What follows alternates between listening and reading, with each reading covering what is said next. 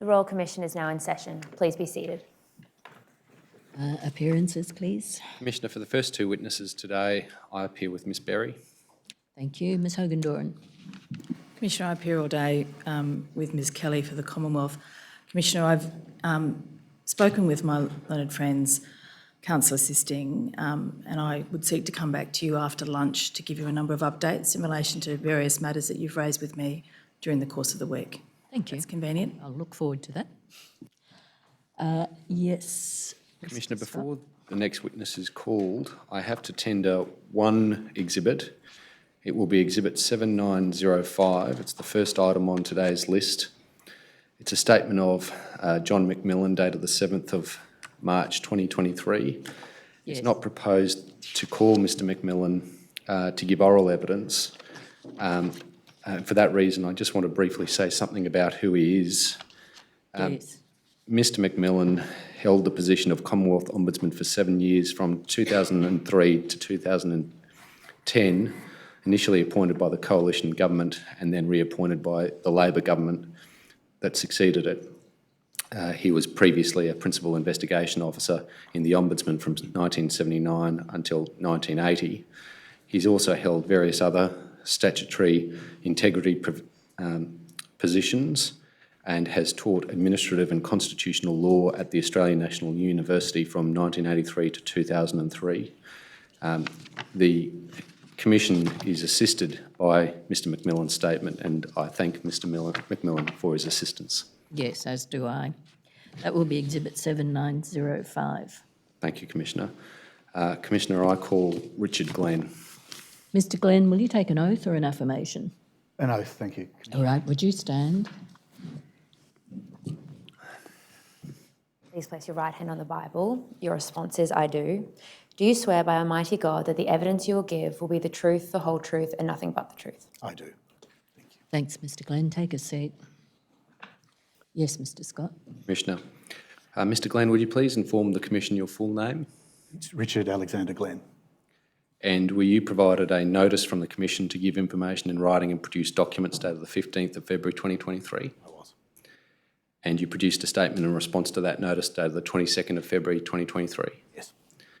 And the current Commonwealth Ombudsman, Mr Anderson, has delegated your authority under Section 34 of the Ombudsman Act to disclose information to the Royal Commission to assist its inquiries? He has, yes. Thank you. Are the contents of your statement true and correct to the best of your knowledge and belief? Yes, they are. Okay, thank you. Mr Glenn, you hold a Bachelor of Arts and Bachelor of Laws and Master of Laws from the Australian National University. I do, yes. And you are admitted as a barrister and solicitor of the ACT Supreme Court. I am. You were acting Commonwealth Ombudsman from 16 January 2017 to 25 April 2017. Yes. You held, is this right, prior to that, a role of Deputy Ombudsman? I did. I held the role of Deputy Ombudsman from September 2013 to January 2017. Okay, thank you. But when you commenced acting on the 16th of January 2017 as Ombudsman, that followed the resignation of the previous Ombudsman, Mr Colin Neave? Correct, yes. Thank you. And prior to joining the Office of the Commonwealth Ombudsman, you held a number of positions at the Commonwealth Attorney General's Department. Yes. And you have been a public servant in the Australian and ACT Public Services for 25 years. I have, yes. Okay. Have you ever been involved in the practice of law? I practiced as a solicitor immediately after being admitted for about a period of 6 months before I moved into in-house legal work with the Commonwealth and then legal policy work. Okay. Did that in-house legal work involve any work in relation to the law concerning judicial review? Predominantly not, no. Okay. Would you consider yourself a subject matter expert in the law relating to the lawfulness of administrative decision-making? I have a degree of expertise in that area, but I wouldn't consider myself a true expert. Okay. You're generally familiar with Indeed, yes. the law Yeah. on that subject? Yes. Are you familiar with the principle of administrative law that, generally speaking, an administrative decision is required to be based on evidence. And that, in practical terms, means evidence which is probative of the relevant question of fact being decided. Yes. That is, logically capable of proving or disproving the relevant fact. Yes. Okay.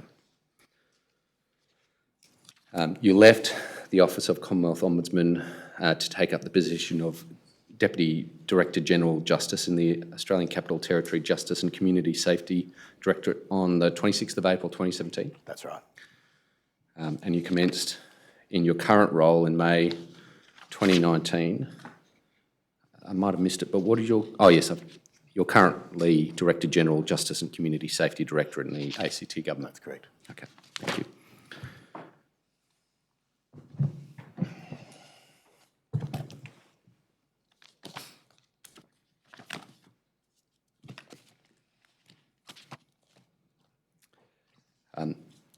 Mr. Glenn, there's 4 folders of material on the desk in front of you.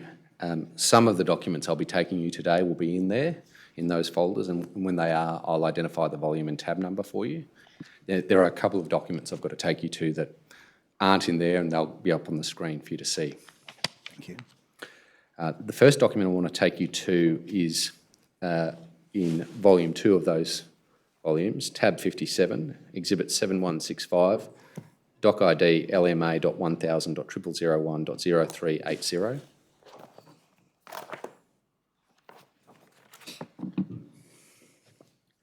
Yes. Have you got that there, Mr. Glenn? I have. Thank you. Thank you. Now, do you agree with me that is a minute dated the 5th of January 2017 to the then Ombudsman, Mr. Neve,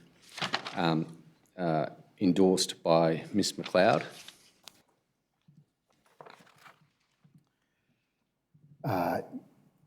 Yes, although it's not signed. No. But you can see that the minute at the top on the first page states that it is through yourself and Mr. George Masri. Yes. Do you have a recollection of this minute? Yes, I do. Okay, and this is the minute by which it was proposed that there would be an own motion investigation conducted by the office into what was then known as the online compliance intervention, but what has since been described as the Robodebt scheme. That's right. Okay. Now,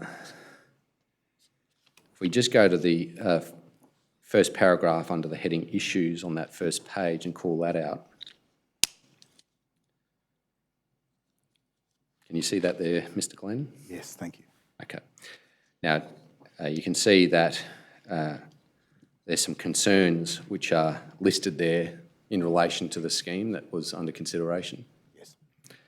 And those include adherence to relevant legislative requirements in the relevant social security and data matching legislation. Yes.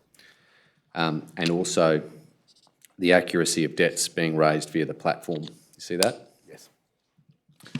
Now, of course, this proposal to conduct an own motion investigation was adopted by Mr. Neve. Yes. Okay. And did you understand that thereafter those two concerns were, that is, those concerns in particular in paragraphs 1A and B on the screen, were issues that were relevant to the investigation? Yes. Throughout the investigation? Yes. Okay. And if we go to the second page of the document, please, and call out paragraphs 2 and 3.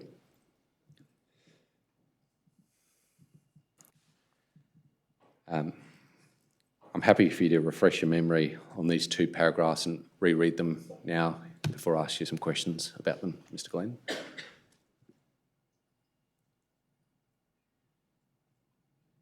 Yes, that's fine. Thank you. Okay. Would you agree with me that those paragraphs effectively are providing reasons why it was appropriate that an own motion investigation be conducted in this case? Yes.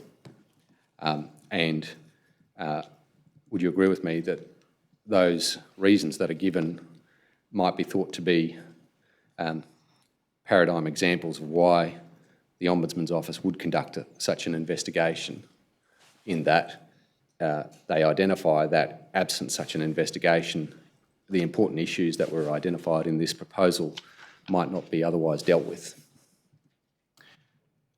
Yes, that would be among the reasons that an own motion investigation would be commenced. Okay.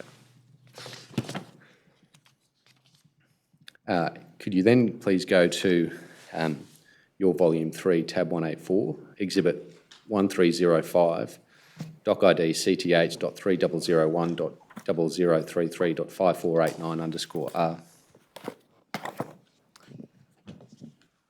Sorry, Mr. Scott, that was 184? Yes. Thank you.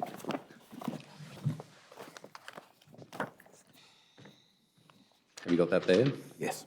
A letter from Mr Neve to Miss Campbell dated the 10th of January 2017, Yes.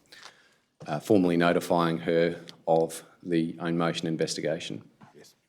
And do you have a recollection that a letter in virtually identical terms was also sent to the Secretary of the Department of Social Services on the same date? Yes, I do. Thank you. And you can see that the notice identifies within the scope of the investigation the issues of adherence to relevant legislative requirements and accuracy of debts being raised via the platform. Yes. Okay. Those issues being among the key concerns in the proposal document we were looking at a short while ago. Correct. Thank you.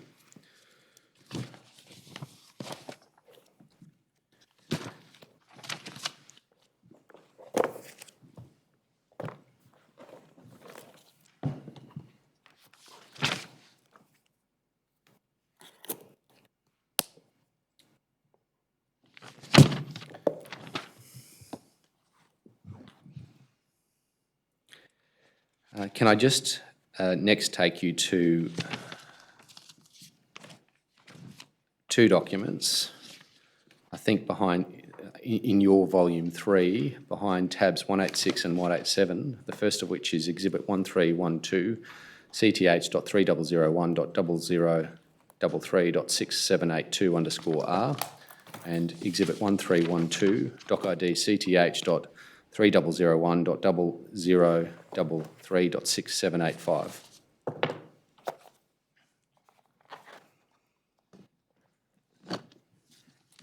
Thank you. So I want to start with the first document I identified, Mr Glenn. And I appreciate that these are internal DHS emails, so you may not have seen these before.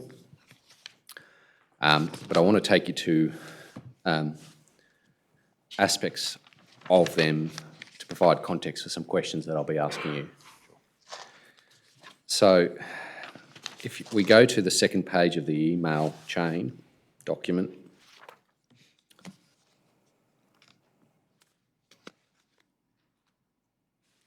and we can see an email from Mr Robertson dated the 17th of January 2017. Do you see that? Yes. And what I'm particularly interested in is the words in large type commencing with Commonwealth Ombudsman own motion investigation. You see that? Yeah. And it talks about an investigation entry briefing at 2 p.m. on Thursday, the 19th of January 2017. And one of the attendees that's listed to be attending that meeting is yourself. Yes. Now, in your statement at paragraph 20, I think you describe attending a meeting with the department on the 18th of January 2017. Yes, that was my recollection. Is it possible it might have been on the 19th? Could have been. Okay. It was certainly in that week. Okay. And is this right? At that time, you weren't yet acting ombudsman? No, I was at that point. You were still deputy? No, I was acting ombudsman. Oh, you were? After the 16th of January, I was acting ombudsman. Oh, yes. Beg your pardon. Okay, you were. Thank you. Now, if we go to the first page of the email, and I'll just call out the last email in the chain on the top of the page from Ms Mussolino on the 19th of January 2017.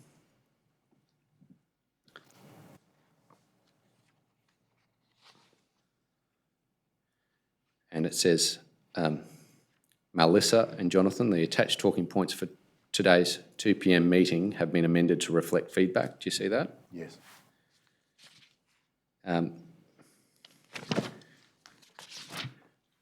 Those talking points would appear to be the second document I identified for you, which is the document that is Exhibit 1312, Doc ID CTH.3001.0033.6785. And perhaps if you could just read that talking points document, which is just over 1 page long, to yourself, not aloud, just to provide you the context for the questions that I'll next ask you.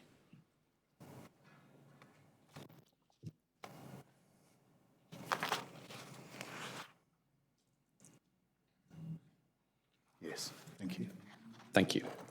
Do you have a recollection that any representative of the Department of Human Services speaking words to the effect of what appears in these talking points? Yes, I do. Okay. So, for example, if we start with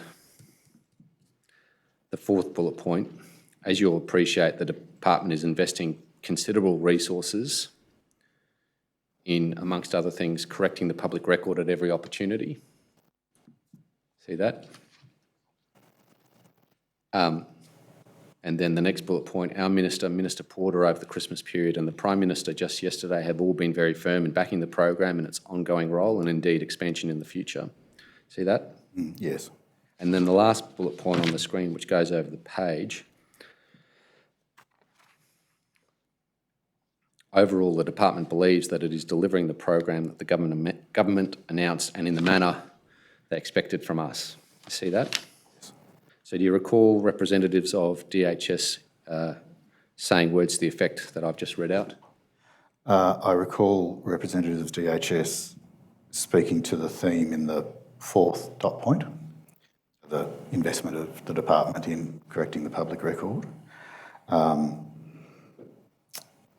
I don't recall references to Minister Porter or the Prime Minister being made. And I recall the offer for Ms Golightly to talk about recent enhancements to the system. I don't recall the first sentence of that last dot point. Okay. But those words, investing considerable resources in correcting the public record, who was it that said words to that effect? I can't recall. Okay. Did you get a sense that DHS representatives were highly invested in defending the program? Yes. And did you get a sense that they were seeking to communicate to you that the government, that is the political part of the executive, that is the ministers and so forth, had a similar level of investment? No, I don't recall that specifically, but certainly the department advocated strongly its belief in the system. Okay.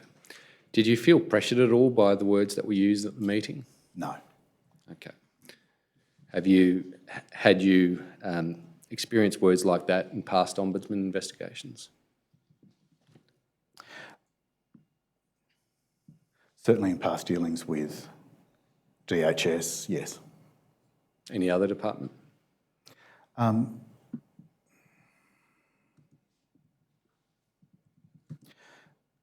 Other departments would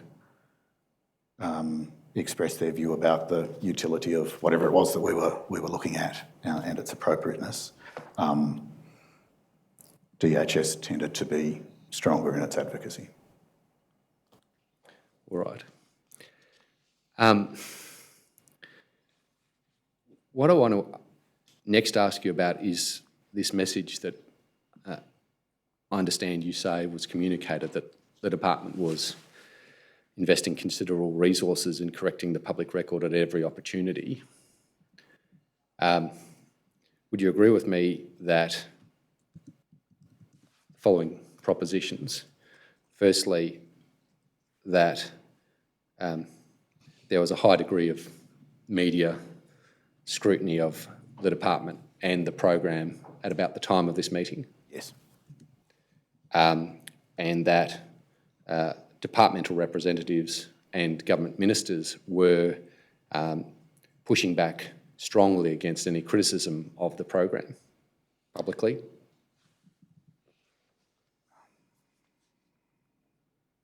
Certainly departmental representatives had been, and I think there had been some ministerial pushback as well. Okay. And was it apparent to you that the department had a particular narrative that they were seeking to push through the media in order to defend the program? Certainly the department was invested in defending the program. All right. Well, the language that I've used is media narrative. Do you appreciate what I'm referring to? Yes. Okay. Was it apparent that that's what they were pushing out publicly? There was a public position being advanced, yes. Okay. What I want to ask you about is an aspect of the approach that was taken in this investigation, which appears from the material. And I'll describe what appears and then ask some questions and some comment about it. What appears is that the approach taken in the investigation was to, amongst other things, before the text of the report had been developed, to provide, in effect, an outline of the report. And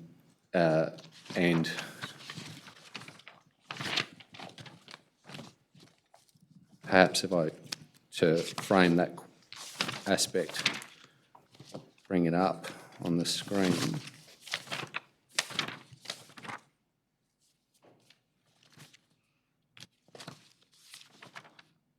It should be your volume 3, tab 195, Mr. Glenn, exhibit 1323, doc ID CTH.1000.0007.0268. Do you see that? Yes, thank you. Do you recognise that as the draft outline that was provided to the department for their comment?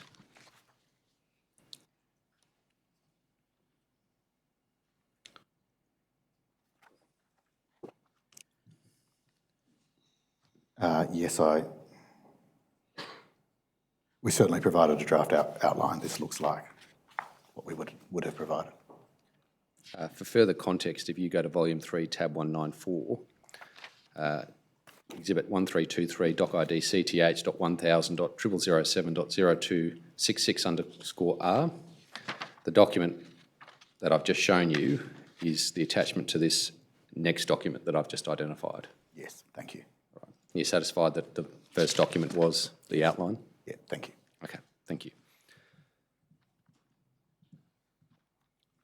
And then in addition to providing a draft outline of the report, drafts of the report were provided to the department in Word form, and the department was then given an opportunity to propose alterations to the text of the report by way of track changes.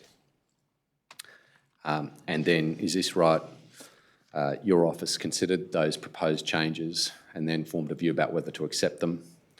That's right. And some of the text that had been proposed by the department was actually adopted and found its way into the final report. Yes. The questions that I want to ask you about, Mr. Glenn, relate to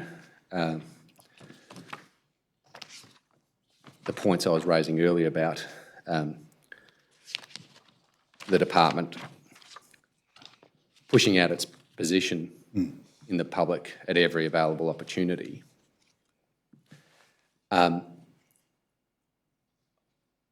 What I wanted to ask you is whether, on reflection, adopting the approach that was adopted, that is with the provision of the draft outline and the draft text with the opportunity to the department to make changes and track, might have, in the context of the way that the department was behaving, as I've outlined, given rise to a perception that the officer's independence might be compromised? No, I don't think so. Okay, and why is that? We had a practice generally of engaging with agencies that we were conducting an investigation into, be it a complaint investigation or an own motion investigation, to be able to check facts, be able to seek comment from the agencies so that we would have the best outcome that we could from the report. I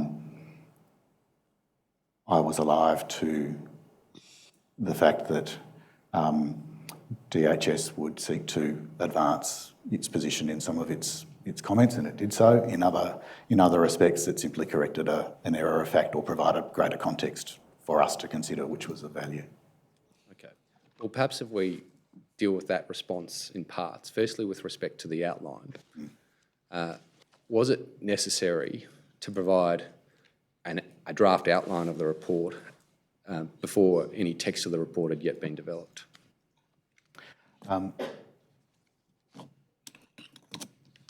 We did so in order to assist the process of continuing to develop the report and to elicit information from the department that went towards it. So it had a purpose. It wasn't strictly necessary, but it had a purpose. How did providing a outline elicit information that was relevant to the It was investigation? assisting in guiding the investigation was an iterative process over a relatively compressed timeframe, so it was assisting in being able to identify the issues that we were interested in so that appropriate departmental staff could be provided to talk to us about it, and to provide context for the individual requests for information that we were making. Could you have done that simply by a letter that articulated the issues that you were interested in, as opposed to provide a draft outline with effectively proposed topics for the report and an invitation to the department to comment on those proposed topics, which appears to have been what occurred here?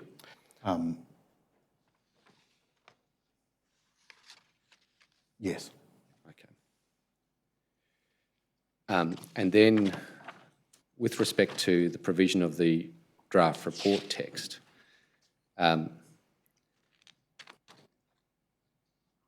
why was it necessary to do that?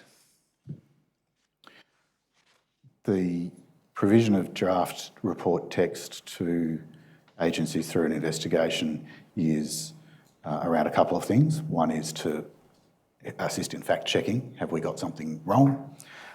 Secondly, it's to see if there are issues that the agency wants to put before us, if they see the direction of a report or the direction of some discussion in the report that they want to add to. And it goes to building the understanding of the report and where it's going when we get to the point of discussing recommendations, that we have a collective understanding of where those recommendations are going and can seek a view from the department about how those recommendations could be implemented.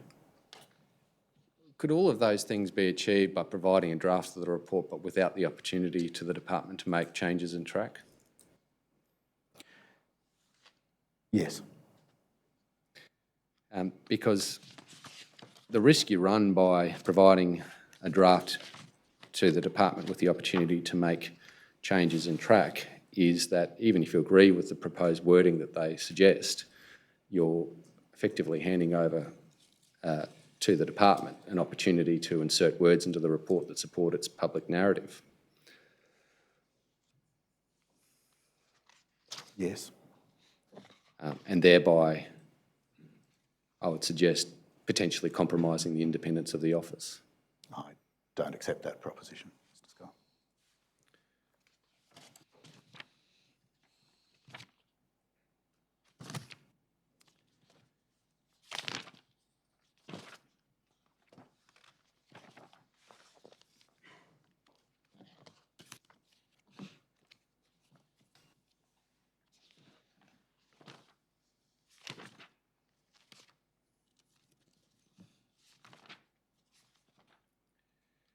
The next document I want to show you, Mr.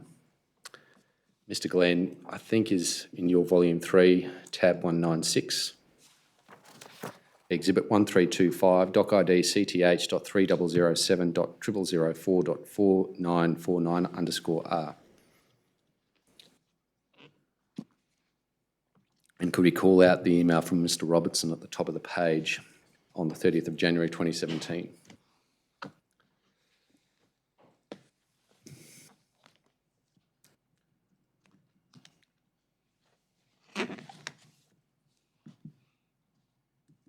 Yes. Have you seen that email before, Mr. Glenn? I think in reviewing the tender documents, yes. Yes, but not before. Not before now. So not before your engagement with the Commission? Yes. And by engagement, I mean the request for evidence, Yes. to be precise. When you did see it for the first time, did it surprise you?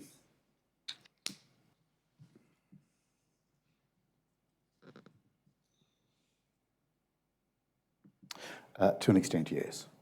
How so? It's not, it characterises our efforts of consultation as an opportunity to co-write the report, which I don't accept it was. Yes. Is it consistent with your expectation as to the approach that the department would take to your investigation? No. Okay, can you elaborate on that, please? I would expect the department to respond to the request to provide comment in a constructive manner, but recognise that the report is the Ombudsman's. Right. And not a co-production. And certainly not an opportunity for the department to pursue its own interests through, to use Mr. Robinson's wording, co-writing the report. Yes. Thank you.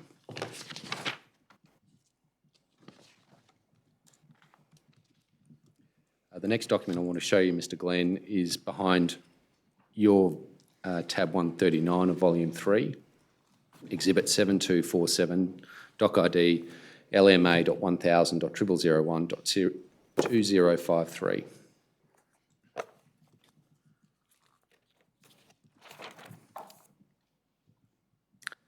What I'm interested in is the email from Ms. McLeod to yourself on the 20th of February 2017, which goes over to the second page.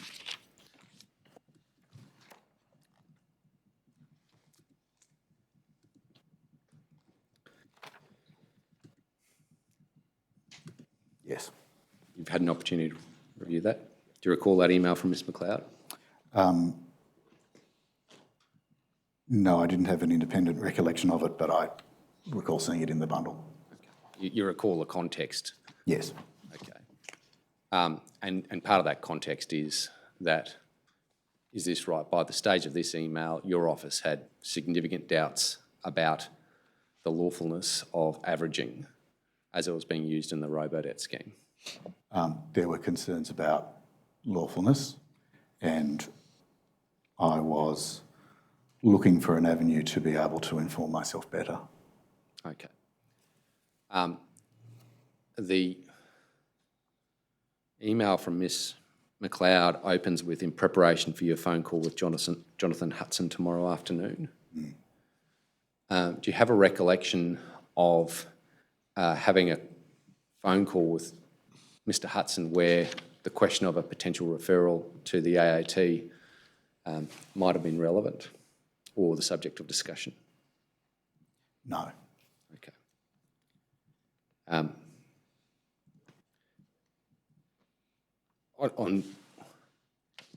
Would this be a possibility that could be the context of this email, Mr. Glenn, that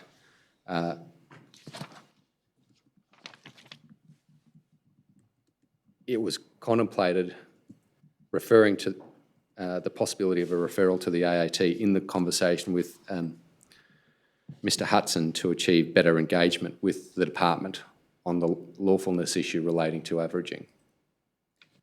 No, I don't recall it that way. Okay. Do you have a recollection of the conversation with Mr. Hudson at all? Not the specific conversation, no. Okay. Based on the date, you got any sense at all of what the context was? Predominantly, the conversations were around being provided access to information, the timeliness of the information that was being provided, and where we were generally with the investigation. Okay. And in terms of the timeliness of the provision of information, what was, how would you describe that? It was generally pretty good, but there were occasions when we would have preferred it to have been faster. Now, I just want to focus on this issue of referral to the AAT. And can I just frame that discussion with just establishing a couple of things? Firstly, there's a specific provision that's dealt with in this email, which is the referral by the Ombudsman to the AAT for the consideration of a question of law. Yes. Such a referral has never been made in the history of the Ombudsman Act, is that right? I don't know. It hadn't been made in the memory of the staff at the Ombudsman's office at that time, and we weren't able to identify an instance where it had occurred. Okay. There's another provision where or an agency, I should say, can make a referral. That's right, isn't it? There's another provision that allows the Ombudsman to recommend that the agency make a referral. Yes. And that's a provision that has led to a referral in the history of the Act. I think so, but I'm not sure. You don't have a knowledge of the referral in the early history of the AAT when Justice Brennan was the president? I'm aware generally of that, but I'm not sure whether that was an 11A referral or not. Okay. And then there's another provision that enables a referral by the Ombudsman to the federal court. That's a provision, yes, but I think in a different context. Okay, I think what's that context? that enables the referral of a question about the exercise of the Ombudsman's powers if there's a dispute with an agency, I see. not for an advisory opinion. Yeah. Okay. You mentioned before that you'd have preferred the responses faster. Did you get any sense that DHS were trying to run the clock down? No, Commissioner. Just that email that you were taken to before refers to the time constraints you were under and that they would make you more likely to accept their wording. Yeah. I don't think... I didn't detect an attempt to run the clock down on the provision of information. I think they were alive to the fact that we were under time pressure. Well, they clearly were from that email. All right, thank you. So I just want to ask you about your consideration of the possibility of a referral under Section 10A, which you deal with in your statement. Yes. The context is that by this stage, it would have been apparent to your office and to you, I suggest, that the scheme had gone from, the department had gone from 20,000 interventions per year to, in the scheme, about 20,000 interventions per week. Correct? Correct. And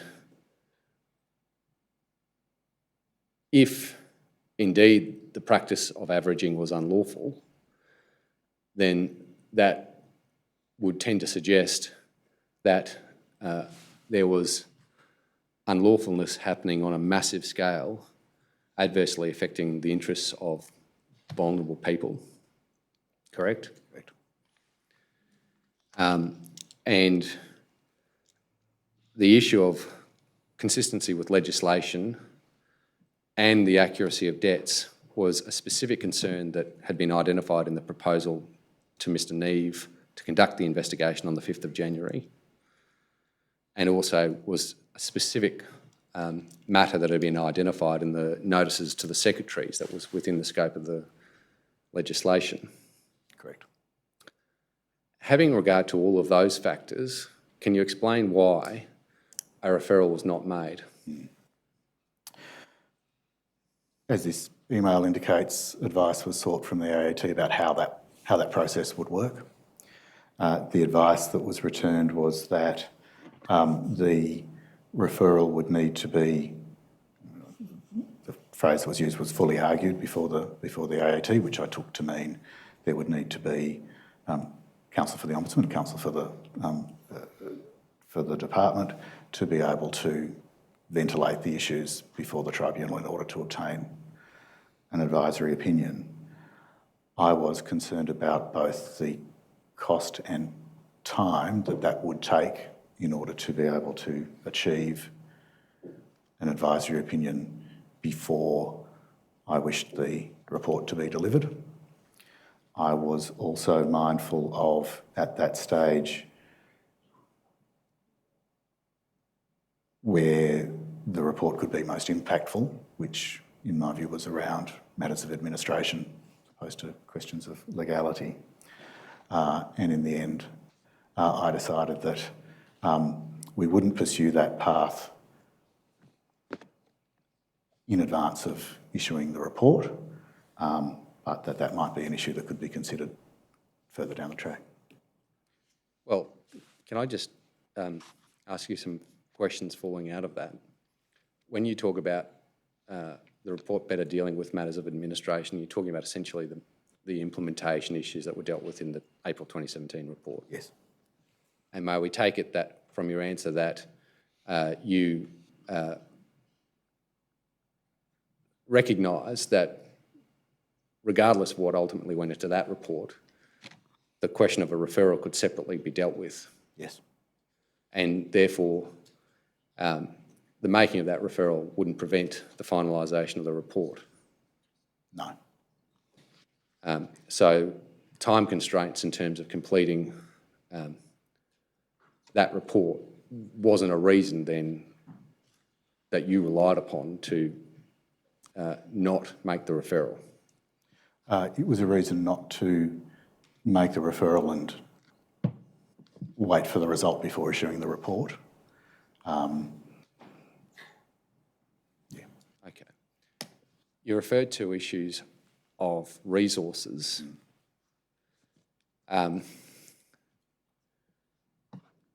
One might ask, given the circumstances that we've discussed, if a referral on this question was not going to be made by the Ombudsman,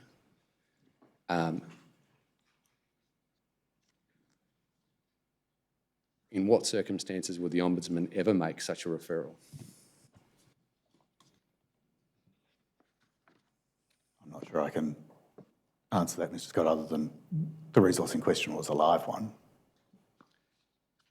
Well, sure, it was a live one, but given the issues, didn't the making of the referral in this case fall squarely within the functions of your office? It certainly falls within the functions of the office. And so therefore, whatever resources were available should have been used to make the referral, surely? Well, the office has a range of functions, and the need to balance the disposition of the resources to be able to manage the entirety of the office's functions was in my mind. Sure. But my point is, given the circumstances, surely the balance in this case fell in favour of deploying the available resources to make a referral.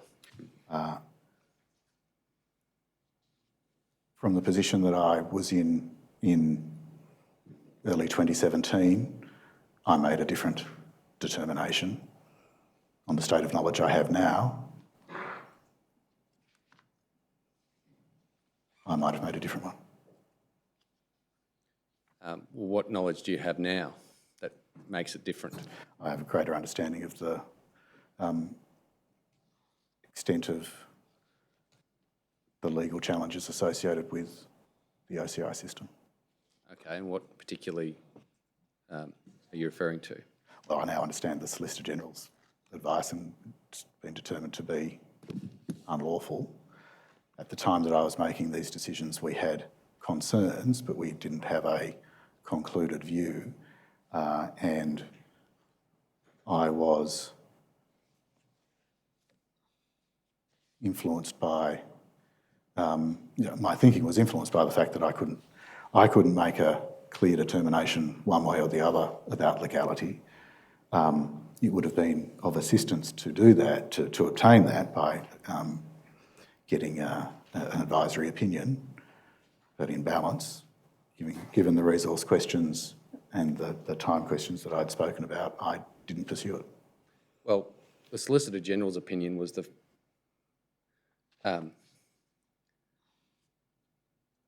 was not until late 2019, and effectively was what brought the scheme to an end. At the time that you were dealing with the matter, your office had been provided with advices from within the Department of Human Services, which we heard yesterday your office didn't think supported the use of averaging. We heard that from Ms McLeod yesterday. Is that consistent with your recollection? There were doubts, yes. And then also internal advice is provided by the Department of Social Services, one of which provided in 2014, which indicated that averaging was unlawful. You're aware of that? Yes. And then a further advice provided by the Department of Social Services in 2017, Yes. which on the face of it only applied where averaging was being used as a last resort, correct? Correct. Which you knew was not what was being done with averaging under the Robodebt scheme, correct?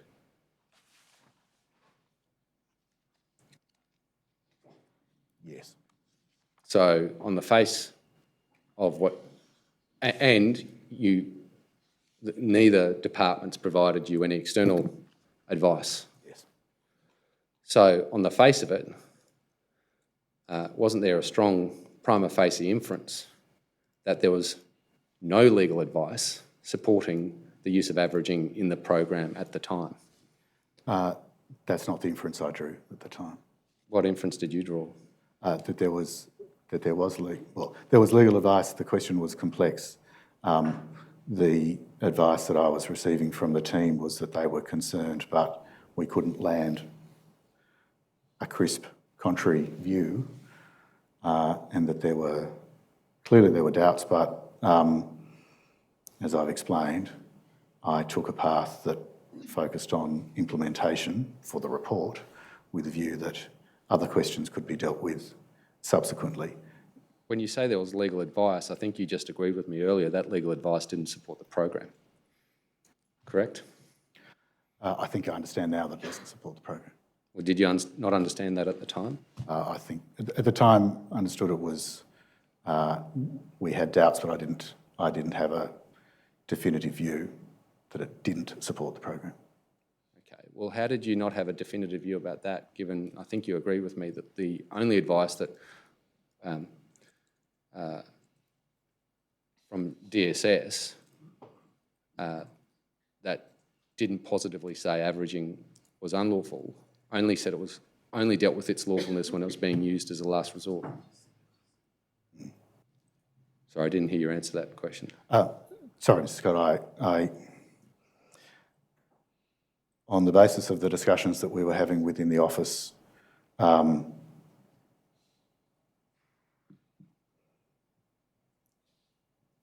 didn't achieve a certain view. I accept that that's not the correct view. Well, did you reflect at all on the significance of this, that the DHS advice in your office's assessment didn't support averaging, and that the DSS advice prior to 2017 indicated it was unlawful, and notwithstanding those propositions, the scheme was commenced and underway before any advice supporting the use of averaging, contrary to the 2014 DSS advice, had been obtained? I'm sorry, Mr. Scott, didn't quite follow the last part of your question. Well, the scheme was commenced on the face of what you then knew,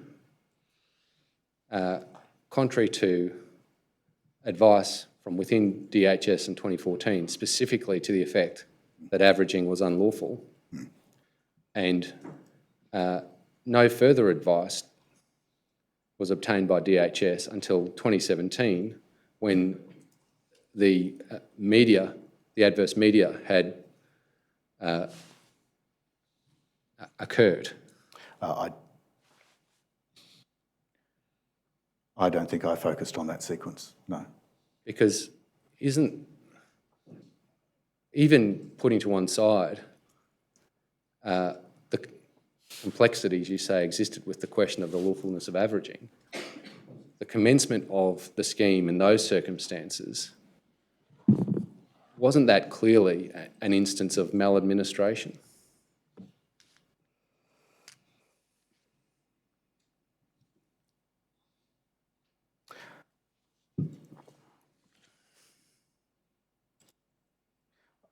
I think it's poor practice. I would wish to reflect on whether it's maladministration. Starting a scheme that your advice is unlawful, you wouldn't see that as maladministration?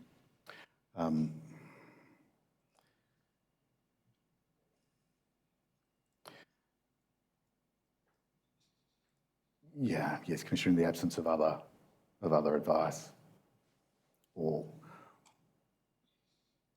yes, I think so, Commissioner. And wasn't that so here?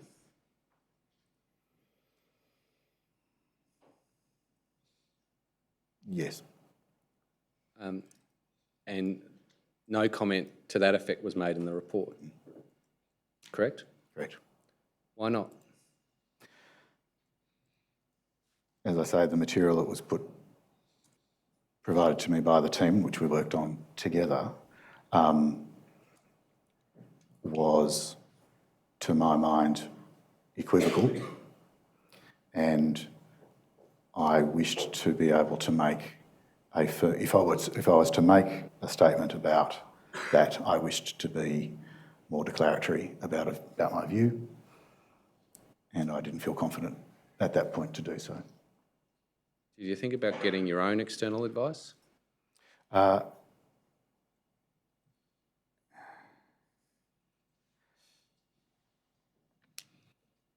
did think about some of those options. I can't recall whether we had a detailed discussion about that.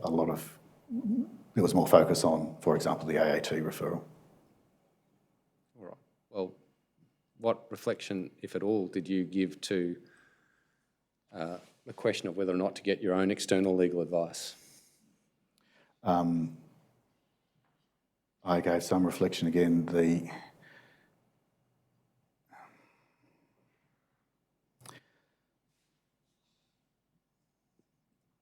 issue, in effect, was that I was turning my focus towards other issues, and I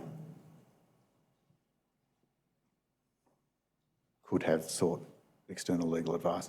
There are some challenges with seeking external legal advice about another agency's legislation, but there are ways I could have dealt with that.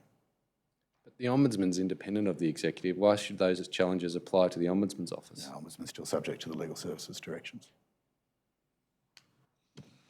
And those directions would preclude, is it your evidence those directions would preclude your office from getting independent advice on a question which had been identified as a key concern in the proposal to conduct the investigation on the 5th of January? They don't preclude it, but they would require consultation with the agencies with policy responsibility for the legislation. Really, by an independent office? That was my understanding. Doesn't that... Not very independent, does it, if you have to ask them nicely before you can get an advice about the legality of what they're doing? No, Commissioner. It's a challenge.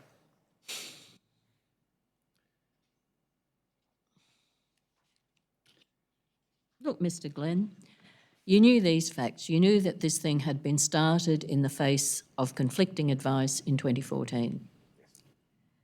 You were provided with a 27 advice produced in the heat of controversy, which referred to Section 79, which had no application, in fact, to this scheme because the Secretary wasn't involved.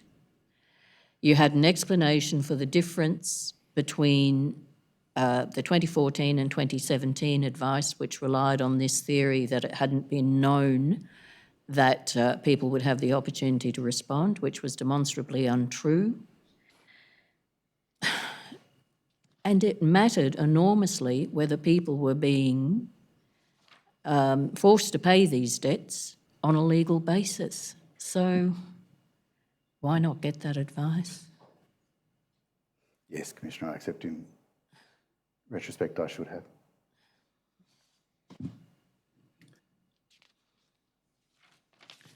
I'm next going to show you a document in your volume 2, Mr Glenn, tab 121, exhibit 7229, doc ID LMA.1000.0001.2975.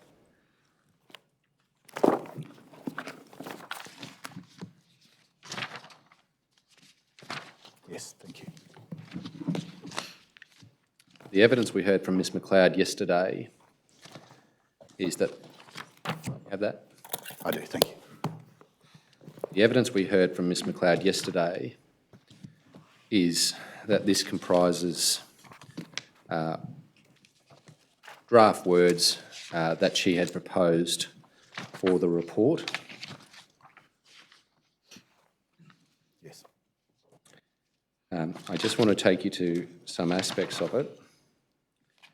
And unfortunately, the pages aren't numbered in a conventional way, but you can see there's the document ID on the top right-hand corner. The last 4 digits are numbered as you flip through the pages consecutively to identify where you are. Yes. First, I want to ask you about the page that has the last 4 digits, 2984.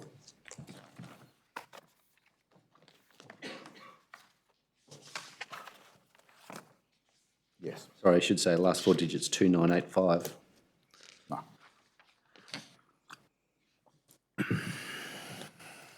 And call out paragraph 2.27 and 2.28.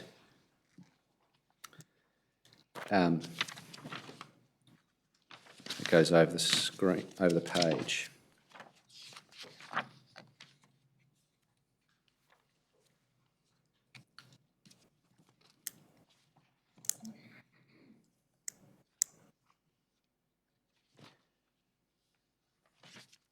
Yes. Do you agree with me that that comprises some relatively blunt words about the level of accuracy of the use of averaging under the OCI? Yes. Do you agree with me that similarly blunt words did not find their way into the final report?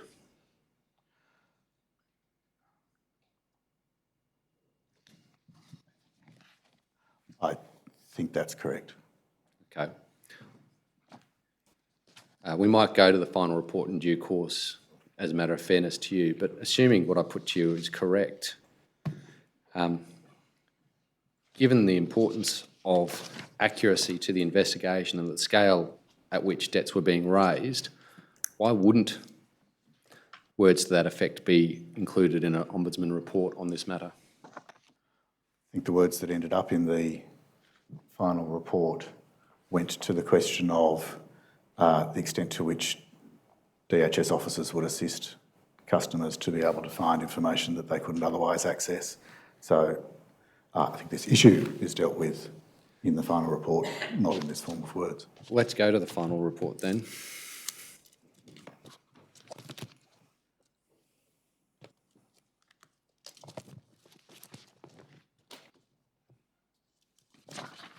Your volume 1, tab 39, exhibit 7197, doc ID LMA.1000.0001.2996.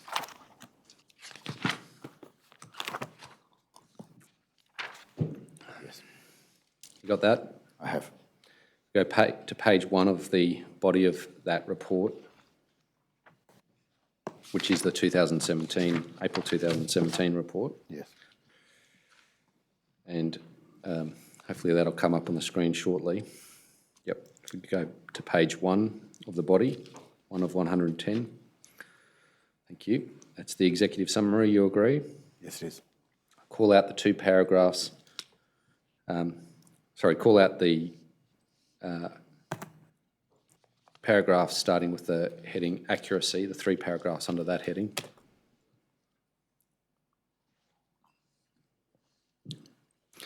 By the way, those words, administrative decisions are made on the best available information at the time of the decision. Do you have a recollection that those words were inserted at the suggestion of the Department of Human Services? No, I don't. So you obviously you adopted those words in this report, correct? Correct. What objective standard did you have regard to for adopting those words? Administrative decisions are made on the best available information at the time of the decision. For example, did you have regard to a principle of law or a recognised guideline for administrative decision making? No, I think that was a proposition of just general principle. On what basis? I can't recall. Okay. So I'll ask you about the next 2 paragraphs. The next paragraph says we examined the accuracy of debts raised under the OCI. And then the 3rd paragraph says we are also satisfied that if the customer can collect their employment income information and enter it properly into the system or provide it to DHS to enter, the OCI can accurately calculate the debt. Yes. So is that what you were referring to earlier about the extent to which those blunt words that I identified with you in the draft document we discussed have made their way into the report? That, I think, is a slightly different view that's made its way into the report. I'm trying to find it. I think there is a discussion about DHS using endeavours to assist customers who can't obtain information. Is it what appears on page 42 that you're referring to? If we can bring up page 42 on the screen, please.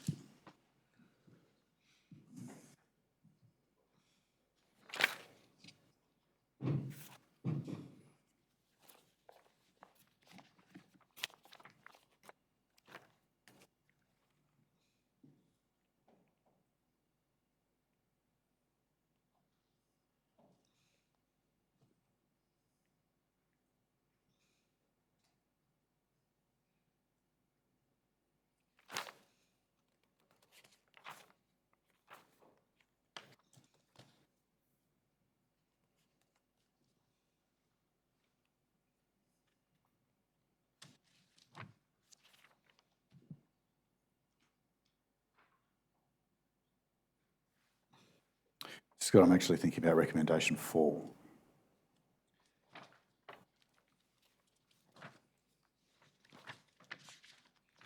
Where do we find that?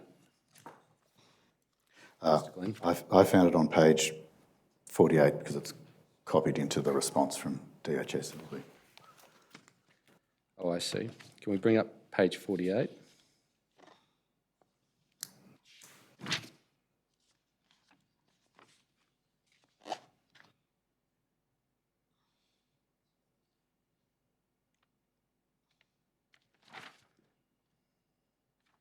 And where do you say on that page those blunt words we discussed before find their way into this passage? I don't say the blunt words find their way into the passage, but I say we address one of the issues that's dealt with, which is around the ability to provide information into the OCI to facilitate an accurate calculation, which goes to the extent to which DHS would use its abilities to assist customers. So that was the point I was seeking to make. Were you aware that in adopting this report, that if a customer does not respond to attempts to contact them or are unable to provide information necessary for the calculation into the system, that debts under the system were likely to be inaccurate.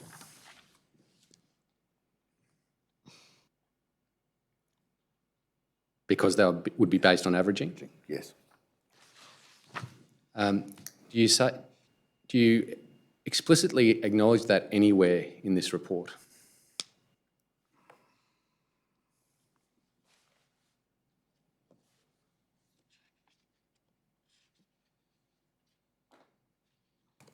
I can't recollect right now, Mr. Scott. Well, I suggest that you don't. If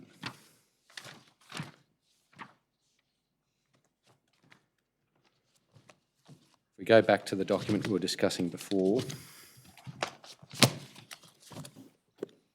Exhibit 7229, Doc ID LMA.1000.0001.2975, Volume 2, Tab 121.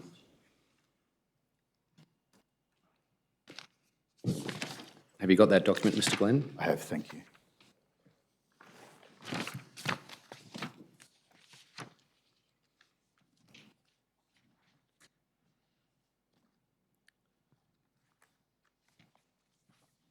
If we go to the page that has the last four digits, 2987.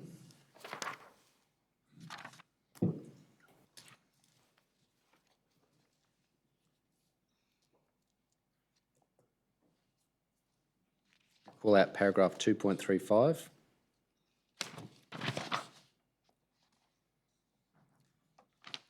You see there it says, it is also uncertain whether DHS can properly determine the rate provided for by Social Security law as required by the second step in section 79 using only averaged income information because the circumstances in which averaging is authorised by the Social Security Act are narrow. Yes. And then on the next two pages, there's the heading, Do Policy Guidelines Authorise Averaging? Yes. And there's a consideration of both DHS guidelines and DSS guidelines. Yes. And the effective conclusion is that the DSS guideline is silent on the issue. The DHS guideline only authorises averaging effectively as a last resort. Yes.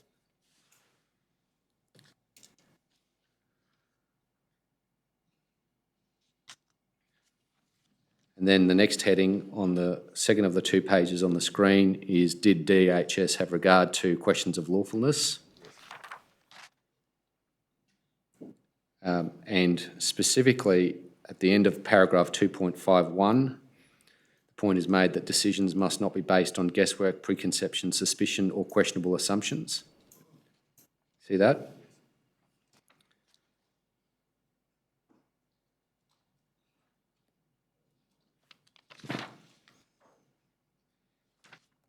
And then on the next page, last four digits, 2990,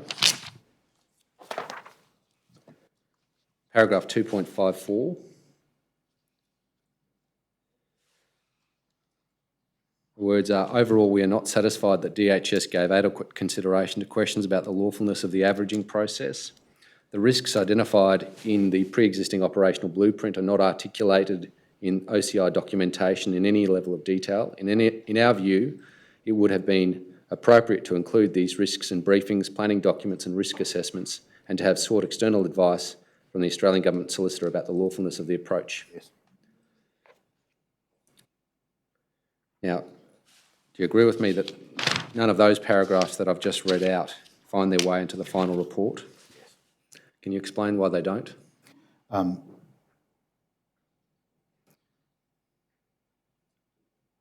Comes to the explanation I think I gave earlier, which is that on the material before me, I was not satisfied that we could make a declaratory statement, and I chose not to comment on legality.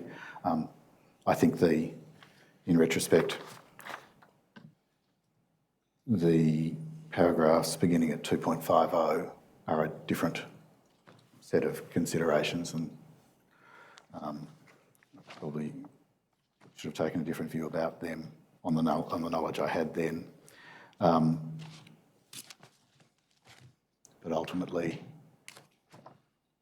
I decided not to include this text in the report.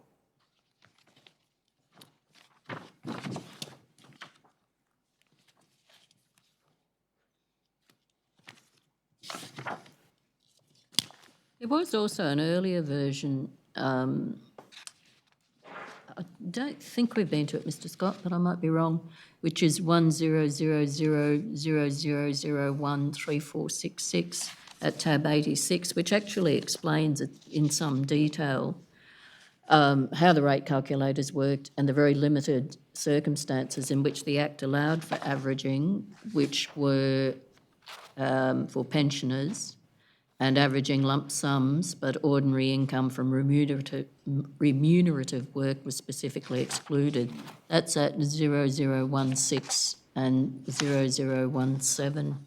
So it's the same theme, but it's more detailed, and it explains just why there are concerns about averaging. It's that when does the Social Security Act authorise averaging, and the page following.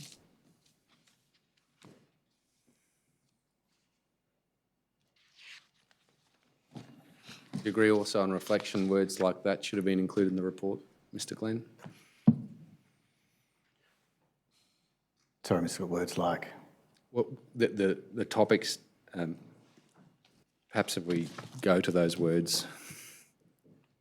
So if you can see on the screen, paragraph 2.37 says the Act sets out rate calculators.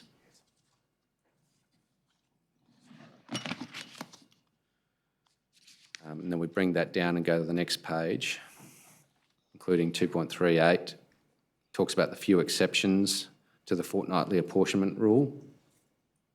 Yes. Which goes to the point made earlier in the document about the limited circumstances in which averaging was permitted. It's frustrating, Mr. Glenn, because it's absolutely correct. Yes. And the thing that's notable about most of what you see from DHS and DSS is they never go to the Act like that and look at what's permissible. But your staff actually did, and they were right. Commissioner, forgive me, are we looking at the document that you drew our attention to, or is this the one that Mr. Scott? Yeah, well, it's the same document that I was talking about, Mr. Scott's now talking about. Yes. There are a few exceptions to the fortnightly apportionment rule, and what's said there is perfectly accurate. Yes. No, I accept that, Commissioner. I don't recall seeing this particular version of the text. I do recall the one that Mr. Scott took me to. Okay. But I accept The theme is the same, but they've cut down on this level of detail. Yes. And in fact, I think there is a footnote reference in the version you saw just before to these very sections. Can we next go to Exhibit 4482, Doc ID CTH.3004.0010.6168.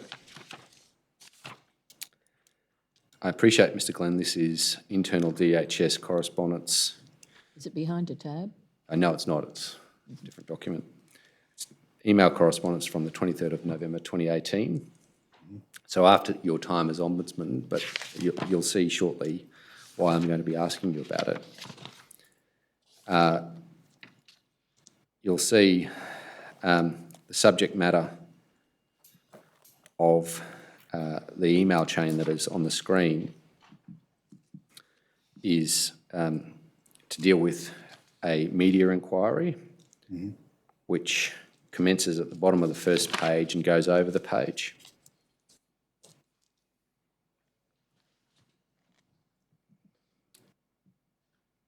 So it's the email, so if you see the heading, inquiry dash the age, and then the inquiry is quoted at the bottom of that page and over to the page.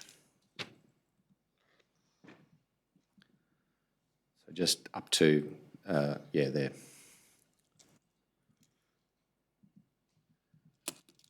See that? Yes.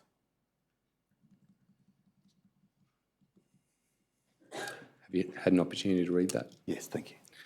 If we go to the proposed response, which is next on the next part of the document on the screen to the right, that's headed proposed response for clearance. Call that out, thank you. Can you see that the proposed response included words, the Department of Human Services strongly refutes any claims that it has conducted its compliance activities in a manner which is inconsistent with the legislation? And then the words, the department fully cooperated with the Commonwealth Ombudsman's investigation which found the online compliance system meets all legislative requirements, accurately calculates the debts when the required information is entered, and debts raised are consistent with the previous investigation processes. See that? Yes.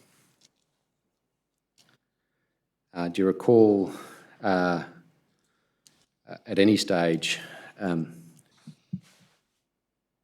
press releases or public statements by ministers or departmental representatives to that effect or similar? I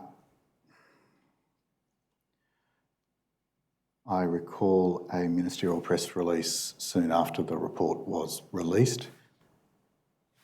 I'm not sure if it used that exact phrase, but it was a very positive reflection on the Ombudsman's report. I am aware that during the course of the Senate inquiry, which was on foot at the time that I released the report, there were officers who made some assertions around meeting all legislative requirements in their evidence, and that was questioned by the committee and pulled up by members of the committee. I won't ask you about evidence in the committee for parliamentary privilege reasons. So what follows is completely unrelated to that evidence. It's more to do with public statements, such as media releases of that nature. Yes. All right? In fact, it's entirely to do with that. My question is whether, having reflected on circumstances since the 2017 report was completed and published, do you now accept that by not squarely dealing with the inaccuracy of averaging and the question of the lawfulness of averaging in the report, you provided those with an interest in defending the program an opportunity to make public statements to the effect of what appears on this screen?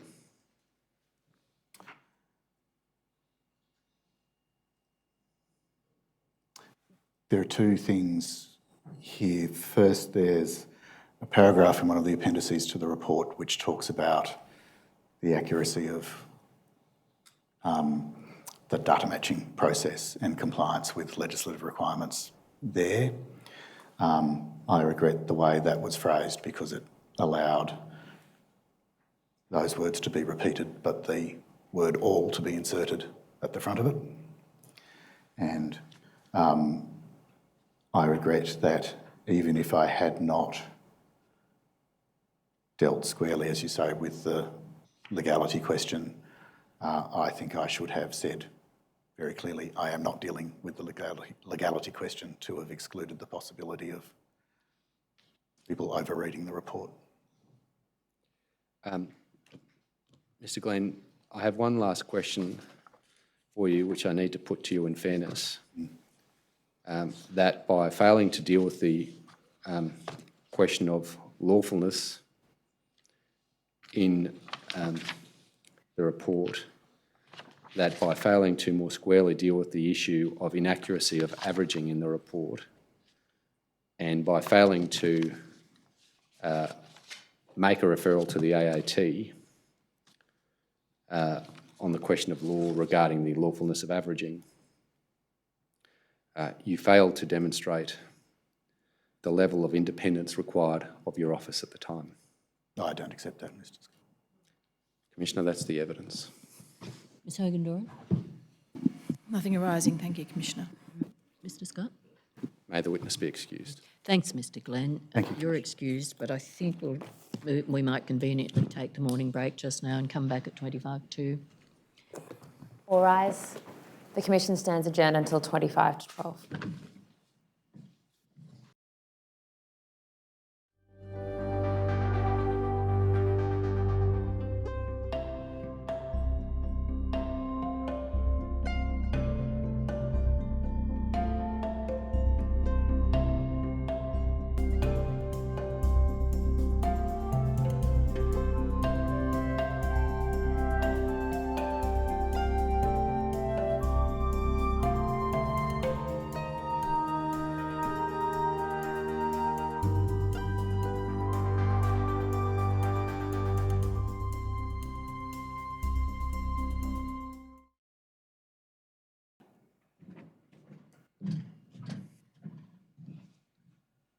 The Royal Commission is now in session. Please be seated. Yes, Mr Scott. Commissioner, I understand my learned friend has a matter to raise. Yes. Commissioner, I just want to deal with one matter before this witness is taken. We've had confirmed with Ms McLeod that she will do a supplementary statement to assist the Commission that addresses the issue of DHS's communications to the Ombudsman on data on averaging, Yes, thank you. which there was a query about that at transcript 4734 yesterday. Thank you. Good. Yes, Mr Scott. Commissioner, I call Iain Anderson.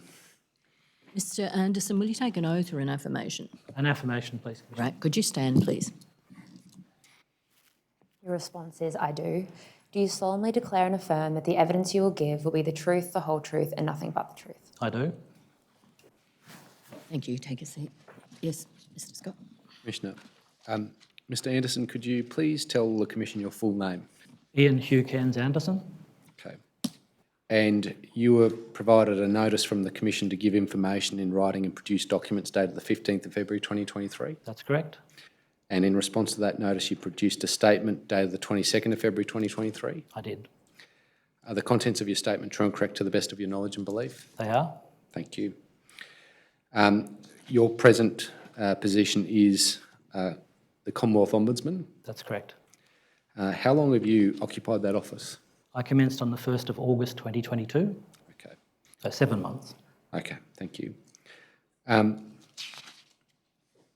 You hold a Bachelor of Economics and Bachelor of Laws from the University of Sydney, I do. a graduate diploma of legal practice, That's correct. and also a graduate management qualification from the Australian Graduate School of Management. That's correct. Is this right? You, in a past life, practiced as a solicitor at the Australian Government Solicitor for over 4 years? Yes, for over 4 years. Okay. And also spent a year as an executive advisor to the Australian Government Solicitor. That's correct. Would you agree with me that the main tenor of the notice to you and a significant aspect of your statement to the Commission is effectively directed to learnings that might be derived from the Ombudsman's investigations into the Robodebt scheme in the past? Yes. And for that purpose, would this be right? You've had the opportunity to and taken the opportunity to watch the evidence of the various Ombudsman witnesses that have given evidence over the past couple of days? That's correct. I didn't see the end of Mr Glenn's evidence because I was being prepped for appearing. Okay. And are you also aware of the evidence that's been given in this commission about the Ombudsman's investigation and the responses of the Departments of Human Services and Social Services to that investigation in 2017? Broadly, I haven't been watching as a general rule, but I've been following transcript and things like that. Okay. Just at the outset, can you offer the Commission any reflections on the impressions you've gained from the way the Departments of Human Services and Social Services conducted themselves in the 2017 Ombudsman investigation? So it's extremely disappointing. While we were proceeding on basis of notices under Section 8 of the Ombudsman Act, which is, it's not a formal requirement, it's not a coercive power, nonetheless, my expectation has always been that agencies should take seriously processes of engagement with integrity bodies such as the Ombudsman. We have a legislated role. Agencies should respect that. All right. And do you feel from what you've seen of the evidence that it appears that the two agencies of interest in this matter did respect that in the 2017 investigation?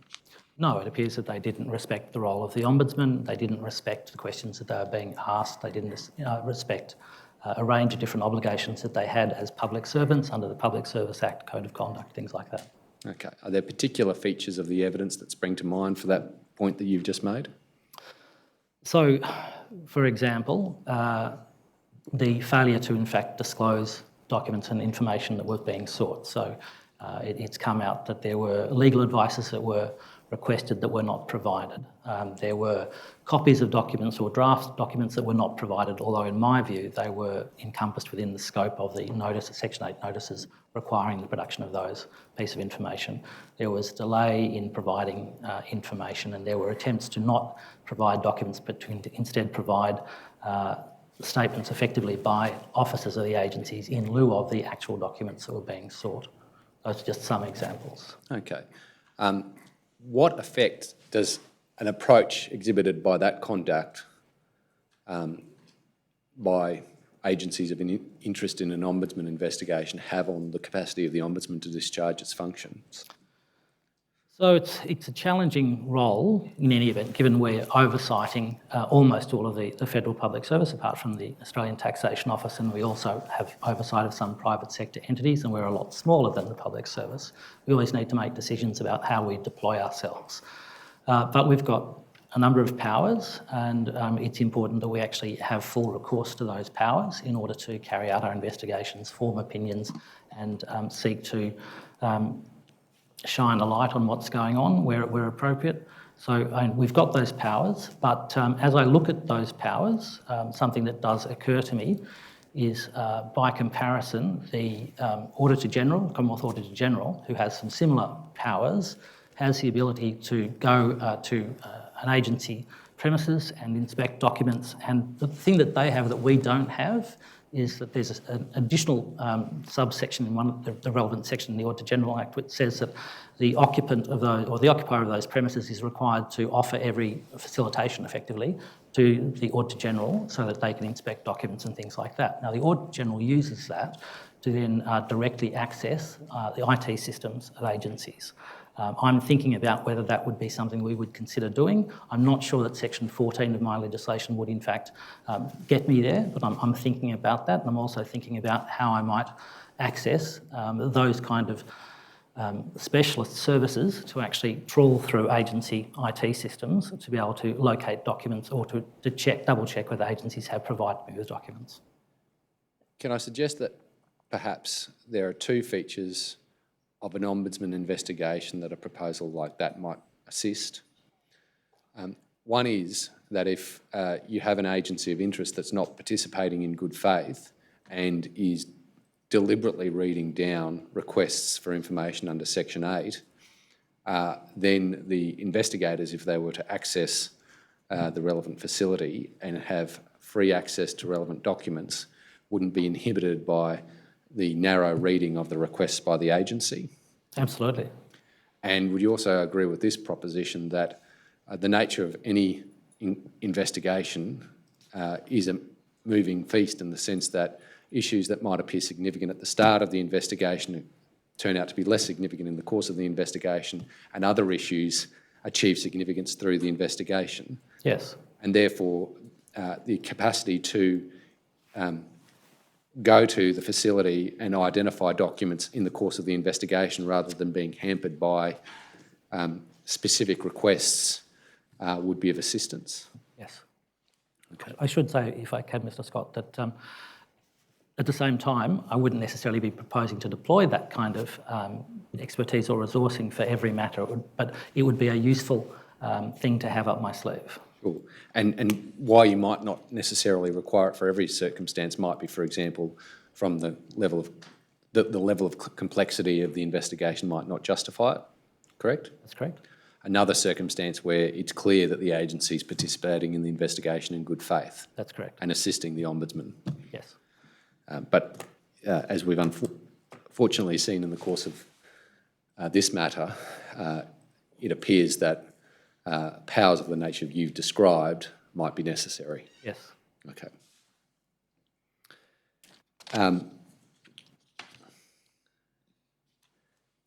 Can I just go to page 8 of your statement, please, Mr. Anderson? And there's 4 weighty terms in front of you, but I'm hoping to avoid taking you through all those terms and just focus on your statement. It should be in volume 1.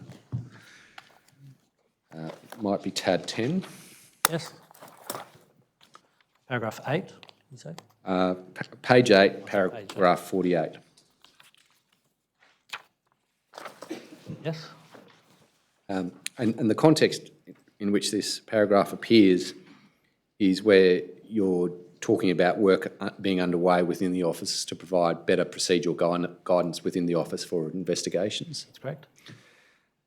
You make the comment that it is desirable to provide guidance on the manner in which we scope out an investigation at the outset, because I believe that ensuring there is clarity on the purpose for and potential key issues in an investigation will assist in making tactical decisions in the course of an investigation. Do you see that? Correct. Could you just elaborate on that for us, please?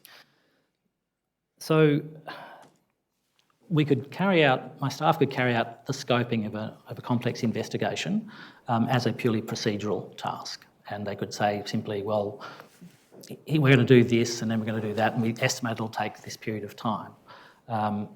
But what I want is that it's actually a live thinking, decision-making exercise. So we're actually saying, what do we really think are the reasons why we're doing this?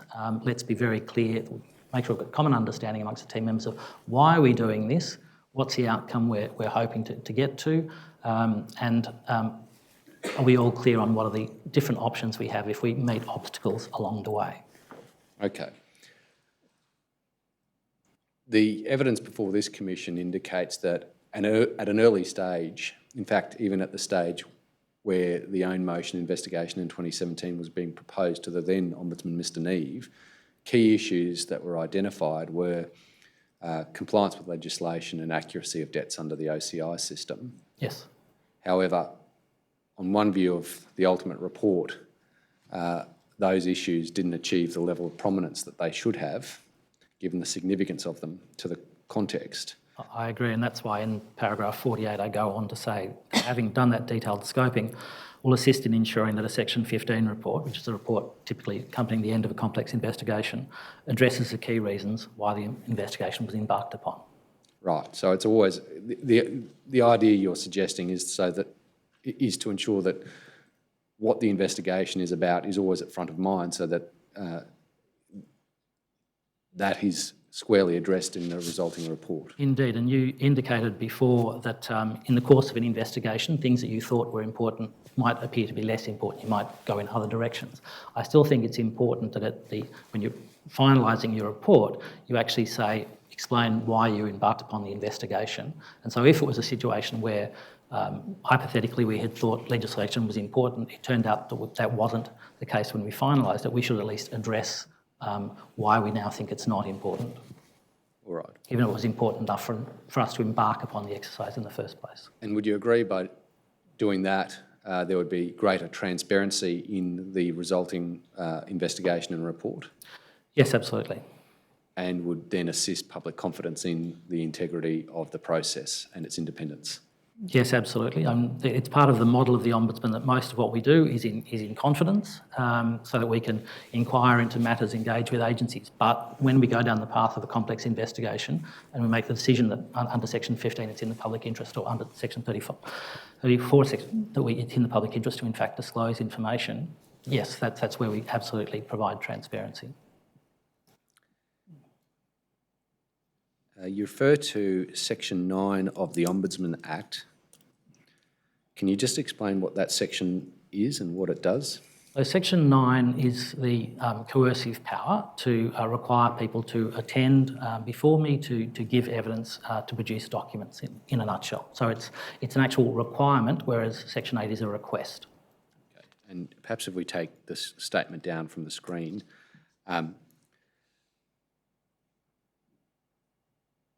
Would it be right that one of the things that can be done under Section 9 is that the Ombudsman's Office could require persons with relevant information to attend to be interviewed in a formal way? Absolutely. Is that done in the office at all? So we do formal interviews in a range of situations. We don't do it very often. Yeah.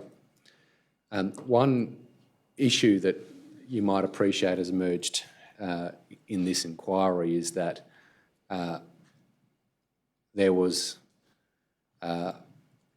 correspondence provided by the Department of Social Services explaining the 2014 advice, of which you're no doubt aware, to the effect, the legal advice to the effect that averaging was unlawful, followed by, in the same email, an explanation of why further advice was not obtained by that department prior to the Robodebt scheme being implemented, and followed by a reference to a 2017 legal advice which addressed the question of whether or not averaging might be done as a last resort. Are you aware of that evidence? Broadly, yes.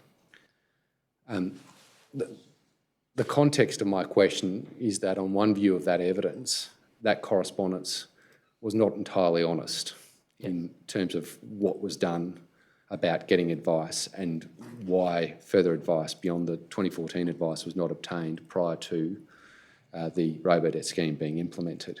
Yes.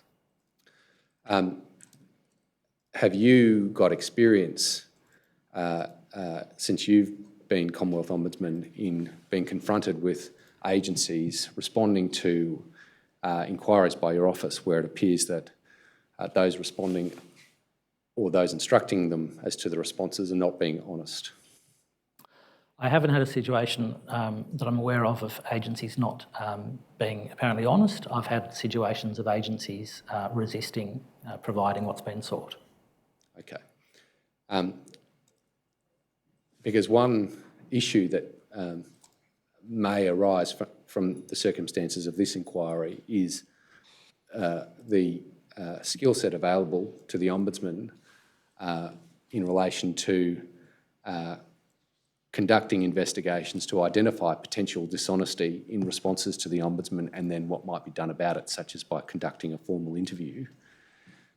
Can you comment on whether there is, at present, adequate training and resources to enable the identification of that issue and the appropriate dealing with it within the Ombudsman's Office? So the question of training is something I'm certainly thinking about. I think it's a very difficult thing if you're facing a scenario where someone is apparently not telling the truth to conduct an examination in a way that's going to have an impact on the person. So one thing I would be thinking about in a situation like that is whether it would be appropriate to in fact bring in specialist expertise. So I'm aware, for example, that the Australian Commissioner for Law Enforcement Integrity, who has a coercive examination power, will frequently engage external counsel to come in and actually conduct those examinations at particular times if they think that would be helpful for a particular witness. So we've got the resourcing to do that. Okay. So the resourcing is available to the office at present? So I have a budget.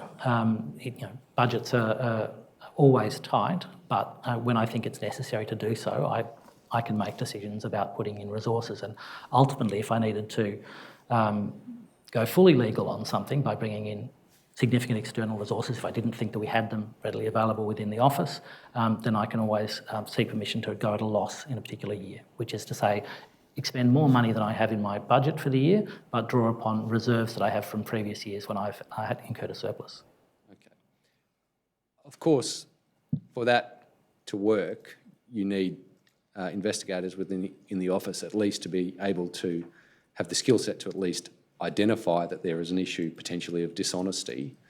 Do you feel that presently that skill set is available within the office? So we operate in a range of different areas with a range of different functions, as I set out in my statement. I've seen situations where my officers have been able to identify where law enforcement agencies are not complying with the law in exercising coercive and intrusive powers. I've seen situations where my officers have been able to discover staff at an immigration detention centre who were behaving in both an unauthorised and potentially unlawful manner in terms of how they were treating detainees. So I'm confident that we have the ability to identify, detect and challenge people in a range of situations. What I'm trying to do is to make sure that firstly we share that expertise about what does it mean to have an investigative mindset, how should you be approaching the situation and the evidence that's being put before you.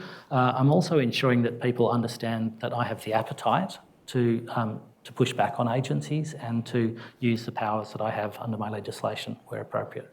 So I'd make a comment in my statement about that to the effect that guidance material and by extension training, they're extremely useful, but people actually need to really believe that this is actually what I want them to do. Okay. What do you mean by an investigative mindset? So it's not necessarily about being professionally sceptical, but it is in fact approaching material and statements and things like that with a questioning mind. So actually not accepting what you're being given as in fact necessarily accurate or necessarily correct, but being prepared to use other sources of information to check it. And critically evaluating what's being presented to you. Critically evaluate and think forensically about, does what's being given to you actually answer the question that you had in the first place? One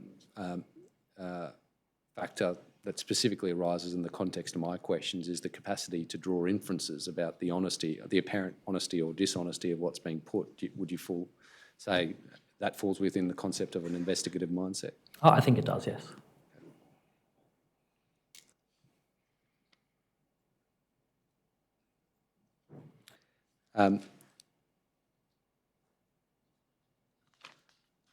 One issue that arises in the context of this matter is where there is a contested issue of law that arises in the context of an ombudsman investigation, and by that I mean a question of law that occurs to the investigators where there is a position on that question being put by the agency of interest that is doubted by the investigators, whether in those circumstances advice from external lawyers might be obtained.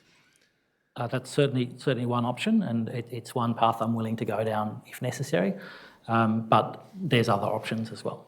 Okay. We'll get to the other options shortly, but I just want to explore this option for present purposes. When you do, have you gone down that path in the past investigations you've been involved in?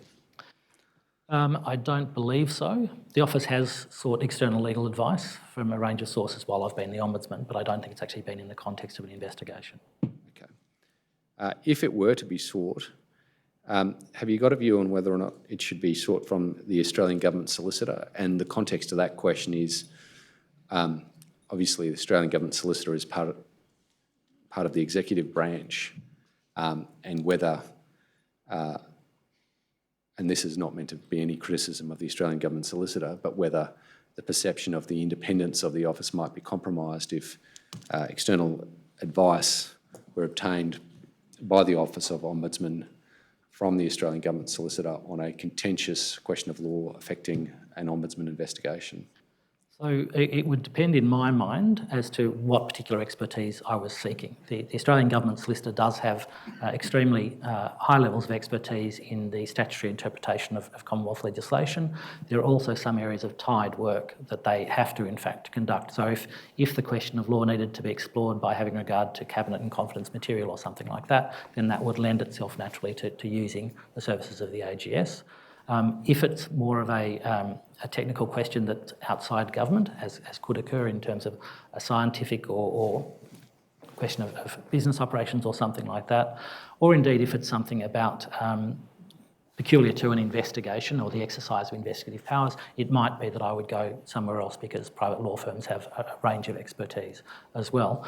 But I guess at its heart, I don't think that AGS being part of government is in itself something that impeaches the independence of my office, to use AGS. All right. And the answer to this may be obvious to you, but can you say why it wouldn't impeach the independence of the office? Sure. So, I mean, AGS under the Judiciary Act does have a statutory ability to act for more than one party on the same issue, to have a conflict of interest. If AGS had not been involved in a matter at all, if it was a situation where no external advice had been sought, and I was keen that external advice be sought, I can see that there's a value in having AGS actually give that advice, because what I'm be trying to do is to say to the agency, I actually think there's an issue here and we need to get to the bottom of what the legal question actually is, and I think using AGS could be very helpful in that situation, and I don't think that goes to my independence, because my independence is actually about what I do with the legal advice, or how I choose to seek the legal advice, rather than solely who's the individual or firm that I seek the legal advice from. Are you familiar with the Legal Services Direction? I am. If the question of law for which advice was sought concerned legislation administered by a particular agency, Yes. would those directions require you to get their consent before seeking the advice? No. They simply require me to consult. The agency can't stop me getting that legal advice. The only thing that can stop me getting that legal advice is if the Attorney-General issues a formal direction under the Legal Services Directions. And I'd be very surprised if that occurred when I was proposing to seek legal advice about something. So the agency, it doesn't have to be a lengthy consultation about the fact I want to seek advice on their legislation. And go back to, if they haven't sought any advice themselves, what I'm trying to do is say there needs to be external advice on this, because I think what's happening is at the very best dubious. Okay. One option that is available to the Ombudsman's office is the power to make a referral either to the AAT or the Federal Court on a question of law. So in relation to the latter, I think if you double check the statute, it actually says that I can refer something to the Federal Court if it's a question of one of my own powers or functions. Yes, sorry. So I don't see that one as being generally useful in that situation. Yes, no, I shouldn't have raised that one. I'll focus on the AAT one.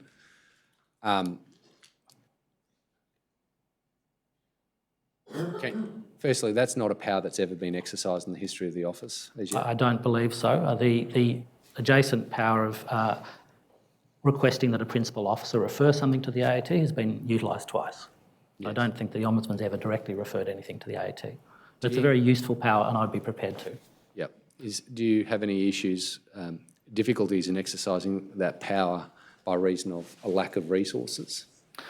Not necessarily. I think that from experience in running stated cases and things like that, I think it could be done in a reasonably efficient manner, in terms of it's not a lot of argument necessarily to go to presenting the Ombudsman's view on a question of law to the AAT. If the budget was particularly tight, again, I have the option of choosing to incur a loss. And would you, in considering whether to do that, have regard to the public interest in particular circumstances you're confronted with relating to whether to make the referral? Absolutely. And if you form the view that it was in the public interest, would you give that decisive weight? Yes.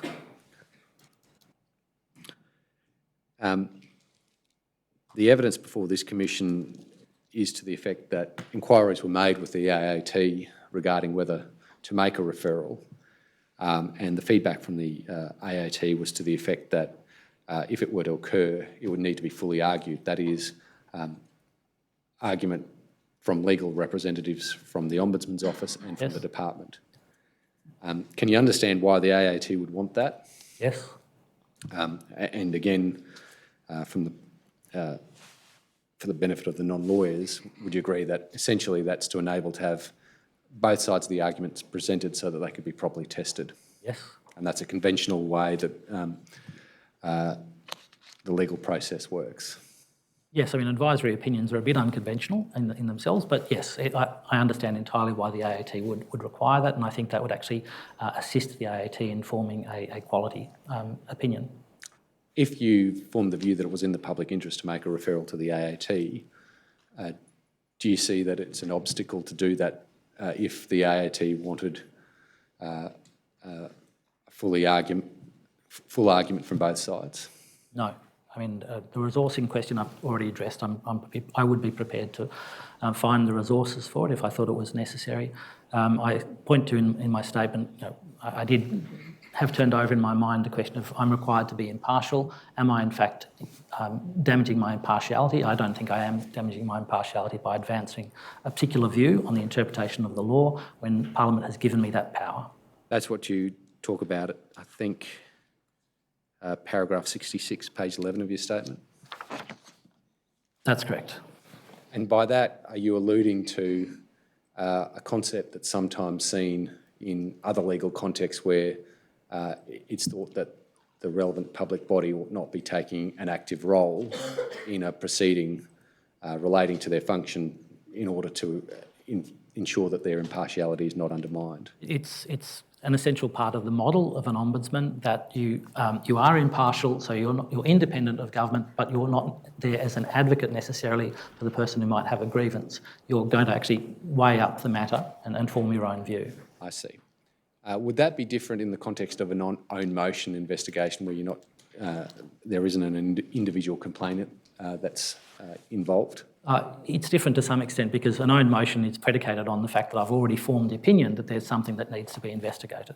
And would you agree, therefore, that in that context, issues of prejudice to your impartiality wouldn't arise to the same extent?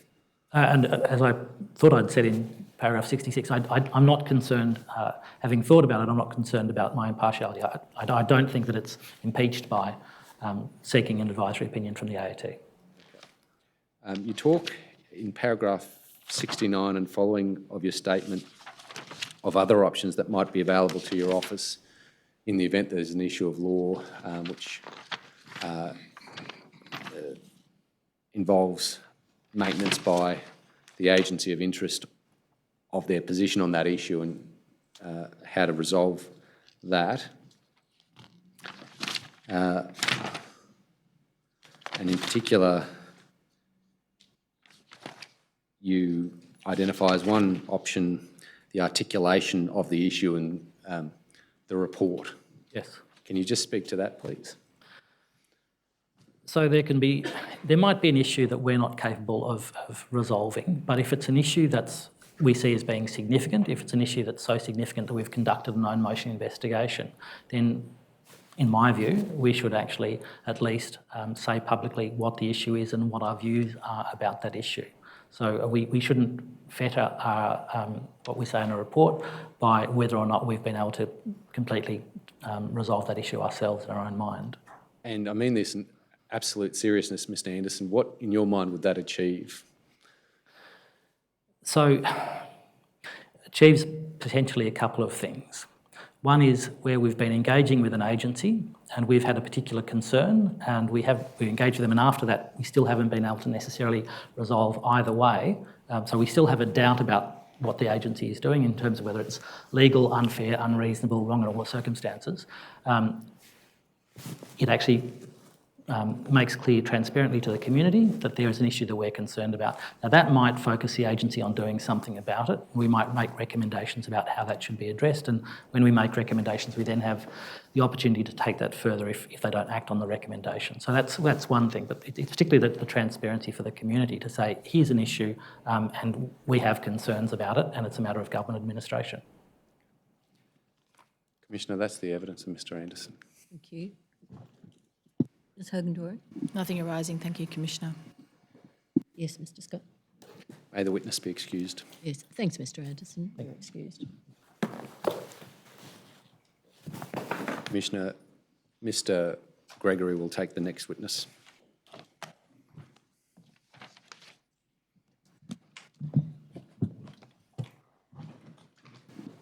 Commissioner, just as while that's occurring, I'll just confirm that the Commonwealth is making available, and we acknowledge the willingness of the following to provide evidence on short notice tomorrow: Mr Fiveash, Mr Barnett and Ms Metz.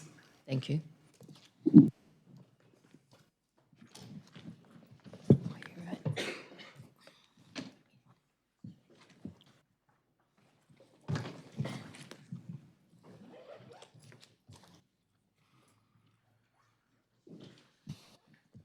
Commissioner. The next witness is Paul McBride, and I appear with Mr Freeburn for this witness.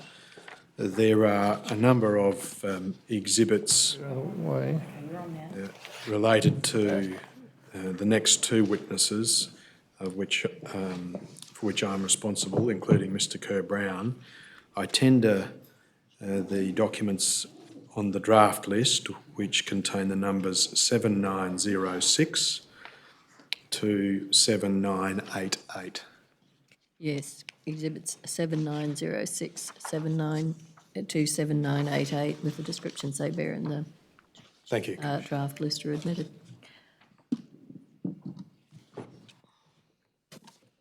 And you're calling Mr McBride? Yes, I call Mr Kerr-Brown. Mr McBride, will you take an oath or an affirmation? Okay, could you just remain standing for a moment?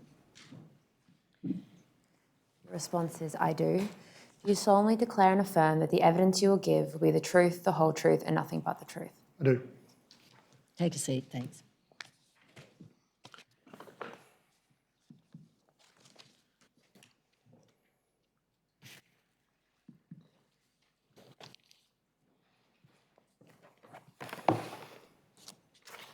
Yes, can you tell the Commission your full name, please? Paul David McBride. And Mr McBride, you were served with a notice to give a statement and produce evidence, documents rather, NDG-0215, 17 February 2023, and produced a statement in response dated 7 March 2023. Correct. Thank you. As you indicate in your statement, at various times you held positions of some seniority within the Department of Social Services. Correct. From 2013 to 2015, you were the Group Manager of Welfare Systems Task Force, which was an SES Band 2 position. Correct. From 2015 to 2018, you held the position of Group Manager Welfare and Housing Policy. That's correct? 2015. To 2018, to June 2018. So I was in Social Policy Group from 1 December 2014 to 30 June or thereabouts 2016, then Welfare and Housing from about 1 July 2016 to I've got that date as 3 June 2018. Is that right? Page 3? yes, Second from the bottom? Yes. Yep. All right, thank you. And on a number of occasions during the period from 2015 to 2017, you acted as a Deputy Secretary in Ms Serena Wilson's absence, and you identify those periods in your statement. At paragraph 99 of your statement, you say that the concept of averaging income would be a considerable concern. Can you elaborate on why that is so? I'm just trying to find at what stage of the process we were. On page 17, paragraph 99, Yeah. you refer to averaged income, if it were to be used as primary evidence, would have caused considerable concern.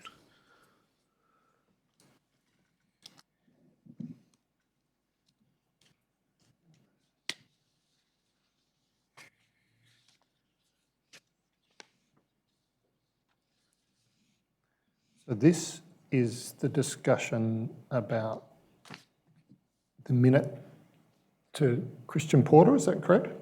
Yes, it's in that section of your statement, but I'm interested in why you would say a reference to averaged income as primary evidence would have caused considerable concern. So I think this whole process evolved in stages in the period between late 2014 and the budget process. We went through what is a normal life cycle process of an idea with DSS, where they came to us with an idea. We worked with them. We raised concerns about averaging, both as a policy idea and its legality. And we then went through a budget process where the NPP didn't give authority for either averaging or a change to the law that would allow averaging. So by the time we got to the position where we were briefing Minister Porter in 2016, our understanding was that DSS didn't have authority to use income averaging, and therefore it wouldn't have been part of their administrative arrangements. And the reason you say that if the briefing for Minister Porter referred to averaged income and its use as primary evidence, that would have caused considerable concern, is because of the policy and legal advice given by DSS in late 2014 and early 2015. Yes, but more for the fact that the NPP didn't give them that authority. So our understanding at this stage that DSS were operating under the authority that came from the NPP that went through the budget cycle process and then Cabinet endorsed, so that they were there writing instructions. So our understanding from that point is that they would operate this debt compliance activity in accordance with those Cabinet directions, and they didn't give them authority to use income averaging. And if we move to that point now, why do you say that? Of course, nothing in the NPP mentioned income averaging, sought authority for income averaging, or sought the legislative change for income averaging. Right. So, of course, the Cabinet process relates to the approval for various budget measures. It's not a substitution for a legislative process. Correct. And one of the matters identified by DSS in late 2014 and early 2015 in respect of the proposal, as it was then understood, was that legislative change would be needed in order to implement the measure. Correct. And so, to the extent that a budget process might approve a particular budget measure and the manner of its implementation, it wouldn't detract from the need to ensure legislative change. No, and my point is it did neither. It didn't ask for authority to do averaging, and had it, then we would have required them, it would have required a legislative change. It did neither of those things. So before I come to that point, you were, I take it, broadly aware of the policy and legal advice which had been provided in late 2014 and early 2015 by the time the DSS portfolio budget submission was considered by the Expenditure Review Committee on 25 March 2015. Yes. Right. And you were aware of that, I take it, because of the position you held at the time and its relevance to the questions raised by the proposal. Correct. So a lot of that process, seeking legal advice and the early interactions with DHS happened while I was on leave, but I was brought up to speed when I got back and took on that new role. And just remind me what date you returned? 2nd of February 2015. Thank you. I was on leave from, I think, mid-December. And so you were brought up to speed from 2 February 2015 about what had transpired in respect of the exchange of information and advice, both legal and policy, between DHS and DSS soon after your return. Yeah, I don't have any actual recollection of that, but it would have been the normal course of events that would have happened. Yes. And certainly, I take it, because of the position you held and its relevance to the proposal, that is why you understood you were involved in a meeting on 27 February 2015 with DHS representatives. Yes. All right. Coming back then to the point that you raised earlier, that the new policy proposal didn't refer to averaging and didn't address the question of the need for legislative change. What's your understanding of the process in circumstances where, in this particular circumstance, which ought to have been followed, if, despite the meeting on 27 February 2015, DHS were determined to pursue a measure in the terms that it had proposed earlier in the year, that is, a measure which involved averaging? I think even in, are you referring to the minute to Minister Morrison? Well, so if they wanted to pursue it, then they would have had to, and I think this was acknowledged in the minute to Minister Morrison, that they would have had to have pursued legislative change for that to occur. Yes. They seem to acknowledge that at that stage. Yes, certainly, but you gave evidence earlier about the significance of the budget process Yep. in respect of income averaging, that they didn't either seek permission or authority from Cabinet to average and didn't seek legislative change. My question is, what's your understanding of the correct process had DHS intended to do those things? Well, the MPP, so the normal cycle is that you approach ministers for authority to bring a measure forward, and they did that in the minute to Minister Morrison. Yes. They got the guidance from that is that they could bring it forward, but would need legislative change. The next step is the NPP, and I don't recall, but I suspect in the conversations with them in drafting that MPP, we should have been explicitly clear, and I suspect we were, that if they wanted to bring averaging forward, they had to seek authority in the MPP and seek legislative change. Now, they didn't do that, and therefore, from that point on, and in fact, looking back, they didn't have any authority to do that. So the normal process was if they wanted to do averaging and accepted, and I think they did, that legislation would be needed to allow them to do that, then that would be part of the MPP process. It would be explicitly mentioned in the MPP process. And when you say explicitly mentioned in the MPP process, are you talking about a reference to the advice that of DSS that legislative change is required? Yes. In the body of the MPP? Not only legislation, but they would have to seek authority. Ministers, in agreeing to that measure, would need to understand what income averaging was. So we would have expected income averaging to be explained and acknowledged that legislation would have been needed for that to occur. There is also the due diligence checklist on an NPP. Are you familiar with that back page which contains various boxes? Changes almost every year, but yes. All right. According to the latest edition of the budget process operational rules. Yep. All right. Perhaps it might be convenient simply to go to the NPP now then. Certainly. It'll be on the screen, although I have a hard copy for you. Exhibit 2022.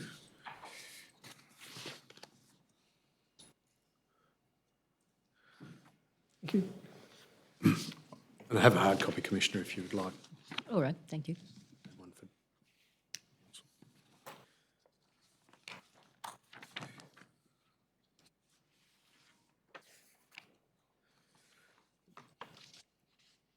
Mr McBride, this was the final form of the NPP that was considered by the Expenditure Review Committee on 25 March 2015.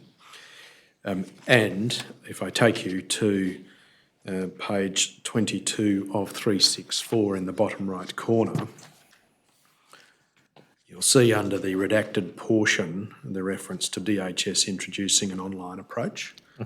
And there are a series of dot points, well, a dot point and a number of sub-dot points which follow. Could you just read those to yourself, please? I've read them reasonably. You're familiar with it? Yes, all right. frequently. Is it your understanding, or is your evidence that your understanding is that if DHS wished to introduce a measure which involved averaging to determine whether an overpayment occurred and therefore a debt arose historically, the concept of averaging had to be explained in the document? Yes. And probably in this section. Yes.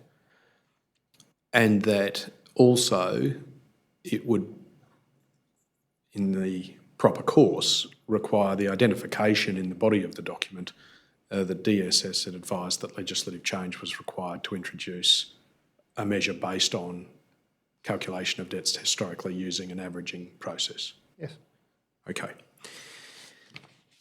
And turning then to the last page of the document, 27 of 364, you can see the subheading legislation and the various parts underneath it. Is it your understanding that this relates to advice from the Australian Government Solicitor in respect of the in respect of the expenditure authority to expend money sought by the proposal, or both sides of the coin, expend money sought by the proposal that is the budget appropriation, and also the legislative change required to implement the recovery of debts by the use of averaging. Do you know? Normally, this is the box you would tick if subsequent to this you needed some legislation to enact the measure, to allow the measure to be enacted. And are you saying that giving that evidence on the basis of your long-held understanding, that is, it was your understanding at the time? Yes. I see. All right. Well, while we're at it, we might turn back to the passage that I took you to at page 22 of 364. I can take you to the executive minute that you referred to earlier, signed by Minister Morrison. But as you read this, you see, I suggest, a number of similarities between what was intended to be achieved by this particular scheme and what was described to Minister Morrison. Yes. In terms of the level of customers or interventions, that's a word which seems to be used interchangeably, but the numbers are similar. Yeah. The historic PAYG periods or financial years are identical, 2010 to 2013. Yeah. And the indication in respect of what might be achieved in terms of returns is set out in the table on financial implications on page 20 of 364 and summarised below it, the second paragraph, under proposed description. That is, a large number, almost 1 million compliance or fraud investigations, compliance interventions over 4 years, underlying cash savings of approximately 1.1 billion, and a net saving to the budget of above 800 million. Yes. You were involved in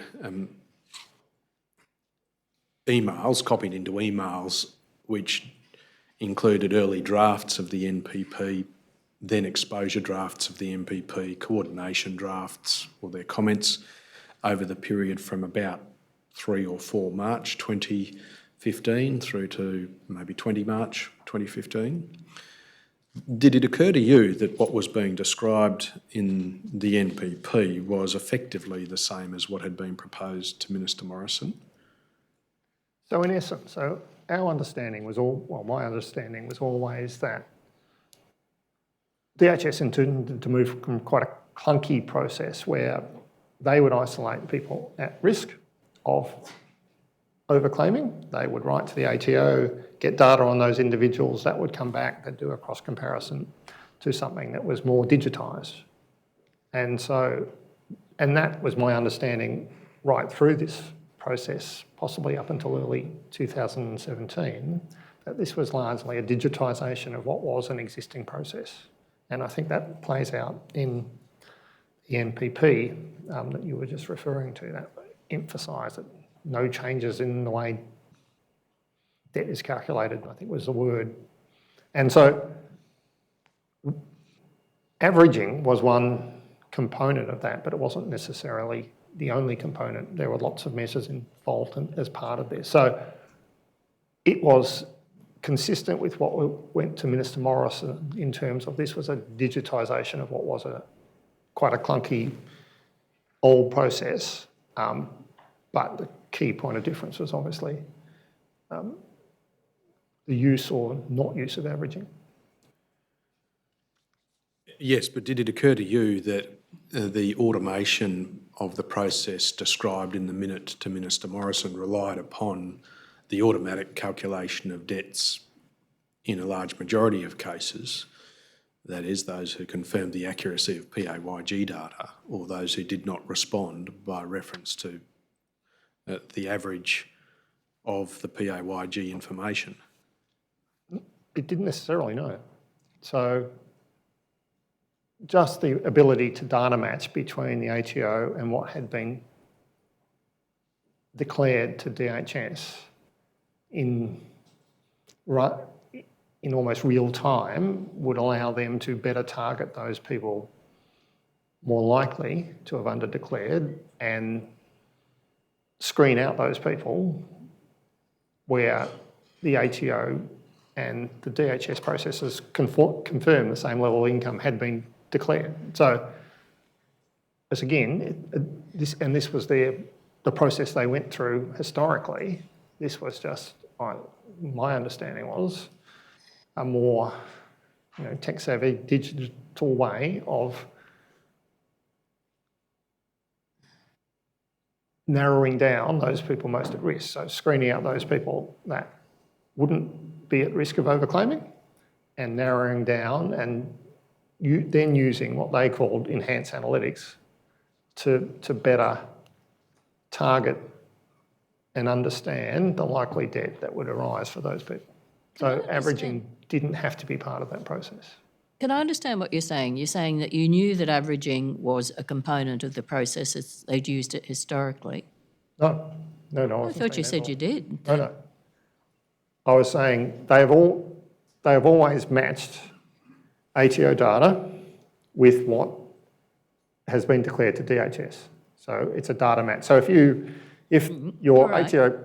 It's averaging we're interested in. I thought you had just said before that averaging was a component but not the only component. No. Well, if I did say that, I misspoke because that was certainly not my intention. Maybe we could run the transcript back, perhaps.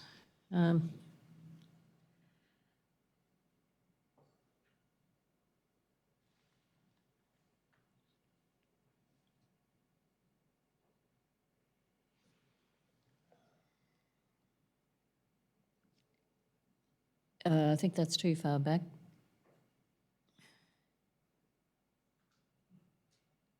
Line 61-20, I think, is the... Yeah, way too far back. Come back. All right. Now, up at about, you said line 61, did you, Mr. Gregory? And so averaging was one component of that. And now I've lost it again. So averaging was one component of that, but it wasn't necessarily the only component. It'd be good if it didn't keep moving. Struggling to find out where I should be reading, Commissioner. Commissioner, I know it's moving. I had understood the evidence in the context of the between what had been in the executive minute and what was in the MPP, and that the answer was framed in that context. That is the distinction between... It may be something I have to take up with him, but I understand the clarity you seek.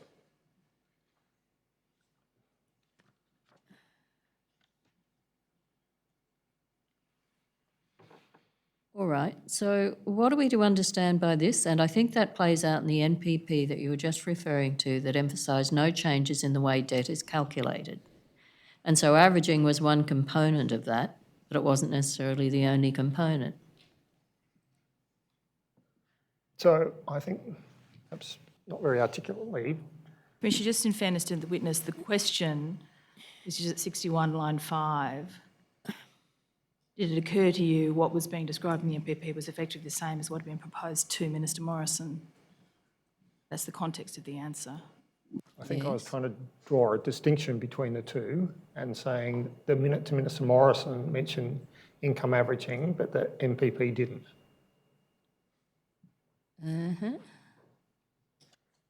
Does that make sense? I'm still trying to find the... And then you went on to say it was consistent with what went to Mr. Morrison. Can we turn that up?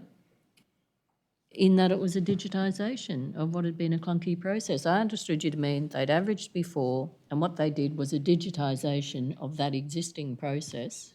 They'd matched data between the ATO and DHS before, and this was a digitisation of that data matching. All right, it doesn't look like the answer you gave, but... Well, that was what I was trying to say, Commissioner. I'm still trying to find the offending sentence.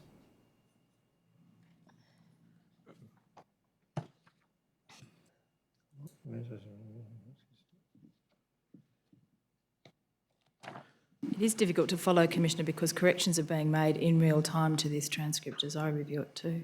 So I guess the last bit that, if it stays stable, a quite clunky old process, but the key point of difference, okay. Lots of measures involved. So it was consistent with what went to Morrison, Mr Morrison in terms of what was a digitised and a quite clunky old process, but the key point of difference was obviously the use or not use of averaging.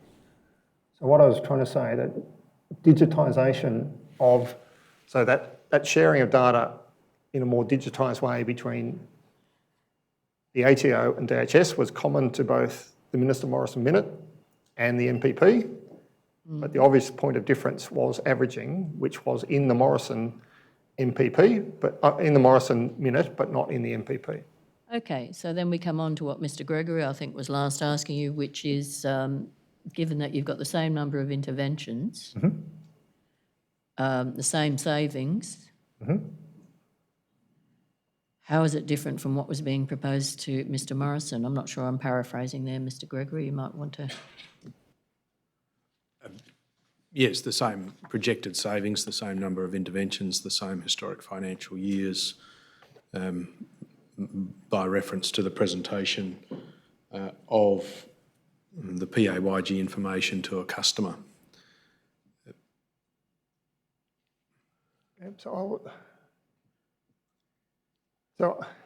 And I don't know, but the costing making process is a little bit. So if DHS if income averaging was a key part of the costings, which would have been pretty loose at that stage, at the stage of the Minister Morrison Minute, and they realised that averaging wasn't able to be used, they could have expanded the number of people that they were looking at. So whether they, and I can't remember, go back a few steps, often we were in the post-GFC process where governments were trying to rebuild the nation's finances, departments were given savings targets, so spending departments, and DSS and DHS were key spending departments. So often, departmentally, you had to come up with a range of options that hit a certain savings target.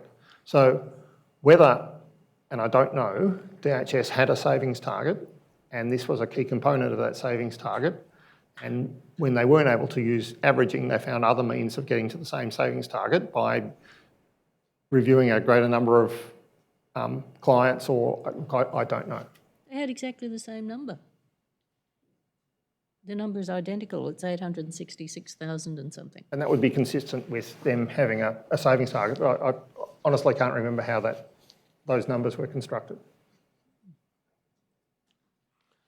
And I wouldn't normally review the costings process. But I understand your point, I just can't. Well, at least by 26 February 2015, you'd received a copy of the signed executive minute from Minister Morrison. I'll take you to it. It is behind tab 6, exhibit 2112.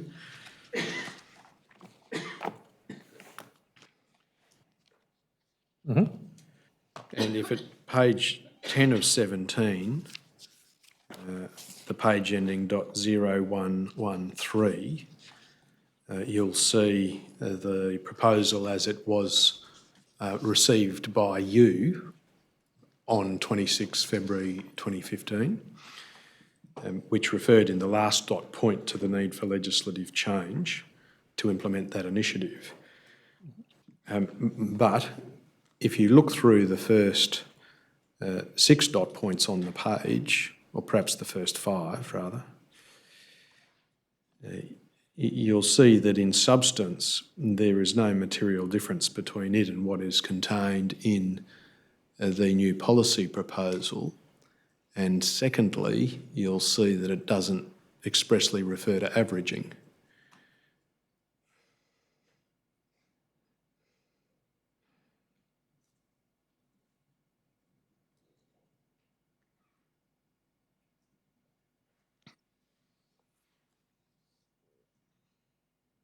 What it does do is refer to the ATO information being applied to the Centrelink record, from which you might well infer averaging, though. Do you agree? And where is that, Commissioner, sorry? Third bullet point down, The customer will have an opportunity to update the information prior to it being applied to their Centrelink record. They get the ATO information, entitlement based on this information, opportunity to update the information prior to it being applied to their Centrelink record. And since, as a matter of practicality, you can't do much with an annual ATO figure but average it, you might infer that that involved averaging. Well, depends on how you use the ATO data, although if the ATO data, and I suspect it would have, and this is testing my memory here, that if it said you'd have a number of group certificates, it may have had income and dates earned. So it might have shown an employment period over a certain, 1 July to 14th July. And so you wouldn't necessarily need to average the ATO data because in certain circumstances, you'd know the employment period and you could then directly compare that to what was provided by the customer to do DHS in terms of that. So how they use the ATO data didn't necessarily need averaging to allow DHS to be able to work out where a customer had underdeclared income. Well, let's go back a step. If you're going to apply it to the customer record, that's for the purpose of raising a debt, isn't it? Sorry, I didn't hear that. They talk about applying it to the customer record, which means raising a debt. Certainly, raising a debt would be the natural. So once they go through this data matching process and work out risk and then establish a debt, then establishing a debt. Okay.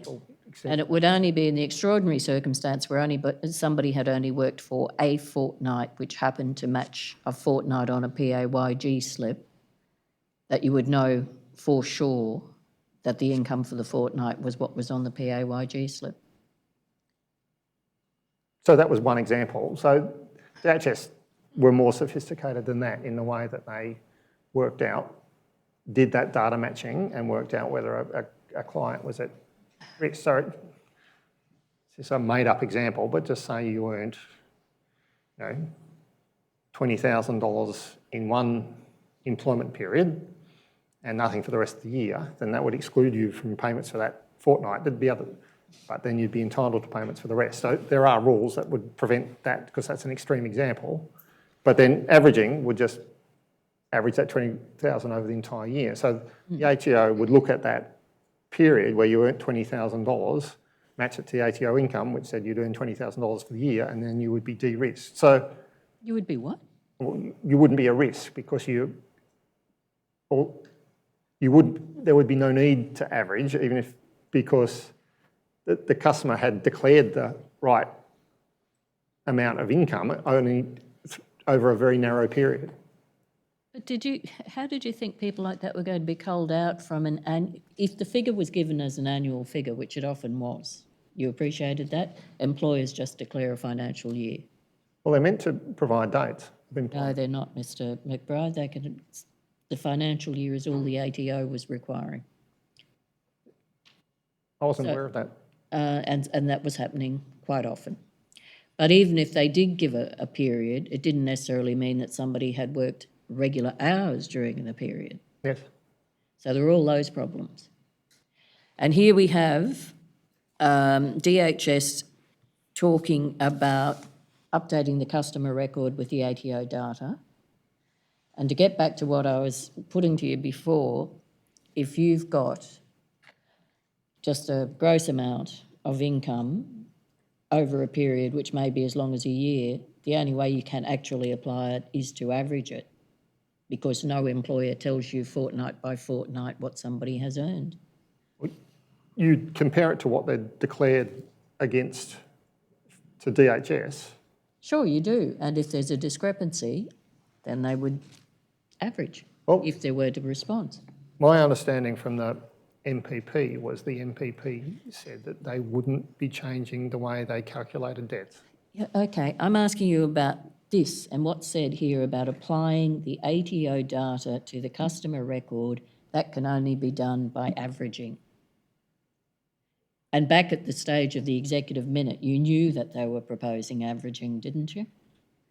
We did, but so my train of thinking was that they, even if they did intend averaging under this measure, they then acknowledged that legislative change would be required. When we got to the MPP, Yeah. and the MPP is the decision-making document, that they didn't seek either legislation or averaging. So I think we proceeded on the basis that they would implement the government decision. Okay, That I just had a government fairly decision didn't simple allow averaging question and for require you. legislation if they wanted to change.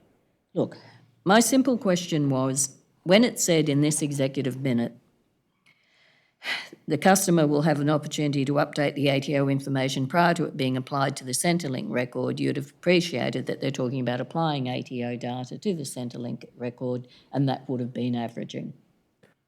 Because that's what they were talking about then, and it's the only way it would make sense. Look, I didn't appreciate that at the time. You thought in this executive minute they weren't talking about averaging? It was unclear. Well, why I were you thought giving them... at this stage of the process they were certainly interested in averaging. So I wasn't involved in this, and we only would have got it when I returned from leave. They were certainly keen on averaging, and I think you're right, it's probably implied in this with the need for legislative change, but whether we took this to be them seeking averaging authority or not, I honestly can't say. All right, Mr Gregory, I took you a long way off, sorry. I thought you gave evidence earlier that you understood the executive minute to be based on, to involve averaging. Look, that was my understanding. Reading it through here, it's less explicit than I thought. Yes, but there's no need for legislative change if they haven't changed how they assess income or calculate debts, is there? Sorry? There would be no need for legislative change if DHS were not changing the way they assessed income or That's right. calculated debts.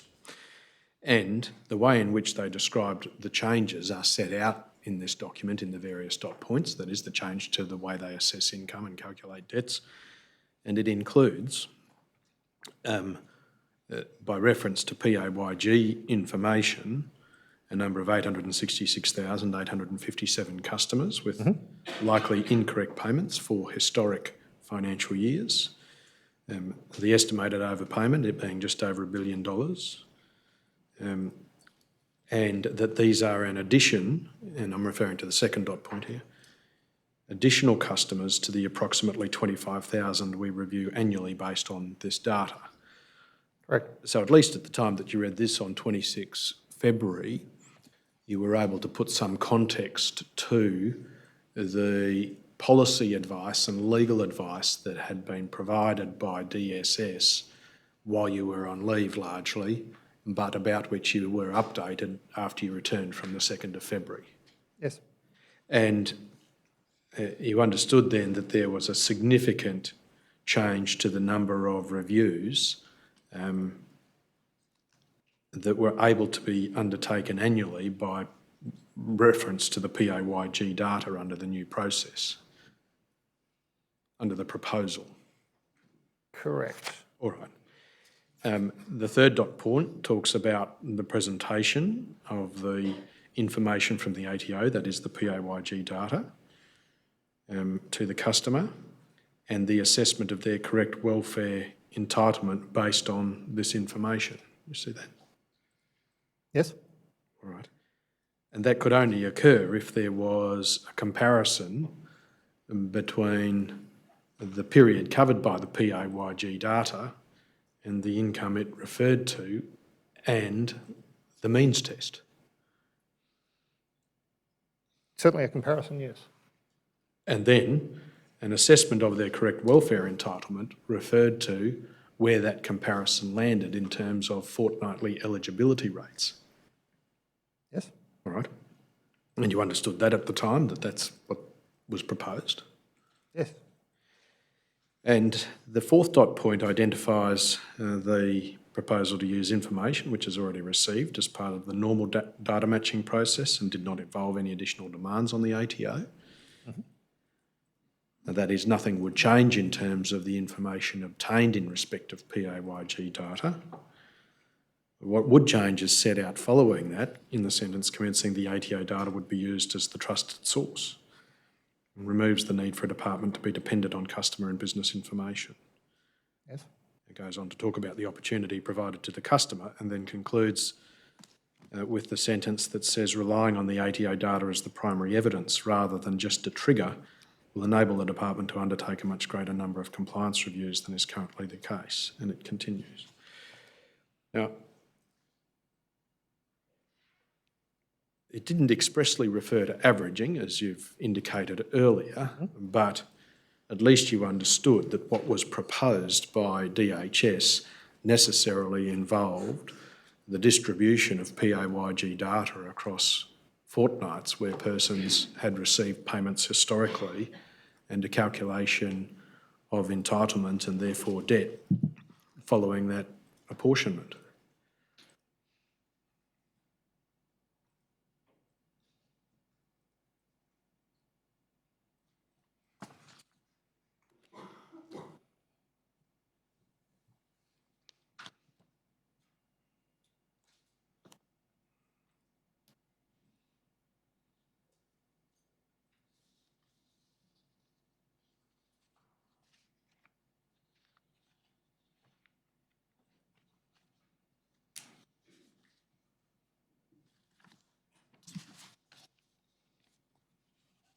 So I certainly understood. So so there was this budget, NPP, looked at the 14-15 year. What we now know as averaging didn't start until 1 July 16, as I understand. So whether this is referring to the 14-15 year, I got that right? The 15-16 year or the 16-17 year. So all of those included a lift in the number of cases that they would do data matching between the ATO and what was declared to DHS. And even before averaging started on 1 July 16, the calculation necessarily had to happen on a fortnightly basis because that's the way income was assessed. So I'm not sure that answers your question, but that was my understanding, that eventually they would calculate income support entitlement on a fortnightly basis because that's what they were required to do. They would use data matching and a comparison with what the information DHS had evolved to do that analytics that possibly led to a debt. That was all I took from this. Well, I suggest that couldn't be the case, Mr McBride. What you must have taken from this is an understanding that the proposal involved averaging of PAYG data to assess income in fortnightly entitlement periods and therefore calculate debt accordingly, and that's why legislative change was required. So that was their intent at this stage. And you understood that? Yeah.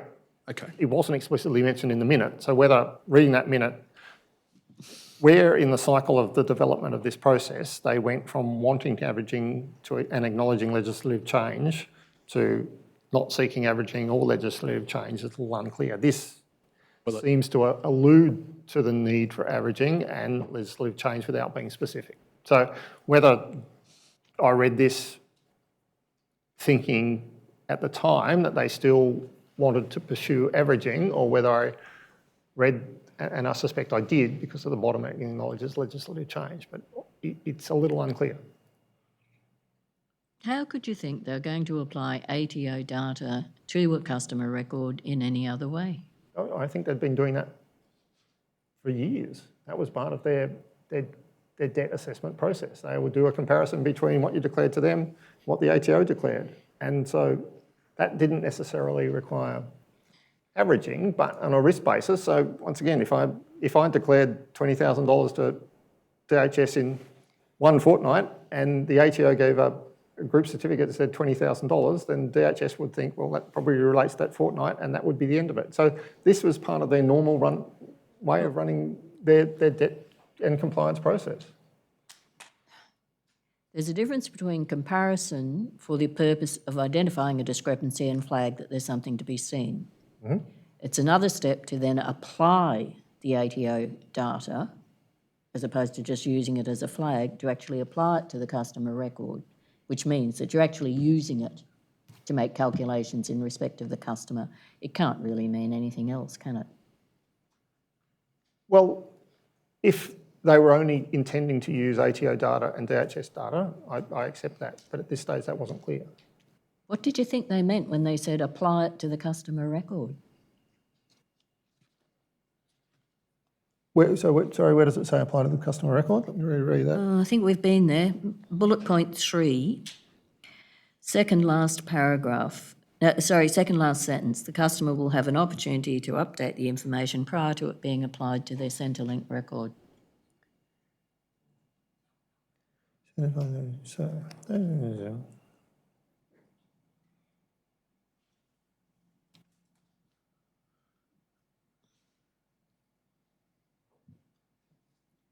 So that doesn't necessarily, so paragraph 1,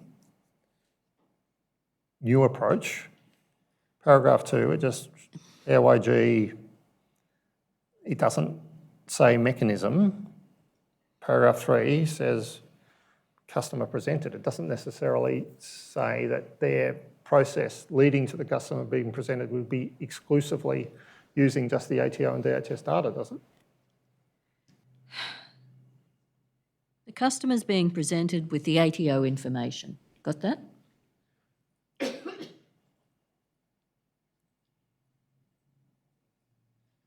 Then they've got an opportunity to update that information prior to it being applied to their record. In what way can it be applied to their Centrelink record other than for the purpose of entitlement and hence debt calculation? Yep.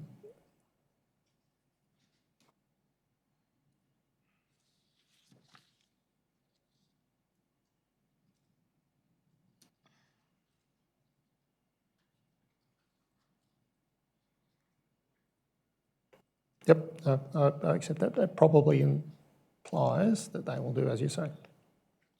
Okay, maybe we should take the lunch break there. Yes. Happy with that, 2 or 2:30?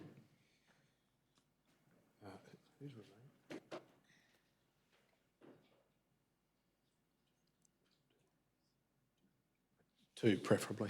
2, okay. All rise. Adjourn till 2. The Commission stands adjourned until 2 p.m.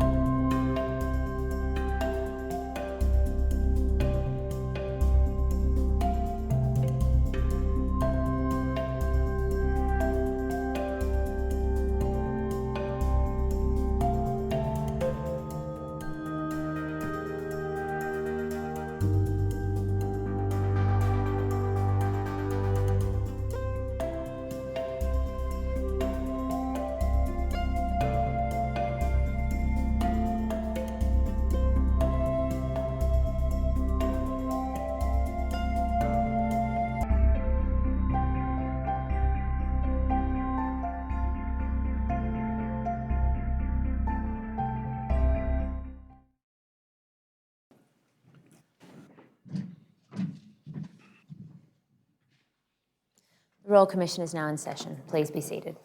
Now, Ms Hogan-Doran, you had a couple of things you wanted to raise, I think. Commissioner, I have actually quite a long list, so what I was proposing to do it is after Mr McBride's completed.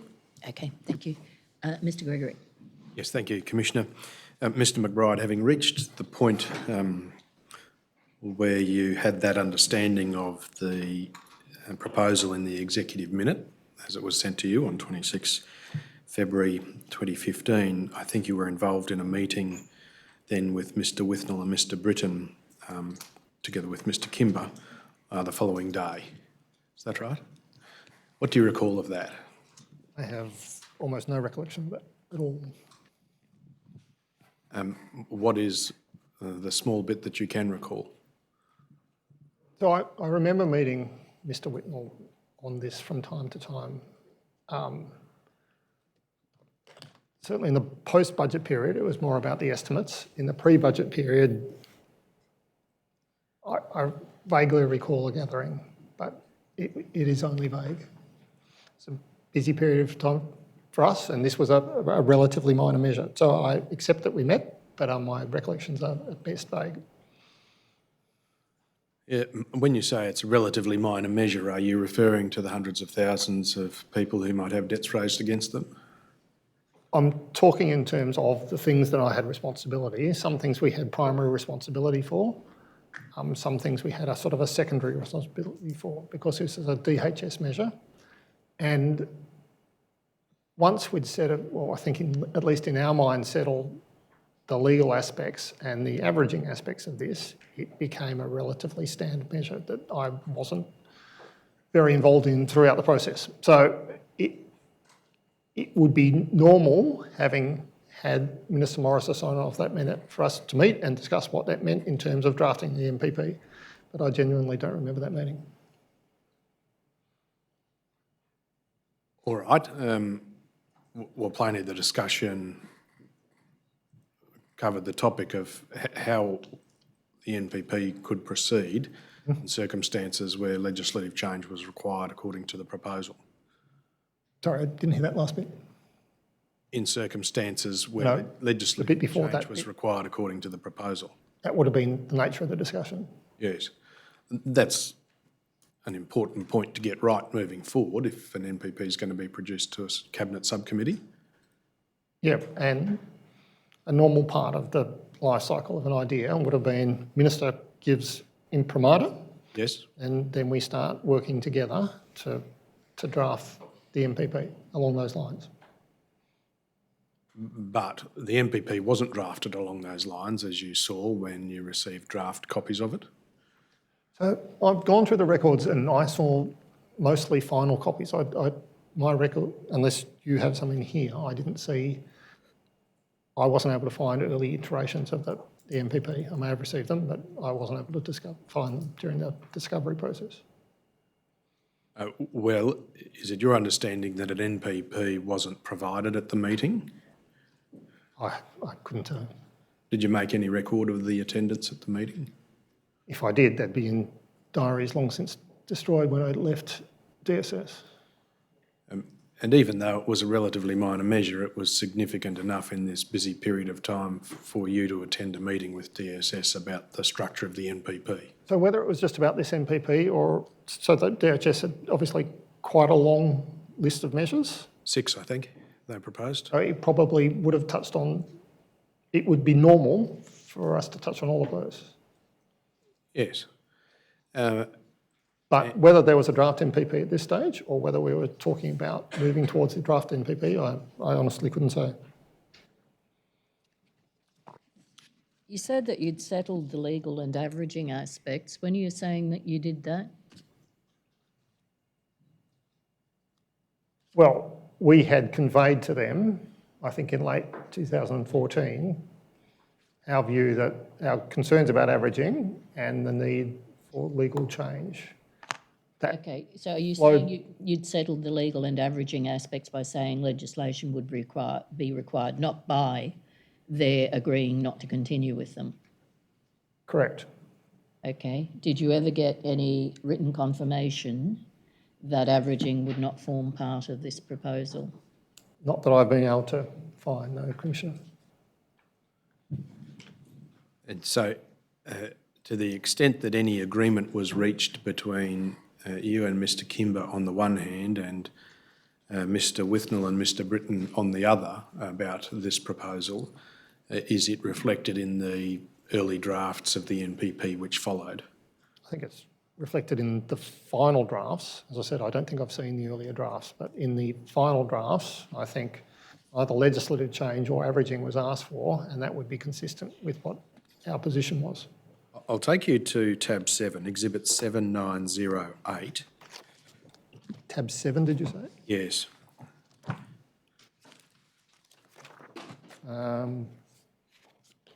I've got document 1982 at tab 6. That's it. An email from Terence MacDonald, 4 March 2015 to Ms Hulbert, Ms Wilson, Mr Innes and yourself, which is DSS.8500.0001.1928, which attaches a number of NPPs. It looks like 5, and one of those is strengthening the integrity of welfare payments, and it is forwarded by the person in the budget coordination area of DSS to the Deputy Secretary, Ms Wilson, and yourself, and it attaches MPPs DHS is sent forward for inclusion in the 15-16 budget submission. And behind tab 10, exhibit 7909,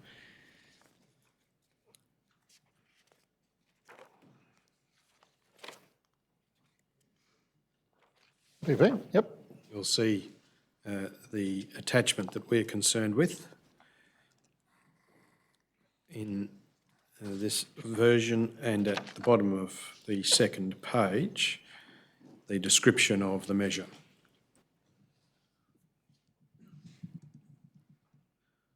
I should say it's over to the top of the third page as well.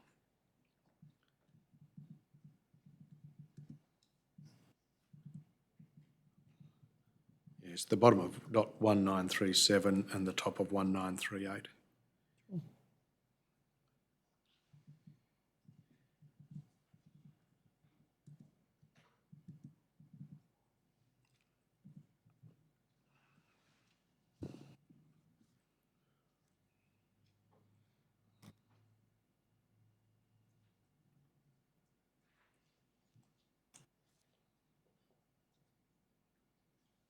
Yep. Now, after your receipt of this draft, did you seek any assurance from DHS, that is Mr Withnell or Mr Britton, with whom you met the previous week, that averaging wouldn't be involved? I can't recall, but I think we took comfort from, I think, the first dot point on the second of those 2 pages, where it says a new approach will not change how income is assessed or overpayments calculated. And you understood that to be a specific abandonment of the concept of averaging, which was inherent in the executive minute? I think moving to averaging would have been a new initiative on how income was assessed or overpayments calculated, so yes. Thank you. And you didn't ask any questions about how the projected savings or how, in fact, the number of clean-up for potential incorrect payments for the same number of customers over the same financial years could be addressed if averaging wasn't involved? Not that I recall, and I guess that's the thing I'm struggling with between the Morrison minute and the MPP, if the numbers matched. But I don't recall challenging those numbers with them. Yes, because they appear to convey the same result. Yeah, I accept that. What's changed is an assertion that nothing else would change. Yeah. Yes, there is an inconsistency there, obviously, isn't there? Between There is. Now, whether we didn't do the reconciliation between the numbers in the minute and the MPP or something else happened, I genuinely can't explain. Can I take you to tab 14, exhibit 3234? This is an email from Mr Kimber to yourself and others, which attaches some costings information in respect of the PAYG component, and it refers to the new version of the draft brief on fraud and compliance. And the assertion from Mr Kimber in the top of the email is that based on preliminary legal advice, we believe there may be some ledger changes required this will depend on the specific of implementation. We are suggesting that this be noted in the NPP so that government is then not surprised if that becomes a requirement. That conveys two things, I suggest. One, an understanding that the measure as it was proposed in the draft NPP of that date was the proposal which attracted the preliminary legal advice about averaging requiring change. And secondly, that whatever was discussed on the 27th of February between you and him on the one hand and Mr Withnell and Mr Britton on the other, did not lead to a clear understanding about whether averaging would be abandoned. Would you agree with that? Look, I accept that during this stage of the development of a proposal, both things will probably be in play. We would have said if you wanted to do averaging, you'll need legislation. But the way that that NPP is drafted, I would still argue, doesn't provide for it. Yes. So where we were in that cycle of seeking costings and on what and whether we had costings for both the averaging in, averaging out option, I can't say. Well, there was only one concept of costings, wasn't there, in terms of the resourcing which was contemplated here? Certainly on this page there was, but whether there were whether we were still costing an income averaging out or in as an alternative, I don't know. Given the consistency of the costing, possibly not. No. And so it may well have been in Mr Kimber's mind that we were still contemplating averaging and therefore the need for legislative change. And surely his mind would reflect your mind because you were in the same meeting as him. So it depends on how that meeting landed, whether it was they still wanted to pursue averaging and therefore legislative change, but we said, we reiterated our concerns about averaging and the need for legislative change. I honestly can't say. I don't think at this stage of the process it would necessarily have been settled. Hence the need to identify that the NPP should note that some legislative change be required. I know that you're nodding, but it's being recorded, so you've got to say thank you. If income averaging, I'm reasonably confident we would have been insistent that if income averaging was still contemplated, then legislative change would be required. You would also be confident that irrespective of any assertion that nothing was going to change, that is, no income averaging was going to be used, because of the similarities in the nature of the description of the matter, it would be a useful precaution to note, as Mr Kimber suggests, that legislative change might be required to implement the measure. Indeed. And if you turn to tab 17, Exhibit 3235. Assuming the legislation is referring to related only to this measure, so there were quite a few measures rolled up in this process. I'm happy to... Well, the email sequence refers only to the costing for the strengthening the integrity of welfare payments PAYG component. Okay. So, a safe assumption reading the document. Yes, tab 17, Exhibit 3235, there's a copy on a screen if you wish to see it, but you respond to confirm that noting the prospect of legio change in the MPP makes sense to me. Yes. So what steps did you take to make sure that the prospect of legislative change was noted in the NPP from that point? So this is, I'm not sure where the final MPP didn't, in my mind, ask for income averaging and use those, I think it still used that term that I read out before against no change in compliance measure. So I think those conversations were probably, and I'm only speculating here, still going on as to whether income averaging was in or out. Now, given we got to the final NPP, if they did use those words that there'll be no change in the way we establish debt, and they didn't ask legislation, then I suspect they did so based on the fact that we satisfied ourselves that averaging wouldn't happen. But I genuinely don't remember, but that's the most logical chain of events. Well, I suggest it's not. If I'll take you back to tab 10, Exhibit 7909. This was the draft as it was, received by you on 4 March, the day before you sent that email.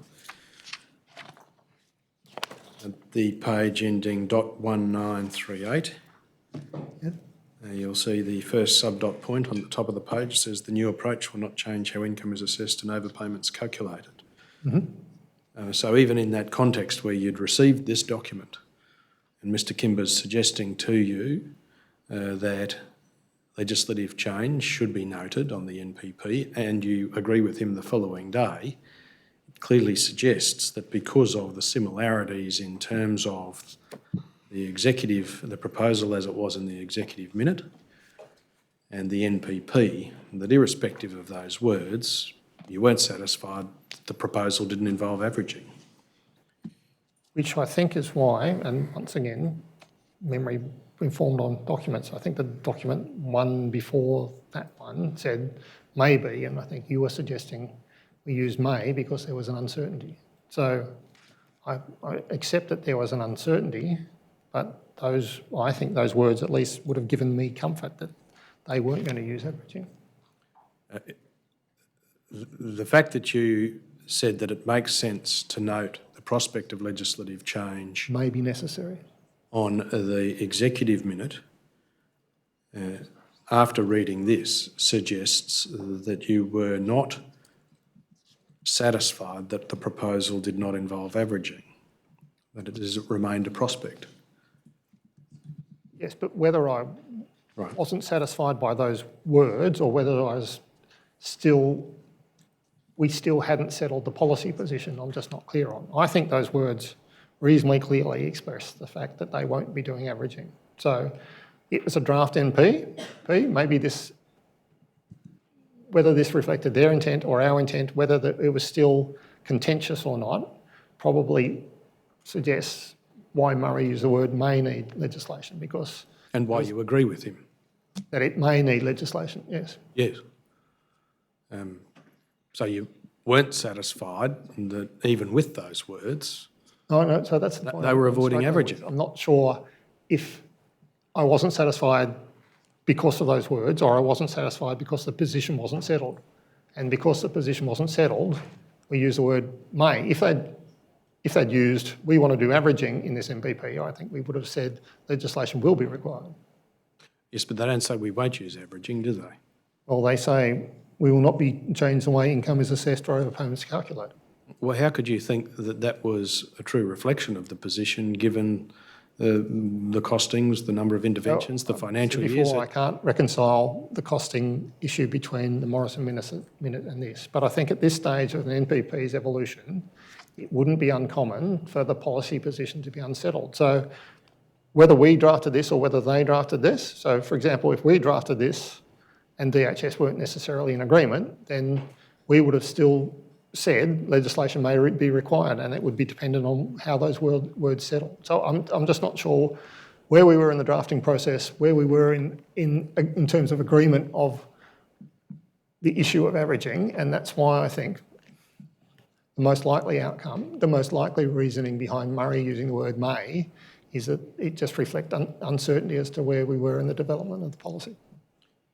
The costing issue between the Morrison minute and this can be simply reconciled on the basis that there was no change to the proposed way of implementing the proposal. It can. Yes. But... And there isn't any other obvious explanation, is there? And whether that was DHS's intent, I genuinely don't know. But I don't think, and I don't know, maybe when you spoke to Mr Kim, he had a different recollection.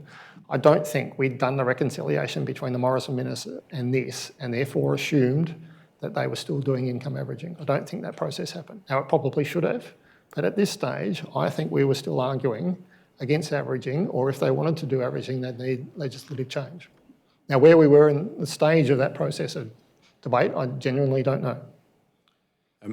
When you say the comparison between the Morrison minute and this proposal, and that is something that probably should have happened, it was DSS responsibility to ensure that what was being proposed was clear in terms of the way the measure would be implemented. Yes, well, yes.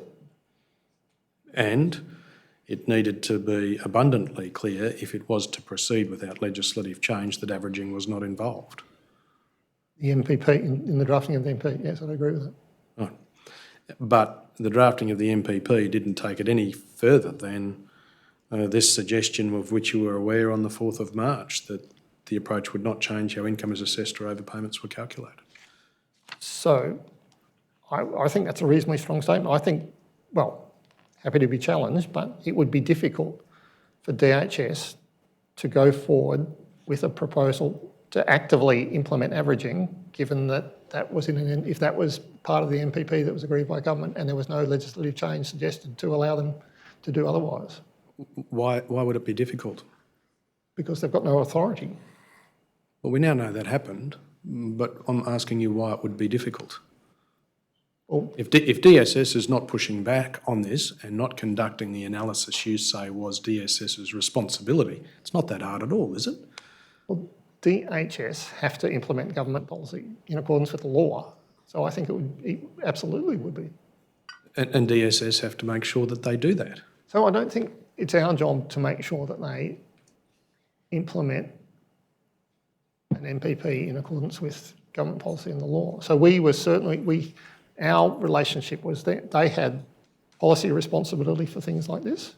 We had a shadowing role, and then our role was to make sure that they delivered on that undertaking in terms of revenue, debt and debt collection, because our responsibility was to inform government about the cost of the entirety of the payment system. So we had to be able to satisfy that they were going to deliver on the intent of this, but not the mechanism of which they did it and whether that was legal or not. So there were, as you said, they had 6 NPPs and we probably had 30 that they had to implement in that budget. And I'm reasonably confident that on none of those would have we gone to them and say, tell us how you're doing it and satisfy us that you're doing it in accordance with the law, because that was their role. Well, you're putting them all into the one basket, but we know this one is very unique. You know that the proposal came forward from DHS. Please let me finish. You know the proposal came forward from DHS. Yes. And DSS said you can't do it, it wouldn't be lawful. Yes. And you're not saying that every other measure in this proposal fell into that category, are you? In the portfolio budget submission? No. No. So this is in a very different category to every other measure, which attracts special attention in this circumstance, hence your meeting with Mark Withnell on the 27th I think we would have of February 2015. Don't agree with that. I think we would have met with them, at least on most of the measures that either they suggested or we suggested, and they had an implementation angle. It's a normal part of the development of the policy. So I don't think we met with them because this was contention. We met with them because this was a measure that we had joint responsibility for.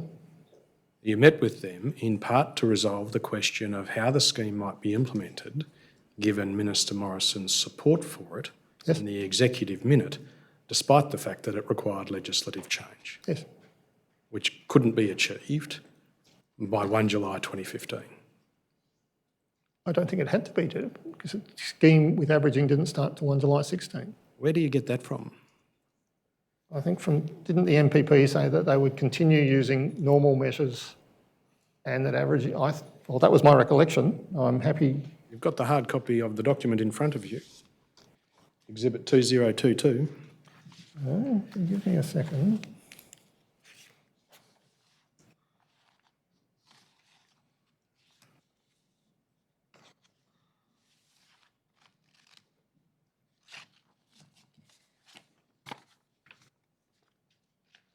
I'm seeing under implementation and delivery at page 23, this measure would commence 1 July 2015. The increased analysis using PAYG data would commence 1 July 2015 and be undertaken using existing business processes. And then it transitions to an automated online solution. Where do you get the averaging only starts with the automated online solution? That was always my understanding about how it would work. So you're suggesting they used averaging right from the 1 July 15 period?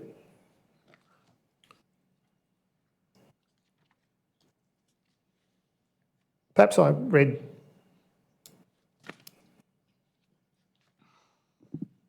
you may well be right. Okay, I'm happy to proceed on the basis that it was averaging, albeit not online component of averaging. Started on 15. I genuinely thought they were just doing what they'd already always done up until 116 when it changed, but perhaps I was mistaken. Increase data. So increased data, increased PAYG data 1 July 15 using existing business practices. So perhaps and this is a reconstructed memory, perhaps when I thought this, I thought it was the move to the automated system that eventually allowed them to use averaging as we became. Okay, you did have a clear perception of the online process involving averaging. Is that correct? Yes. Sorry, I said you did have a clear perception of the online process involving averaging. Well, I had a clear perception that they would move to a more online process from 1 July 16. I don't think until early 17 where this blew up that I understood that they would be using averaging. And is that because you didn't ask how it could be implemented to achieve the same numbers, which are only reconcilable by the application of averaging? So had we done the reconciliation between the Morrison Minute and the MPP, then that would certainly have prompted questions as to how you achieve that. To the best of my knowledge, and maybe Mr. Kimber did, I don't think we ever asked those questions. And so on your account, DHS was able to get DSS acquiescence to the proposal because, in part, DSS didn't ask the obvious question about how could you achieve the same amount of savings if you're not averaging. I don't think we acquiesced to the proposal, but we didn't. I accept that we didn't ask the questions. The proposal proceeded where perhaps it wouldn't have had we asked those questions. And you've indicated earlier that it was your responsibility to ensure the position was clear for the Cabinet. And I thought, perhaps not with hindsight, but at the time it was reasonably clear that this NPP in its final form didn't give them authority to average. They didn't ask for legislation, they didn't ask for averaging, and they said the new approach will not change how income is assessed or overpayments calculated. It's hard for me to be able to, if you read in those three things, think that they would contemplate using something that they didn't have authority for and they know they needed legislation for if they wanted to proceed with. So we weren't forensic because I think we assumed that they would follow the direction of the NPP and they didn't have legislative backing to do otherwise. And despite DSS responsibility for ensuring that the savings were delivered according to the proposal, it occurred for at least a year and a half, to your knowledge, without you noticing that it involved averaging. Yes. Or anyone else at DSS, to your knowledge? It was never brought to my attention that anyone thought that they were using averaging until it became a news item over the 16-17 summer leading to the Ombudsman process. I think when we all got together, I could be mistaken, but that's my first recollection of when we realised, when I realised that they were using averaging. And how did you think that the PAYG data was being applied in the calculation of debts? I think we sort of went through that before. I'm happy to go through it again. That the digitisation of what was a clunky manual process would allow a more sophisticated matching between what the ATO had told them, which sometimes could get into quite, what was a group certificate, I think at the time, called, could specify dates, could specify incomes. If they had multiple group certificates, that would allow them to, in a reasonably sophisticated way, match that between, and compare that to what income recipients had reported. And they were, as I said before, my understanding is that this was a digitisation of existing practices in the way that they calculated overpayments, and just that the speed with which that linking between the ATO data and the DHS data would allow them to increase the volume. But you understood their existing practices to involve averaging, I thought you said before. No, I didn't. Well, I didn't intentionally say that before. I genuinely don't think, well, I didn't think they used averaging before, and I didn't think this process gave them licence to use averaging. I thought in the 14, 15 years they were using existing practices, but had not yet moved on to the online automated solution, which I thought characterised what became Robodebt, but I accept now that the year before they were using what is characterised as Robodebt, albeit not in an online environment. But I'd never understood that they were using Robodebt at that time, or subsequently, until 2017. And just so I'm clear, you understood that something would change in the way PAYG data was being used, even though the executive minute didn't suggest that the data exchange between DHS and ATO would change in any way. I think they were moving towards that though, weren't they? And this might have been part of the transition. I thought that there was the Income Data Matching Act or words to that effect that was going to change and make what was a clunky process into a far more seamless process. And I thought that was the catalyst that would allow them to, in a more digital and sophisticated way, use the ATO data and match it with the DHS data that has the DHS information that customers had given them on earned income, and allow them to do that in a more sophisticated way. And I thought that was the engine, if you would, that would allow them to increase the numbers of people that were had debts calculated against them. These are a significant number of assumptions that you've made without, it seems, asking the obvious question about how they would actually do it. Well, I think in here they use, and I accept we didn't do it in a granular way, but they use, data analytics, predictive, I can't find the words, but this was the DHS business model that was evolving. They were moving away from customer contact to a digital world, and they were moving from almost paper-based and clunky processes to more streamlined, digitised process to save money and to reach both when they were trying to get payments out to customers and when they were using compliance in a more cost-effective and efficient way. And they were pretty good at it in the way that they came up with ideas to prompt customers or change their behaviours, or both for good and for compliance reasons, not that compliance is bad. So no, we didn't interrogate them. It would have had to have gone through a Department of Finance costing process where they would have had to have satisfied themselves with the costings. And looking back, should we have been more forensic? Absolutely, but I don't recall being more forensic.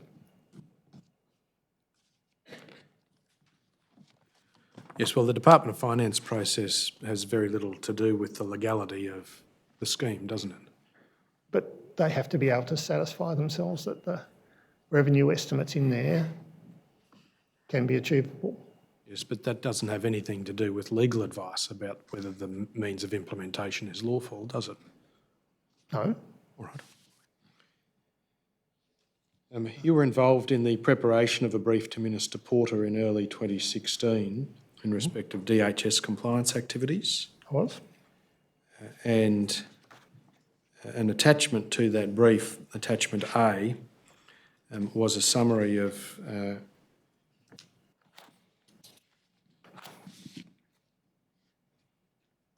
the current DHS compliance activities prepared by DHS. Yes. If you go to tab 53, Exhibit 7942,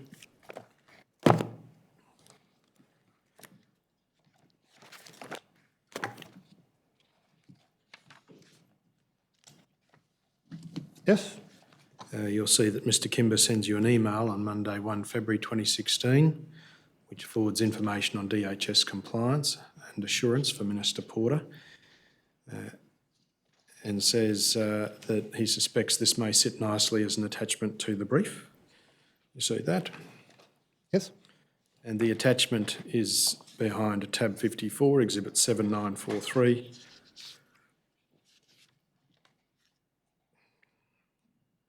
And if you go to the page in the top right corner, 1194,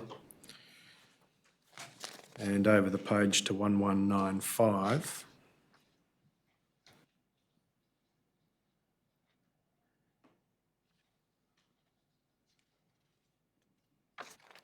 Yes. you can see the way that DHS described the employment income matching measure, which was the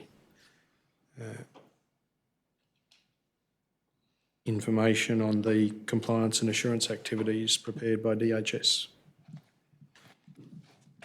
Yes. And it conveys, without using the word, that averaging is involved in the process in the same way that the minute to Minister Morrison conveyed it. So, looking back, you would read that and get that impression. How would you not get that impression from reading it at the time? So it says ATO data would be used as a trusted source and removes the need for. At this stage, I think we were still of the opinion that it was open to DHS to use sources other than ATO data. So it removes the need for the department to be dependent on, but I don't think that stopped them using customer business and information. And it used things like primary evidence, not sole evidence. So I think if you read that from the perspective of my reading the MPP, and I don't think I did because I think I cleared the minute and agreed for this as an attachment in a time that wouldn't have allowed me to read it. But had I, then I think there's enough in that paragraph if you were still of the belief that they weren't changing the way that they calculated debts to read through that and not necessarily assume that averaging was the only way that that paragraph was trying to explain things. Can I summarise how you get to this point? You make assumptions based on the content of the draft NPP through to its final version that averaging won't be used without asking the obvious question about how the targets will be achieved. I don't recall With that state of mind, you read this minute and don't ask the next question, which is, this looks a lot like what we said you couldn't do without legislative change. So I'm not sure if we asked the questions. I'm assuming we didn't ask the questions, to your first point. And to the second point, based on the time turnaround, I don't think I read this. But had I, then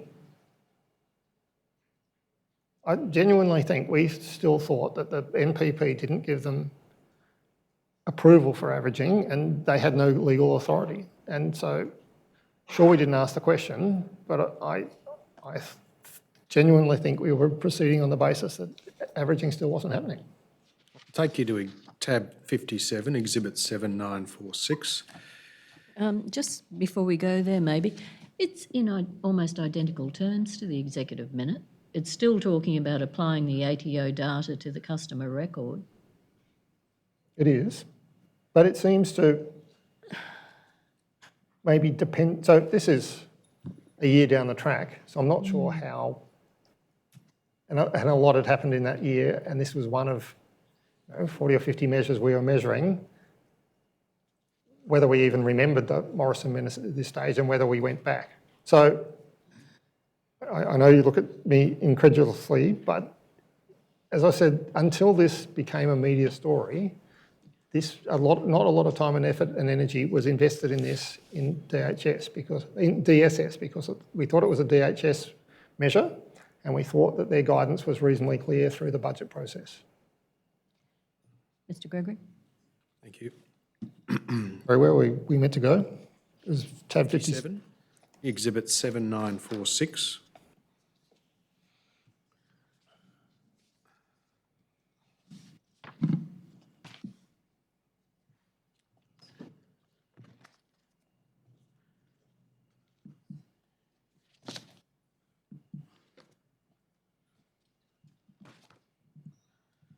Your response to Mr Kimber's email is sounds good. You see that? Yes. Suggests you read it. So I think in my testimony, I'd only had it for a minute. So I think I probably scanned it and noting that, and this goes to my point, that this was not one of the more significant measures. It was on page 7 of the 10-page brief. I've scanned it. It seemed to cover off issues that, and this was a for information brief, it wasn't a for decision brief, and they often, almost always, attract less attention. I probably scanned the headings covered, thought that was relevant to something that Minister Porter should be aware of, and probably didn't give it much thought than that. So I think I only spent a minute on this at the time.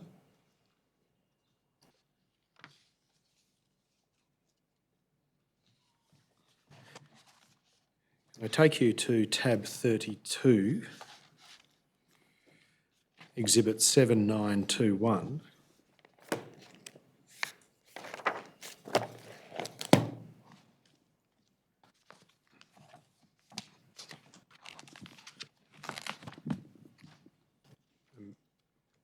And this is a draft minute from a payment assurance strategic business discussion. And of the attendees at DSS, you are listed as the Group Manager, Social Security Policy. Yes. And if you turn to page 2 of 3, I should say 25 August 2015, page 2 of 3, and item 5, Strategic Discussion, Progress of Budget Measures, Scott Britton provided an update on the 3 priority elements for the strengthening the integrity of welfare payments measure. And if you go to point 3, you'll see the employment income matching measure and a note of what is reported there. Yes. You'll see point 4, the work currently underway on the digital compliance intervention process with the aim for auto debt calculation, debt recovery and appeals to be automated. Yes. Right. And the final point, the number of interventions to be completed in the second year, you see that? Yes. Did you ask, how can you automate debt calculation if you're using PAYG data as the primary source? I can't recall. Rather suggests that there was an automated calculation of debt on the basis of PAYG information, wasn't There it? was certainly, as I've said many times, a more sophisticated data matching process between ATO data and DHS data. And so there was matching. Well, you keep saying that, but I don't find it anywhere in the documents. Well, More sophisticated data matching process.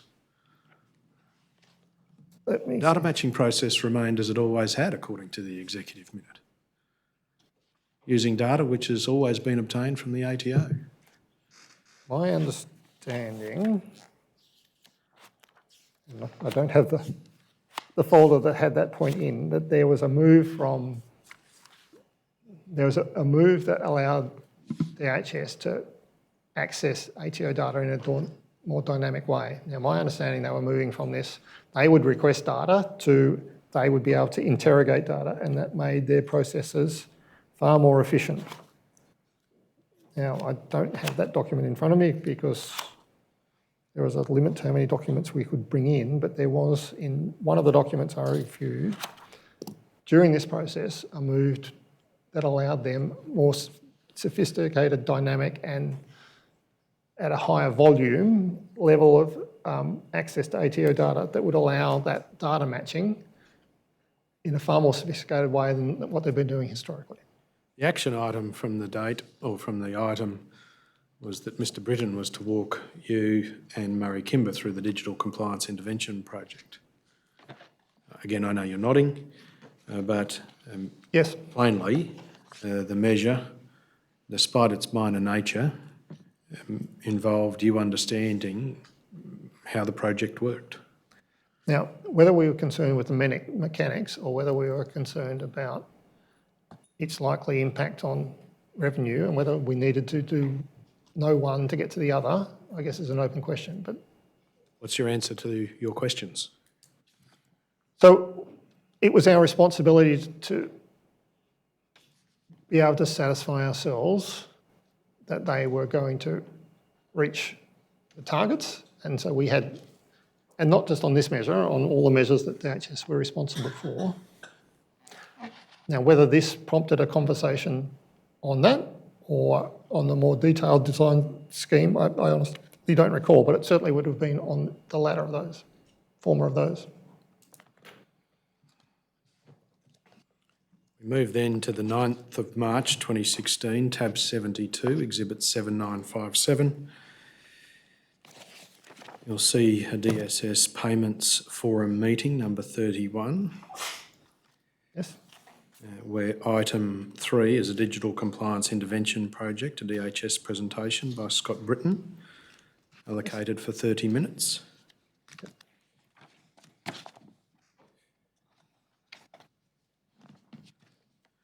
And if you turn to tab 75, exhibit 5639, you'll see your name is listed next to the attendees. Yes.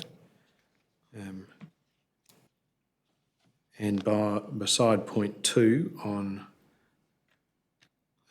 DSS.5023.0001.6194, exhibit 5639. What was that tab number, sorry? 75. That's one, oh, so we're still on that. I'm sorry, I thought you moved on. Yes.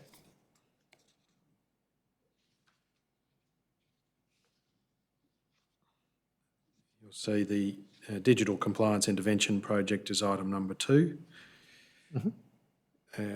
in which Scott Britton has provided a presentation and a package of measures provided an opportunity to reshape thinking about how DHS treats compliance risk and customer error.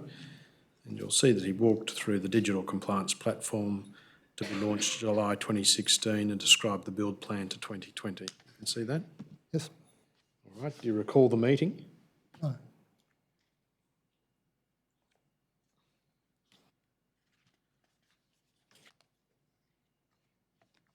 The PowerPoint slides, which were prepared for the meeting and it seems sent in advance to DSS, are contained at 5638.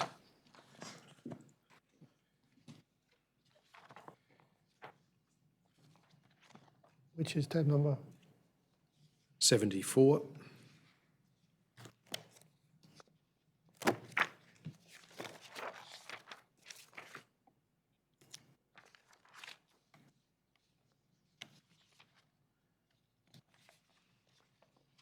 And if you turn to Slide 4.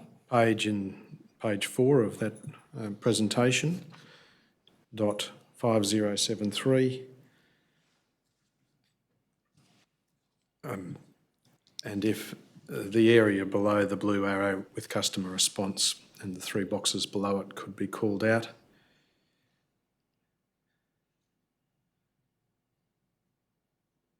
You can see there Mr McBride, the method of calculating debts is set out by the 3 boxes and the yellow arrows, making it clear that in the circumstances that where there is no action by a customer or the customer accepts the third-party data, that is the PAYG information, there is an auto-assessment of the calculated debt. Once again, I understand how you would come to that conclusion, and on first reading I did too, and it troubles me given the people there, so not just me, because people come in and out. I'm happy to assume I was there for the whole time. But we had Ms Wilson, Ms Halbert, Mr Kimber and myself, who had all gone through that 14-15 period. Why this didn't spark a level of concern, and I think I acknowledged that in my statement, is something I've been struggling with since I've seen that. I don't remember the document, but I'm happy to accept that I saw it. Again, like the Minister Porter minute, if you read this knowing that what we know is Robodebt happened, then it should have set off warning lights all over the place. If you read it assuming that it wasn't, then under the third party where we talk about ATO data, and it's difficult to read, I think it uses enabling. So it's not determinative. And then just before you get to that block that you've highlighted, in fact, you can see it under identification of risk, it does seem to suggest that more information can be required, and there's seen possibly to be an arrow pointing down to that. So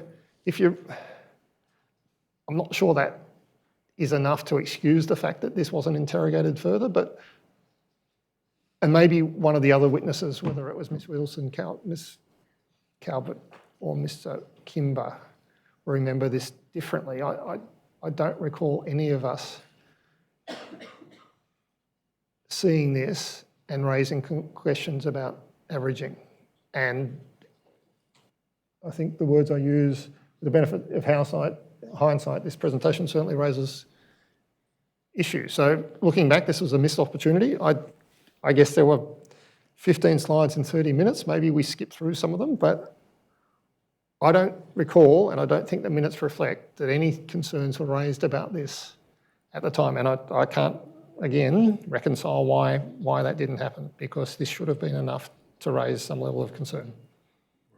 Just before we leave the document, I'll take you to page 7. There is a box, check your details, with a pin on a note which says complete this online assessment. If you do not complete it in time, the information we have received from the ATO will be applied to your Centrelink record. Again, that suggests, doesn't it, the application of PAYG data to a customer's record to calculate debt? It does, but the previous line talks about natural compliance and opportunity for review. So whether they diluted that concern or not, I don't know, but I fully accept this presentation should have raised more concerns, and I'm struggling to understand why it didn't. So if any of those witnesses that you'd spoken to before had raised concerns and we didn't do something about it, then that would obviously call into question why, but I genuinely don't remember the discussion. I think had we called into question, I would have. Absolutely accept this was a missed opportunity to be more forensic as to how this was operating. As a minimum, it makes it pretty clear that DHS wasn't keeping averaging any secret, doesn't it? Well, it doesn't use the term averaging, so that is notable by its omission. Well, if they were happy to talk about applying the ATO data to the customer record, it wasn't much of a secret what they were doing. Using the ATO data in an enabling way? I don't think they were as... So you used the terms used in the Morrison Minute and then was it the MPP? I think this is far softer language than what was used in either of those. The information we have received from the ATO will be applied to your Centrelink record. battling to see the difference. Income data received from trusted third-party source enabling comparison. I'm looking at the little flag, I'm looking thin at flag, you'll see it on the screen. I'm looking at on page 4, the bottom left-hand corner. Okay, well, try looking at what I was pointing to. Okay, so where are you, sorry? What's on the screen? See the pinned Yes. document? If you do not complete it in time, the information we have received from the ATO will be applied to your Centrelink record. And I'm suggesting to you that makes it pretty clear that DHS were not keeping it a secret what they were doing. It's the same as they talked about in the Morrison minute. So they weren't keeping a secret that they were using ATO data. Now, that doesn't imply, they could have done all of that without averaging. Apply the ATO data to the Centrelink, to the customer's record. Yes. And how would they do it? So say I worked in the ski fields 4 weeks, Oh dear, and yes. it would be a quick example, and I earned $4,000. The ATO data shows that I worked from the 1st to the 14th, 28th, sorry, if I worked, did I say 4 weeks or 2 weeks? Okay, not a quick example. Let's say I worked for 4 weeks in the ski fields, 1st to the 28th of July. ATO data said I earned $4,000. I declared that I'd earned $2,000 from 1 July to 14 July. So the ATO could make a debt assessment based on that without using averaging. So that's a very simplistic example, but this doesn't necessarily require averaging for them to get to this outcome. The ATO data says you've earned $4,000. That's going to be applied to your record. How is it going to be applied to your record except by averaging it, given that we have to make a fortnightly assessment? That's what I was trying to explain. Sorry, I'll have another go. Maybe I didn't explain it very well. So if we know someone earned 4,000 over 4 weeks and 2,000 over 2 weeks, and they'd declared that 2 weeks, I earned $2,000 between 1 and 14 July. Then it doesn't require you to average to say that for the other 2 weeks that the ATO has said you've earned the other 2,000. That's not averaging, that's just a risk assessment and a basis on which to go to the customer and think, you haven't declared that second fortnight. That's not applying it to the customer record, but I don't think we will engage in this anymore. Mr. Gregory?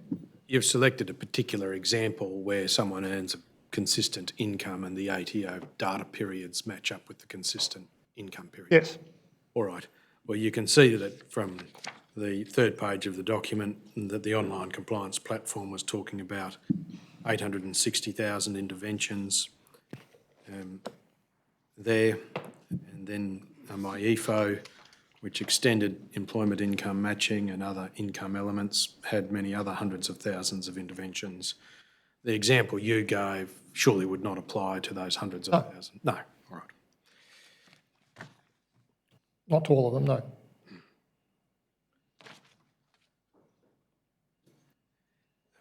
I'll take you now to tabs 77, 78, 79, exhibits 865, 866, 869. We move to January 2017, Mr. McBride. Firstly, tab 77, exhibit 7958. Ms. McGurk scanned and copied various documents and sent it to you, Ms. Halbert, Ms. Wilson and Mr. Kimber as background to the issue on Sunday 15 January 2017. You can see that? Yes. Now, by this point, you say you were alerted to the use of averaging by media articles. I think it's over that summer that this came into sharper focus. As I said, up until then, this was, and I guess it's hard to believe looking back, a relatively minor measure that was DHS-centric. But over that summer, it really called into question how it was operating and the manner it was collecting debts. When you say we called into question, are you talking about yourself, Ms. Halbert, Ms. Wilson, Mr. Kimber, Ms. McGurk? Yes. There were discussions happening over the course of the weeks preceding this in response to the media? I assume so. I'd like to be more definite. So it's likely there were. So at this stage, this was no longer my responsibility. That had transferred 1 July 2016.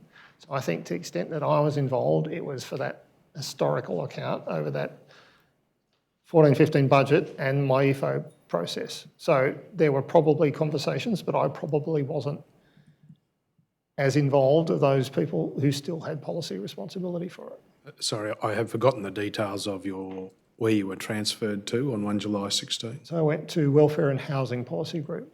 That's still within DSS? Yes. A separate building? No.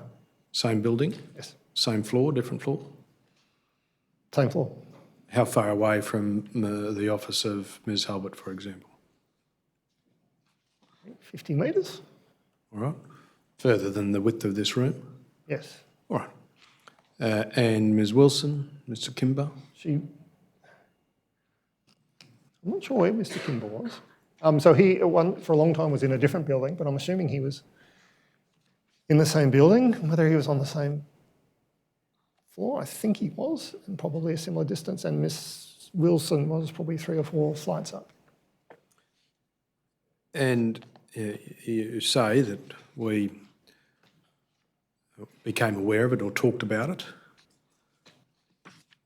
Plainly, the fact that you're involved in a teleconference on a Sunday afternoon about an ombudsman's investigation didn't come as any surprise to you on the Sunday. I don't even recall it being on a Sunday, but because it had been in the news, I suspect it didn't come as a surprise, and I suspect we had talked, at least informally, if not formally, about the measure over that summer period where it became a news item. And what was gathered by Ms McGurk was the historic information in respect of the introduction of the measure and the legal and policy advice which DSS had provided.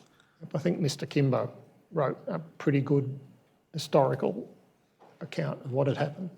Well, you can see this email involves Ms McGurk with the subject background to the issue, scanning and copying emails in respect of the historic detail that DSS had about the progression of the measure to the budget. Yep. Which included the policy advice and the legal advice. Yes. All right.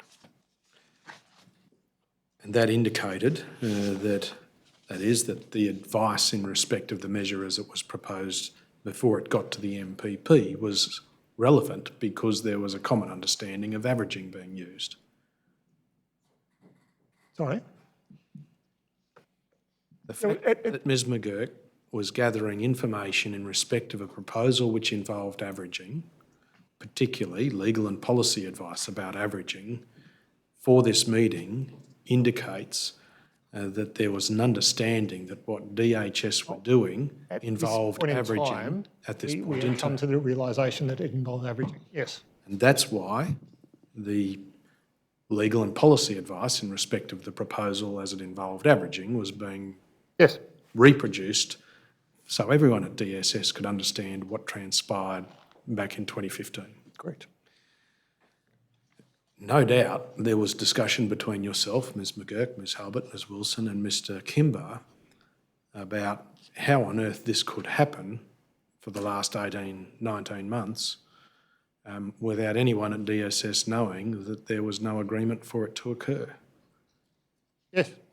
And in the context of the heightened media attention, which was very critical of the process, there must have been some discussion about what DSS would do about the fact that it had happened, as you say, without any approval from the budget for averaging, without any legislation, and without any contrary legal advice.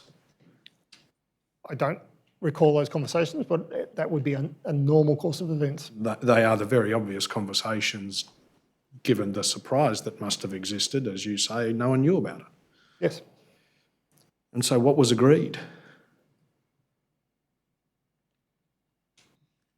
About the DSS response to DHS using averaging. So I'm not sure I was involved in that next stage because it was no longer my responsibility. So I think we were brought into that conversation to provide the historical content. I don't think, and maybe you'll find a document that says otherwise, I don't recall being part of the development of any response to this. So normal course of events would we'd be briefing the minister as to this was our understanding, this is now the state of play, and we would provide options to deal with this issue, whether change it or explain it or whatever they may be. But I don't recall being part of that process. What do you recall of this meeting at which DHS confirmed expressly that they'd used averaging in the calculation of debts over the last 18 months? My memory is only vague. Give us your best. I think we were surprised, to put it lightly. Well, he suspected it because everything that was gathered in preparation for the meeting related to averaging and the advice DSS knew. But so you're surprised. Then what do you recall after the surprise? Look, as I said, I have at best a vague recollection. So I suspect normally it would be, so where are we at in this process? How did we get here? And then we need to brief ministers. We need to presumably come up with some form of joint briefing as to how it's operating, and how we got to averaging. And then again, probably dot points as to handle media question, and then possible ways to take some of the more egregious parts of the policy out and deal with some of the most egregious parts of the scheme would be a normal process. But I genuinely have only the vaguest recollection of this meeting even occurring. Have you been involved in a more contentious proposal so far as media is concerned? I suspect so. What was that one? There was certainly nothing that led to a Royal Commission. So I've been involved in, so the age pension asset taper change, that caused a lot of... Is that the one that came in January 2017? Mm-hmm. Well, this superseded that in January 2017, didn't it? It did. It consumed the media in January 2017 and the age pension barely got a mention. It did, but the age pension in the lead up to that process consumed a fair bit of media attention. I was involved in procuring rats during the pandemic. That got a fair bit of attention.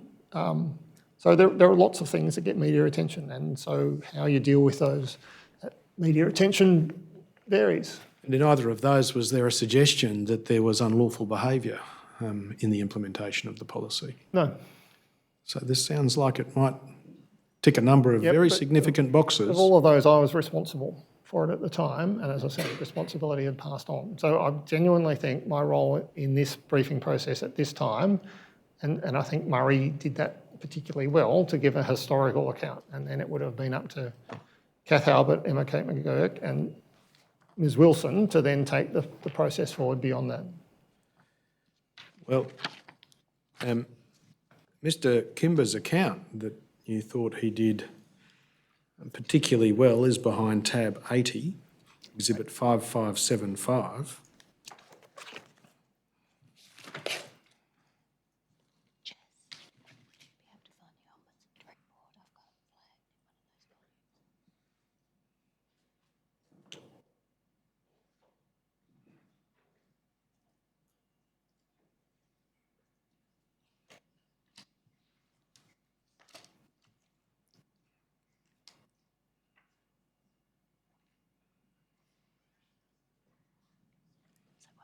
Yes?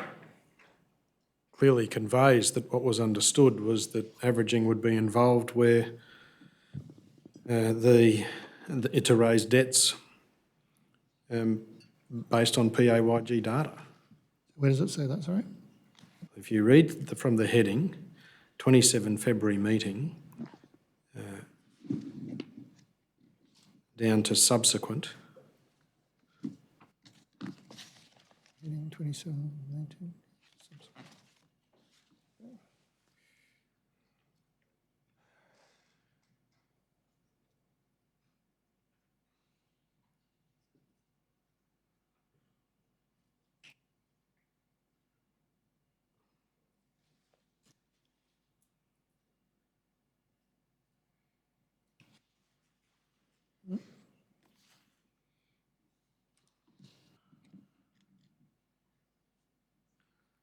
DSS.5023.0002.2174. Thank you.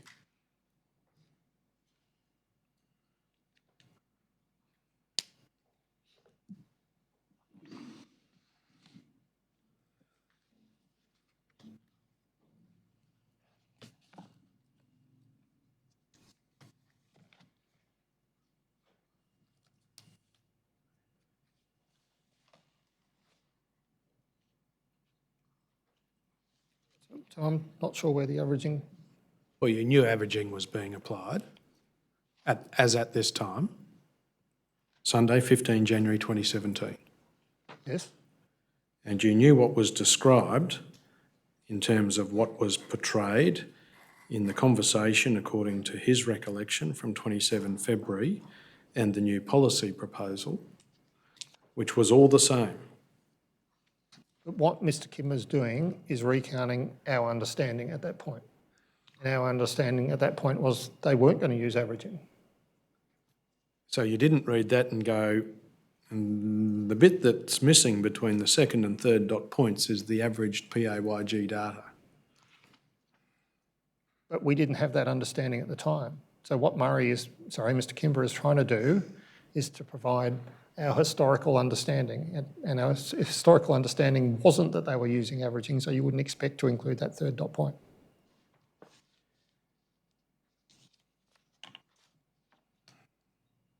Well, he refers later to the SBD, or Bilateral Management Committee meeting minutes or archives, where DHS advised the measure had been progressing well, significant success rate of deaths, limited negative response, and on it goes.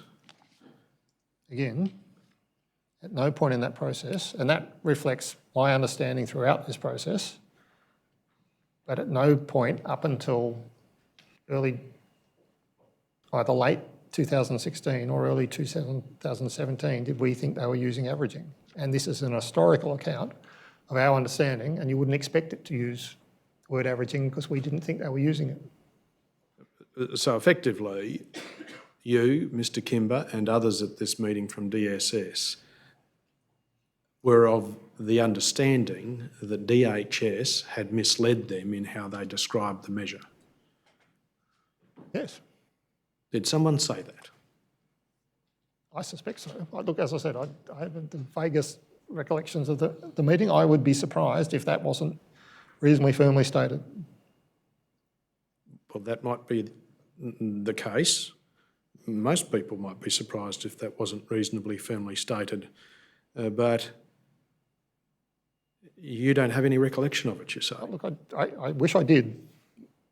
As I said, throughout this process, hard to believe given what it turned out to be, it wasn't considered until it got that media attention in late 16, 17, a big issue for DSS. Because It would seem your presence at the meeting is solely to do with your historical involvement. this particular meeting, yes. Well, that's my recollection. Well, that would be Because your position was, we never agreed to this. yes, You never told us you were going to average data. yes. You told us the opposite. And then under our nose for the last 18 months you've been averaging, and now we have a media crisis. And I'd love to be able to confidently say words like that, but I don't have the recollection that allows it. But I suspect, normally, given our relationship with DHS, that's the conversation we would have had. Did you have any ongoing dealings with Mr Withnell or Mr Britton in the role that you took up from 1 July 2016?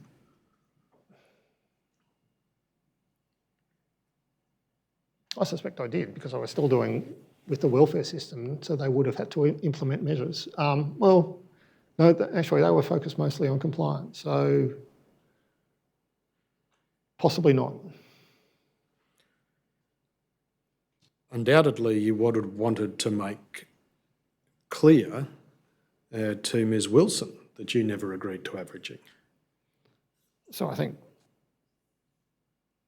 Mr Kimber's historical account would have been the first part of that process. I'm sure that was part of the discussion internally. Are you aware then of any executive minute or for your input into any briefing to the minister which said, we never agreed to this, DSS never agreed to this? I'm not, as I said before, the normal course of events, given what happened in the media, is that we would have briefed the minister on this. Whether we were involved in that briefing or whether they just used the people who were then now were at that stage responsible used Murray's text. I suspect we were involved, but I genuinely don't recall that any minute. All right, so you can't recall being called in for a meeting about your historical, what was said at the meeting you were called in for the specific purpose of recounting your involvement at the inception of the measure. Can you recall that the Ombudsman investigation continued? I recall the Ombudsman investigating this process, yes. Do you recall that the scheme using averaging continued? For years. So again, it was no longer my active responsibility. So Sure, but you don't shut your mind off to what's happening I in was, something that you were involved in that you considered to be unlawful. given that I went to meetings with Miss Wilson, Miss Halbert, and who was still involved in it, I'm sure it came up, but I wasn't actively involved in the What do you process. recall when it came up? Obviously, there were tensions as to where we arrived at and how we chart the way forward. Well, what does that mean? Well, it's along the lines that my recollection is that we didn't think DHS were using averaging. We didn't think they should have used averaging. Clearly they were, and obviously we were concerned that they did it, but we then would have worked with them collegiately as you can to work out a way forward. Well, what's a way forward with an unlawful measure? Well, they're the parts I wasn't involved in, so I would just be speculating as to what processes we took to address that. Surely when you had further conversations with Ms Wilson, you, as you say, must have been aware of the Ombudsman's investigation and the continuation of the scheme. You said, how is this still going? It's just unlawful. Look, I may have, and I hope I did, but I genuinely don't recall, and it wasn't my business to recall. I had other things that I was responsible for. It wasn't your business that DSS appeared to permit a scheme that was unlawful, according to your position as one very senior person in the department. It wasn't my active responsibility, would be a better choice of words. I wasn't actively responsible for any part of this anymore. And so given that hours in the day, you focus on those things that you're responsible for, and I wasn't responsible for this at this stage. It sounds like if you had these conversations, they would be memorable because they involve confrontations and allegations of illegality. Look, I genuinely wish I recall. It's uncomfortable standing here or sitting here before you saying I don't remember any of this, but I'm under oath and I genuinely don't. Do you remember that the scheme continued throughout 2017? I'm aware that it did, but how much of that was informed through reading and how much I was actively aware at the time, I don't know. Well, you were actively involved on the 15th of January 2017 as a very senior member there to explain how this unlawful scheme was commenced. And your position is you were positively misled by representations in a new policy proposal. My position was that the new policy proposal and the government decision on that didn't give DHS the authority to use income averaging. And that you were actively misled by that because you didn't think the proposal involved income averaging, and you then found out that it did. Yes. And you don't recall feeling a sense of outrage and wanting to right the wrong that had been perpetrated on you by DHS? I think probably we all thought that, but it wasn't my Let's not talk about probably. I'm talking about you, and I'm talking about your individual response, where on your evidence you say you were misled by Mr Withnell, Mr Britton or an NPP for over a year and a half, and what you did about that. By the time I became aware of that, I had no authority to do anything because it was no longer my job. As an SES Band 2 in DSS, you're saying you have no capacity to influence the outcome of what you considered to be an unlawful scheme. So That meeting on 15 January, I think crystallised in the department's mind that they were doing something unlawful, but it wasn't. Crystallised in your mind, do you mean? Well, I think Murray's email sent to all those who went, it reminded me, but I hope it crystallised in the department's mind the fact that income averaging wasn't permitted and the DHS had been doing it nonetheless. But other than providing historical content, notwithstanding my position in the department, it wasn't my responsibility. I had no authority to change anything. So other than express concern, there wasn't much I could do. But you don't even have a recollection that you expressed concern. I know. And as I said, I would love to be able to tell you I did express a concern and there was a heated discussion, but I genuinely don't have any recollection of that occurring. Normal course of events, we would have had a pretty frank conversation as to what it was, how we got there and how the hell happened, and I'd like to, but I just don't have a recollection of that occurring. Another view of your behaviour is explained this way. You always understood the measure involved averaging, but you were comfortable with the form of words which concealed it in the new policy proposal, as was Ms Wilson, Ms Albert and Mr Kimber. And then a year and a half later, you four are in the room where you are discussing how to move forward, as you say, with what has come out in the media and move forward in a way which does not involve DSS adopting a position that what DHS has done is unlawful. Would you like the opportunity to comment on that, given what you say today are obvious indicators about the way in which PAYG data was being applied during that period? Honestly, I think that's a ridiculous situation. Why would the organisation that sought legal advice, conveyed that to DHS, expressed our concerns of averaging as a policy and its inaccuracies, suddenly turn about and embrace it? I think throughout this process, we showed a concern. Even 3 years looking back, Murray, Mr Kimber, didn't express any acknowledgement that we thought this was happening. The evidence is very clear. That it's happening, I think. DHS did embrace it after the 15th of January 2017. DSS did embrace it after the 15th of January 2017. So I'm not sure what you're talking about. You're saying that it was a ridiculous suggestion that you would suddenly turn around and embrace the measure. And I'm suggesting to you that you did turn around and embrace the measure. Me? Yes. When? After 15 January 2017. Had no involvement in the measure from 1 July 2016. You see, your position has to be that by your non-responsibility, your ignorance of what happens thereafter does not involve acquiescence. That has to be your position, doesn't it?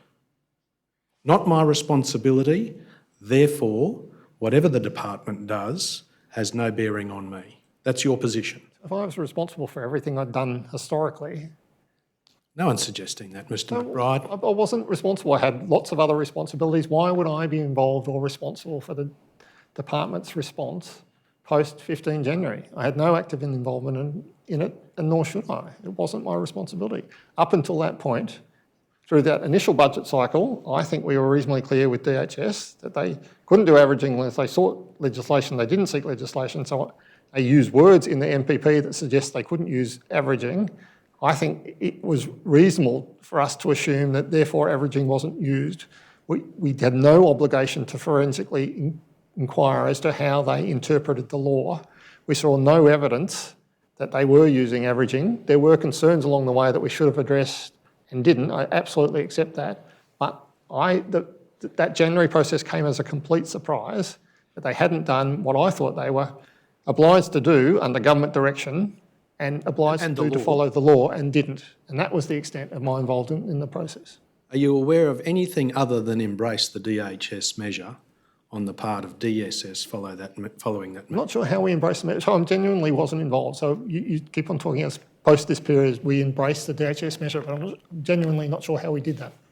Well, you didn't say anything that might bring it to a stop to anyone. That didn't mean I embraced it. I had no role in it. Are you aware of Ms Wilson doing anything that might bring a stop to it? No, because I wasn't actively involved.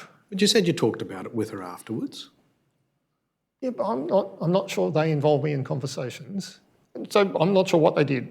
But your position is, despite your seniority and potential for influence, you didn't positively take steps to exert that influence to say we should adopt a position that we adopted 18 months ago, that this is unlawful. I thought it was self-evident it was unlawful. I'm not sure why I would have had to have done that. Because they'd done it for 18 months? But it was now a crystallisation point, and I think from That's right, and that would trigger a response such as the one I've suggested to you. But not from me, because I was no longer responsible. Nothing further? Did you look at the Ombudsman's report?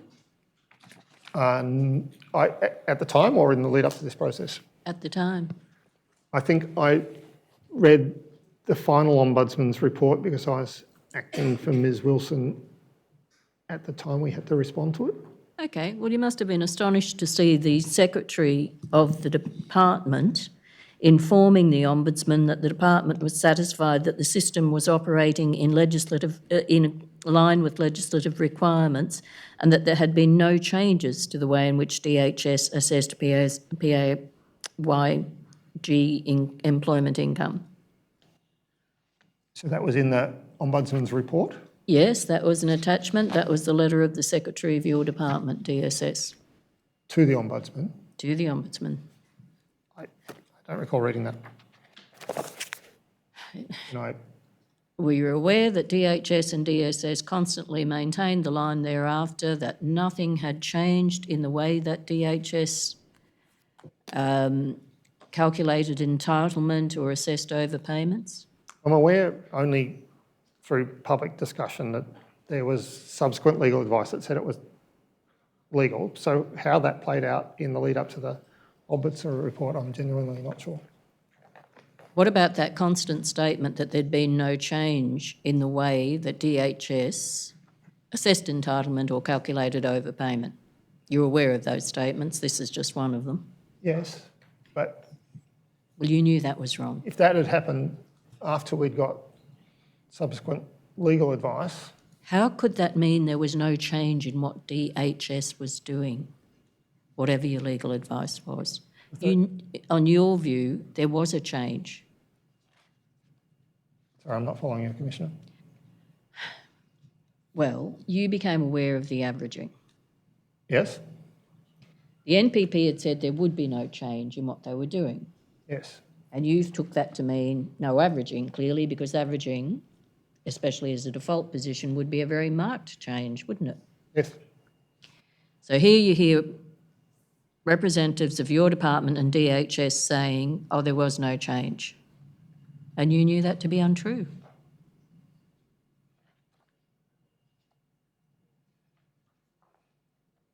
Look, I'm happy to look at the letter from, I'm assuming it's Mr Pratt to the Ombudsman.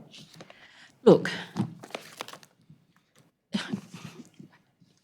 you sat back 4 years knowing that DHS had effectively double-crossed DSS and didn't say a word, is that right? No. But so, I know you keep saying it's not your responsibility, but it is accurate, isn't it? You knew they had double-crossed is the only word, isn't it? I was aware in early 2017, I became aware that they had not followed what was the government's decision on how to implement this scheme. And they'd misled you.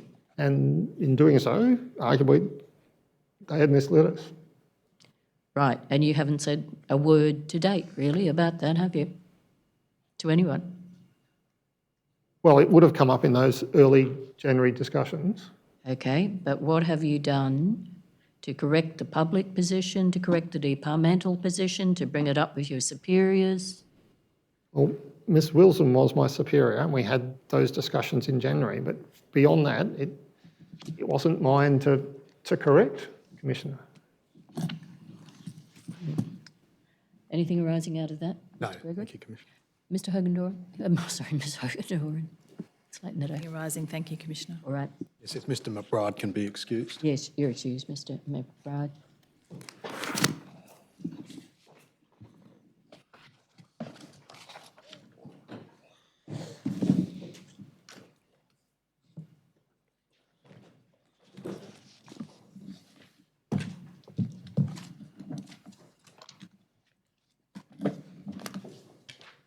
Actually, I just want to check something. So can you take this? Oh, this is the next one? Yeah, okay. Commissioner, the next witness is Mr Kerr-Brown. All right, thank you. Commissioner, before Mr Kerr-Brown is called, Do you want to I take could up deal those? with all my Of course, yes. shopping list. Thank you.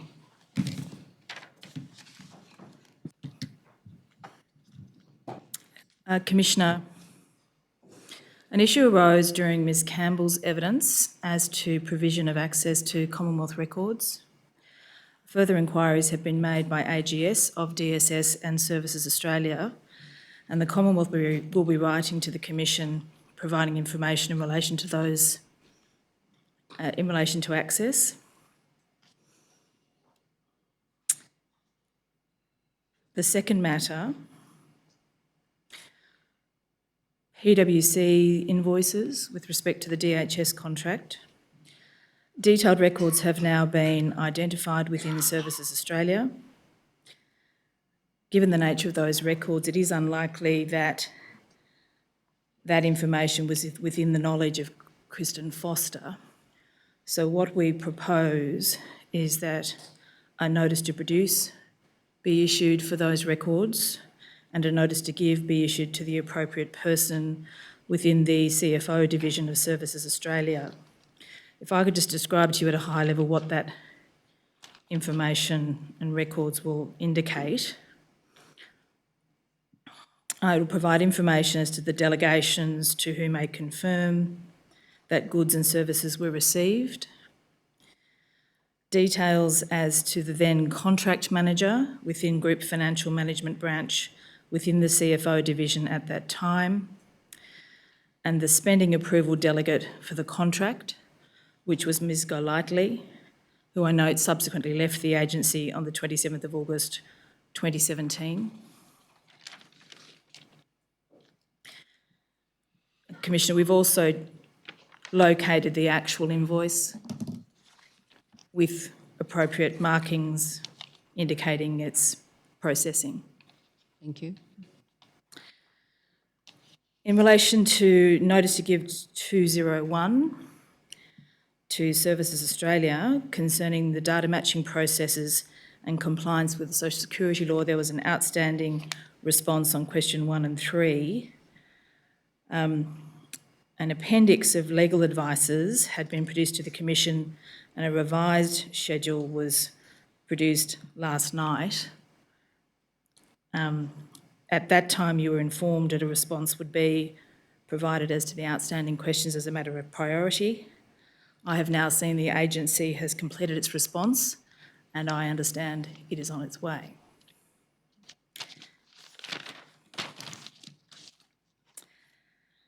In relation to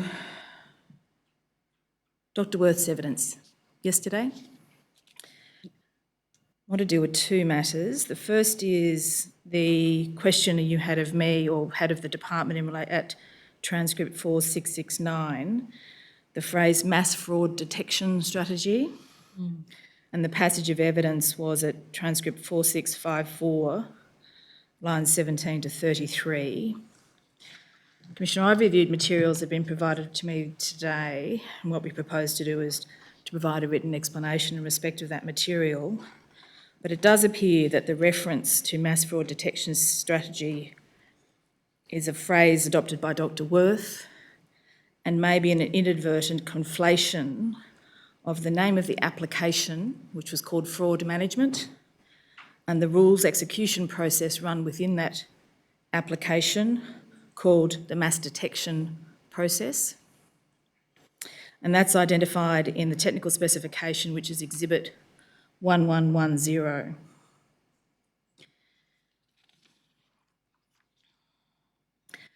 And as I'm presently instructed, there is not the use of the phrase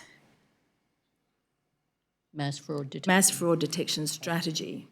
All right, we'll look at that. I take it to be an inference that Dr. Worth has made from those documents in the way that I've indicated, from the material that I've just indicated. Similarly, you recall that at transcript 4667, Dr. Worth indicated she would consider additional material. A list of documents is being prepared as to documents provided to the Commission prior to Dr. Worth giving evidence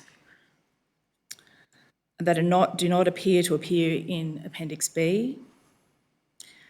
Those include the responses of an agency to Notice to Give 96 and Notice to Give 97, which concern the EIC and CUPE iterations of the OCI program.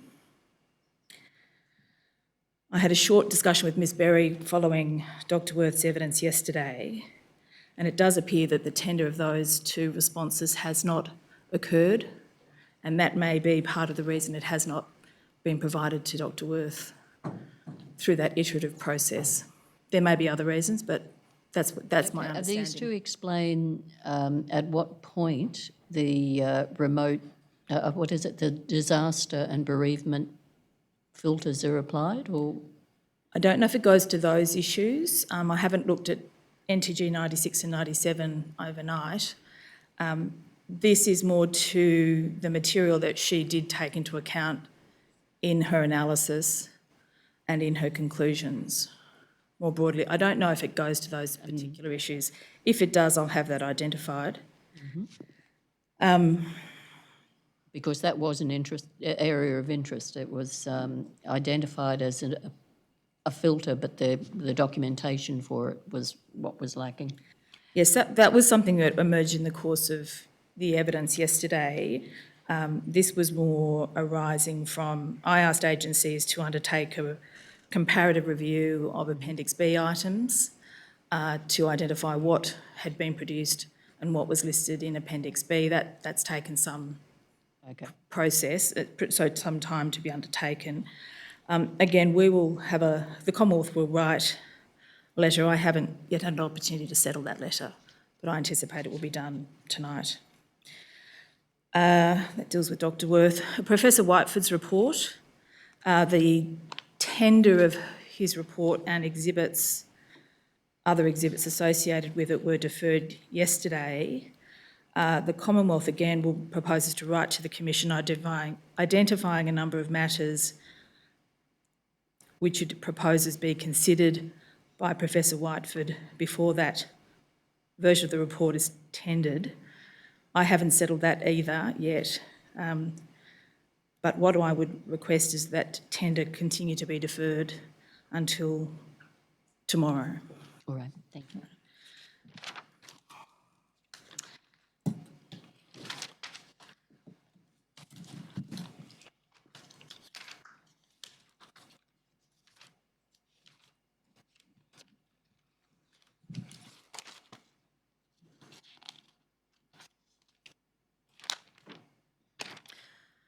And I indicated earlier that Mr Fiveash, Mr Barnett and Ms Metz will be made available tomorrow. They have provided statements and Mr Fiveash a supplementary statement today.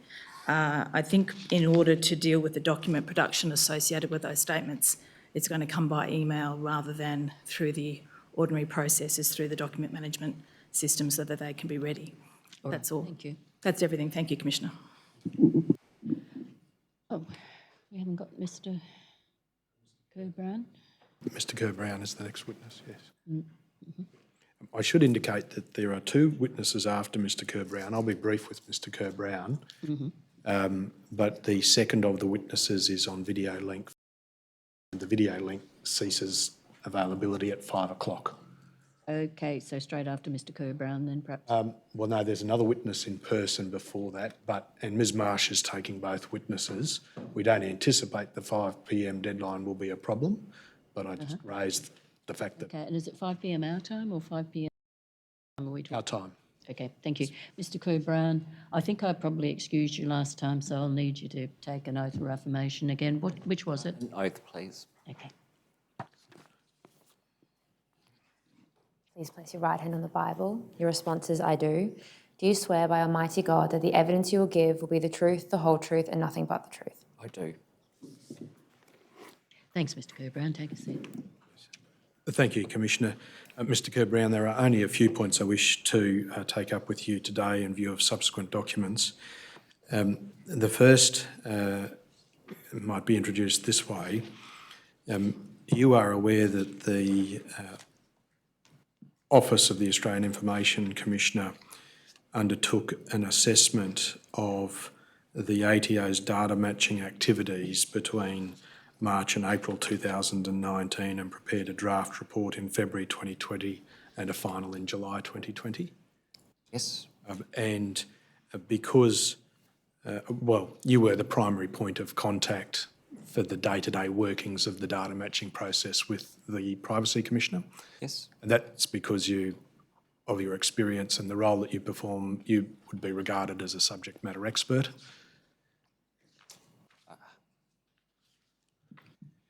No, I played more of a coordination role because the OAC's query was, or the scope of their review was confined to Australian Privacy Principle 11, which was the security of the information. Yes.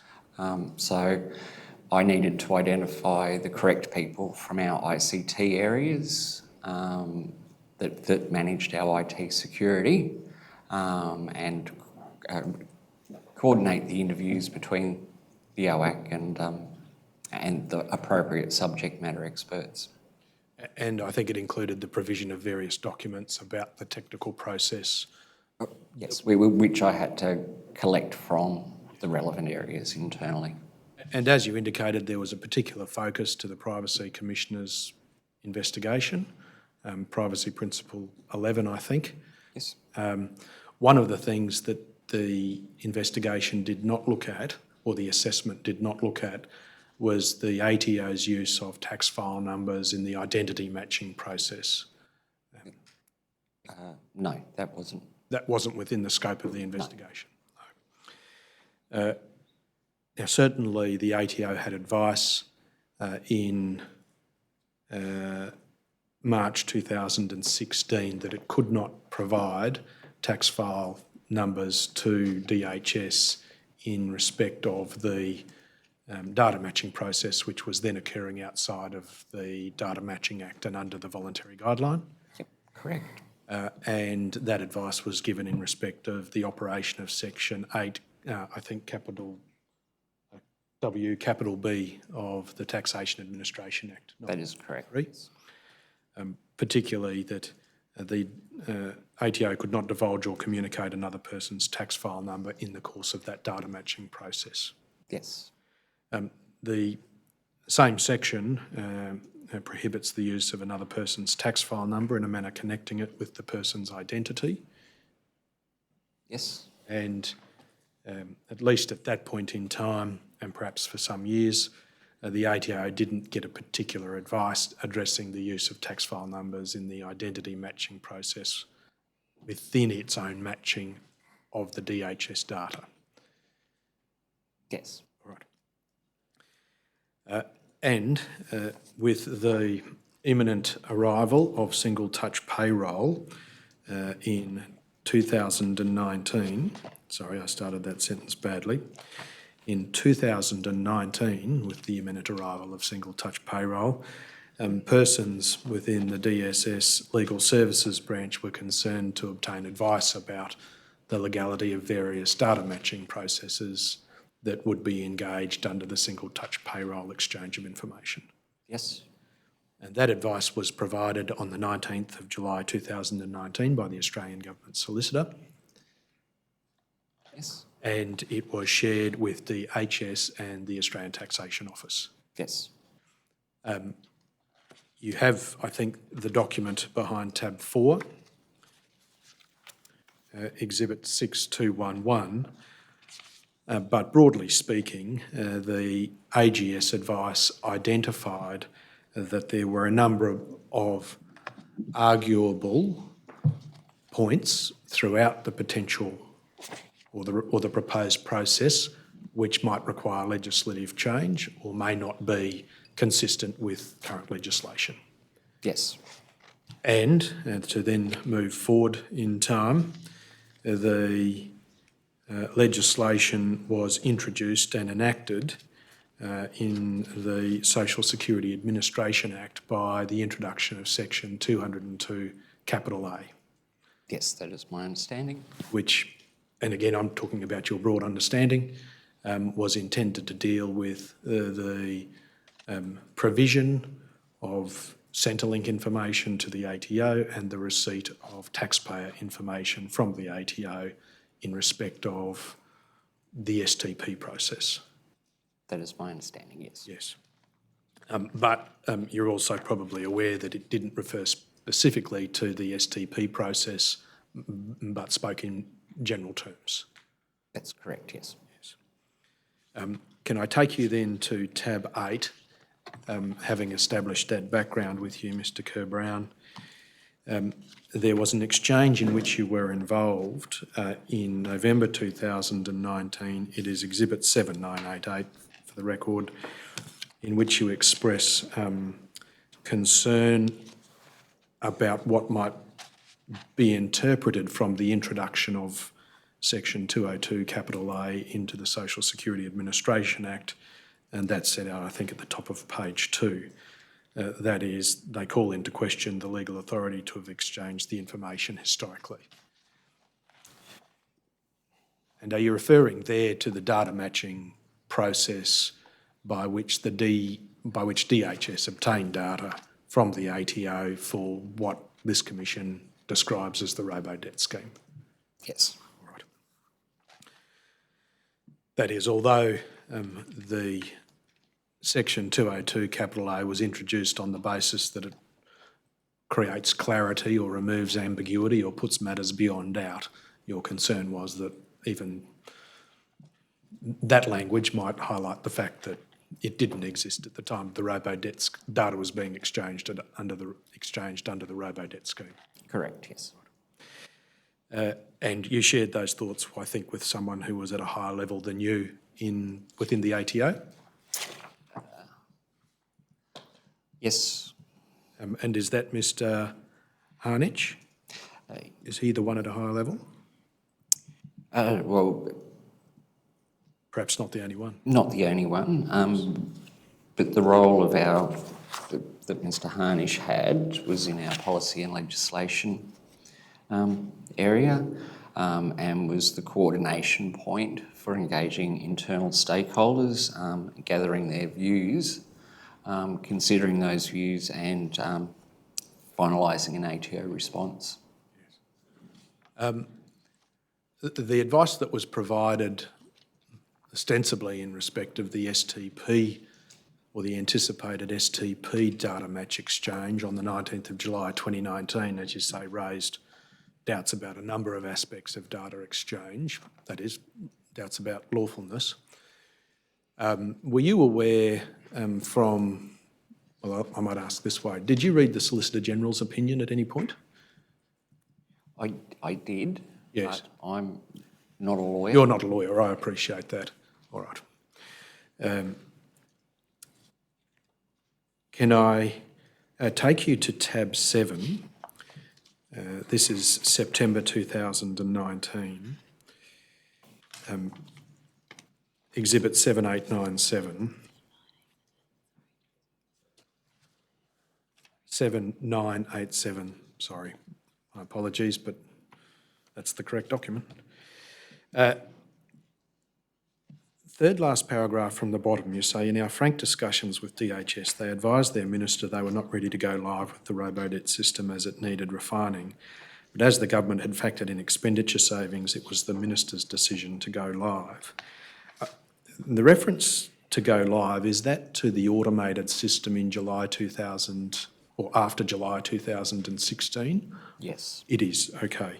And do you recall who you had those discussions with? I can't remember specifically, but I can remember the forum that it happened in, and we met with a large delegation from DHS as it was then, which was actually our preliminary meeting around single touch payroll. I see. So it was a more recent discussion than... No, this was around July to September 2016. I see. And it was a comment made on the sideline over a cup of coffee rather than... Yeah.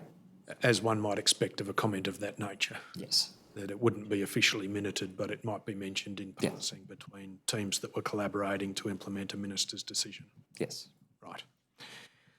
Can I take you, Mr Fawcett, to tab 9, exhibit 497? Sorry, Mr Kerr-Brown. I'm so sorry, Mr Kerr-Brown. Looking ahead at the document. Tab 9, please, Mr Kerr-Brown. It sets out a chronology here that was sent by Mr Fawcett to you in November 2019. And as I understand the timing of this email, it was within a day or two of the public announcement by Minister Robert that they would stop raising debts, that is, DHS would not raise debts using averaging. Yes. Okay. And the sequence that Mr Fawcett sets out here recalls details from 2016 and 2017. The first is the 14th of December meeting, which I think was the subject of documents or evidence given by you on the previous occasion. Yes. And on that occasion, the persons attending the meeting from DHS provided assurance they would implement some additional procedural steps. And as we now know, that occurred after the conversation over the sidelines to which you've just referred. Yes. And were you involved in, are you included in the "we spoke to representatives" reference there? My best recollection is yes. Yes, all right. And on the 22nd of December 2016, there's a reference to "we wrote to DHS to seek written confirmation." And there was another meeting on the 9th, but there hadn't been any real response to the ATO requests on either 22 December or 9 January. No. And that remained Mr Fawcett's recollection, as at the time of this email some years later. Was it also yours? My recollection was early February 2017. We also received a briefing from the Deputy Secretary of DHS to a range of people, including senior SES within the ATO. That was the Ms Golightly briefing? Yes, that's correct. Which I think was over the telephone? Yes. Yes. And ended abruptly because she was called away by her secretary? Yes. Okay. But in any event, there were a number of people within the ATO who made records about what was said during the course of that meeting. And yes, there were contemporaneous emails sent after that meeting. Yes. Mr Fawcett refers to the Red Dog in a Guardian article. That's a reference to the first dog on the moon cartoon? Yes. All right. Now, he described a number of features there which contributed to what he said was a long and painful journey, and the reference to the cease and desist email that you might recall he sent. Are you able to provide any, I appreciate you did provide a comment at the top of the page, but are you able to elaborate on whether you and he discussed some of the difficulties that he identified there? Look, in general terms, yes, to the extent that we had escalated the issue on numerous occasions up to more senior people. This is within the ATO? Within the ATO. Yes. And after we gave that briefing, we lost any visibility of what they did with that information. So I have no visibility of whether our SES actually contacted their colleagues over at DHS to address some of these issues. So we felt there was a gap between what we were trying to manage and the support that we were getting. And that's not to say that there wasn't communications between ATO SES and DHS SES. We just didn't feel that we were being given the visibility or even the assurance from more senior people that it was fine, what we were doing. Which issues do you mean precisely here? Sorry? Which issues are you talking about? Well, the income averaging was one of them. There were some issues around the way that DHS, in their responses to media, were describing our role in the process, and the phrase that I remember that was being used repeatedly by DHS was ATO, averaged data, which suggested to me that we provided average data to Services Australia, where it was averaged ATO data, which they were averaging. Okay. And look, the other question I've got about this is the additional process steps that you talked about earlier in the email. What was that? They were principally around complaint handling process, so them updating their call centre scripting, so if somebody complained to them, that person was then not automatically redirected to the ATO. And the second procedural change they made was the way that they attributed the information we were providing back to a customer record at their end. You mean them not telling the customer this is ATO's information we're using, or?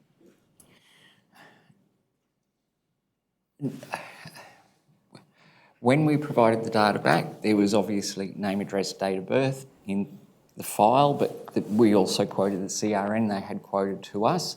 They were simply taking that record and attaching it to that CRN without any validation on their end that the name, address, date of birth Oh, okay.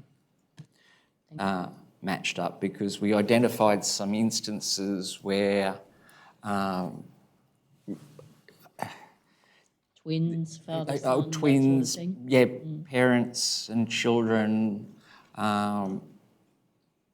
So there were some issues around that had they undertaken, because they were providing the same CRN to us for a parent and child, for instance. And so if we return data for one, but the CRN actually belonged to the other person, it was being attached to the other person's record and correspondence issuing accordingly. Just on that point, Mr. Kerr-Brown, did you have any knowledge of the concept of medium confidence identity matches not being forwarded to DHS from about 2018 onwards? There may have been some forwarded prior to that, but it was identified and stopped mid-2018 perhaps? It was identified 2018, which then impacted subsequent That's right. data exchanges, yes. Do you recall how that came to the ATO's attention or to your attention? Well, it's only recently come to my attention when I was consulted on preparing the statement of Mr. Hay. Oh, yes. That there had been an oversight within EST, and for some reason they hadn't updated their documentation to exclude 5 particular codes that previously had been considered high confidence but had been recalibrated to a medium confidence.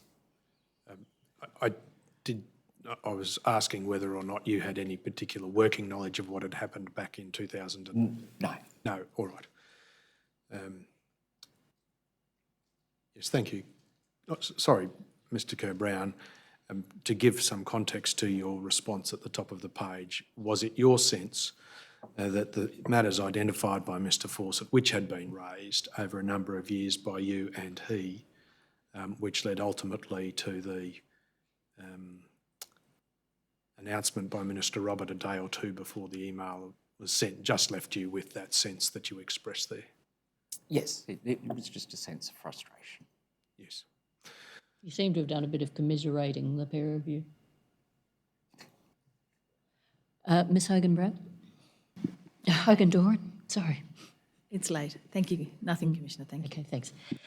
Might Mr Kerr-Brown be excused? Yeah, thanks, Mr Kerr-Brown. You're excused.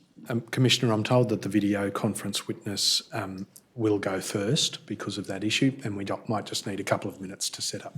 Well, we'll adjourn for 5 minutes then. All rise. The Commission stands adjourned for a short break.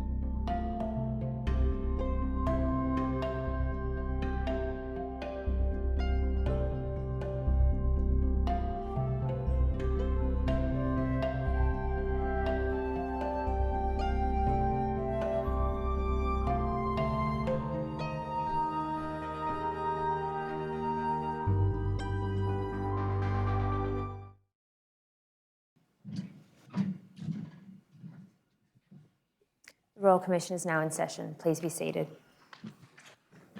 Yes, Ms Marsh? Thank you, Commissioner.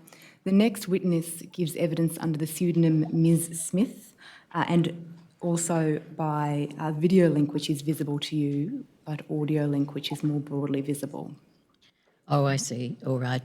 Now, you'll appreciate we're calling you Ms Smith. I think you were originally just given a first name, but I so disapprove of informality of that kind that I prefer a surname, even if it is a pseudonym. So can you cope with Ms Smith?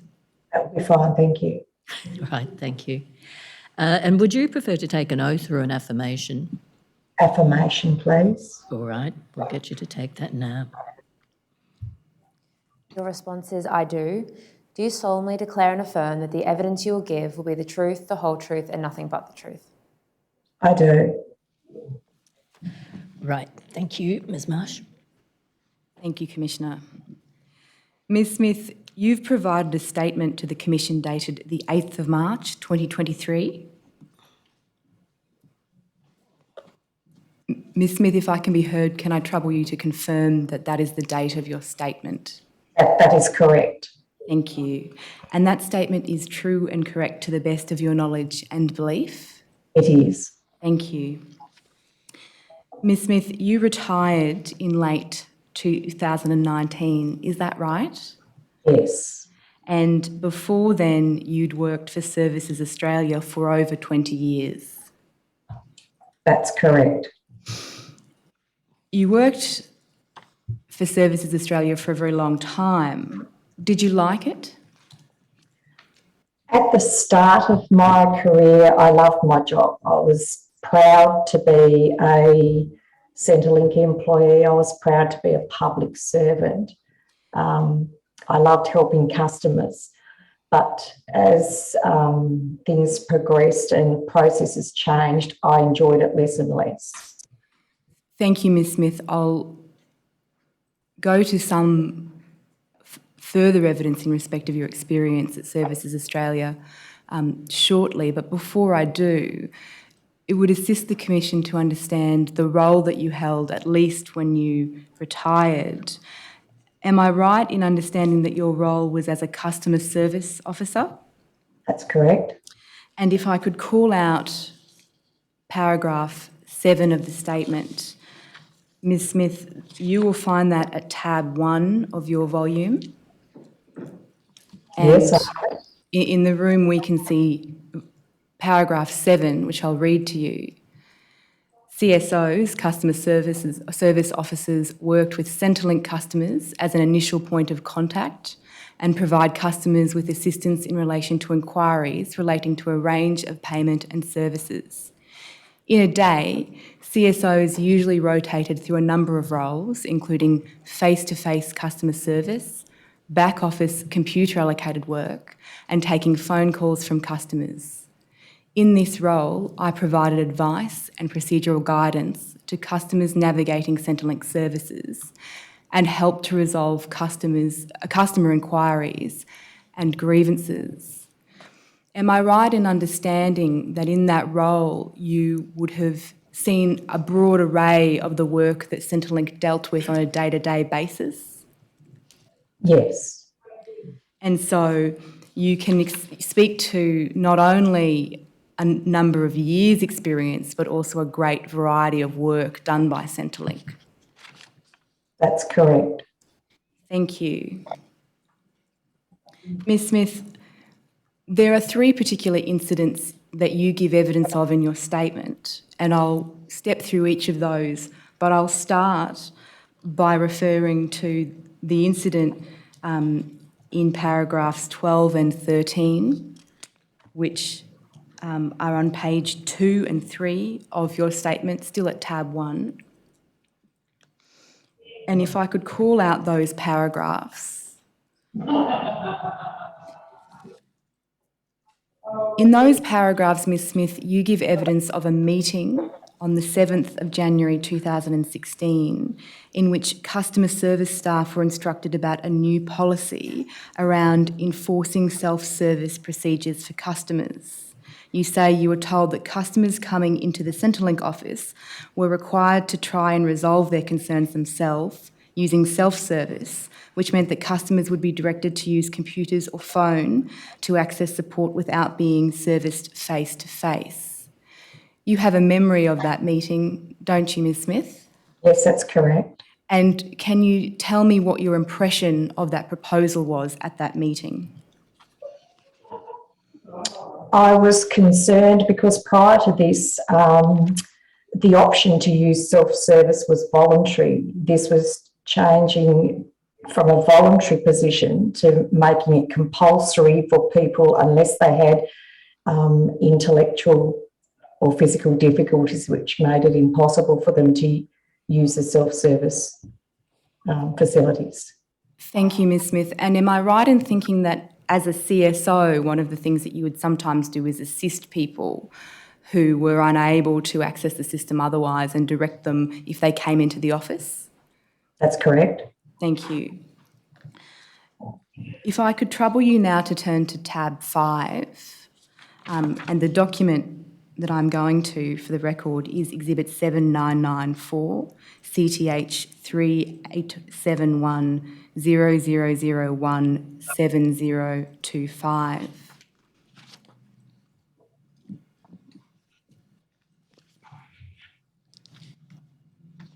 I have it. Thank you. I think we will have that shortly too. And Esther, in that document, that is you, Ms Smith. Yes, that's correct, Your Honour. If I could go to the second page of that document.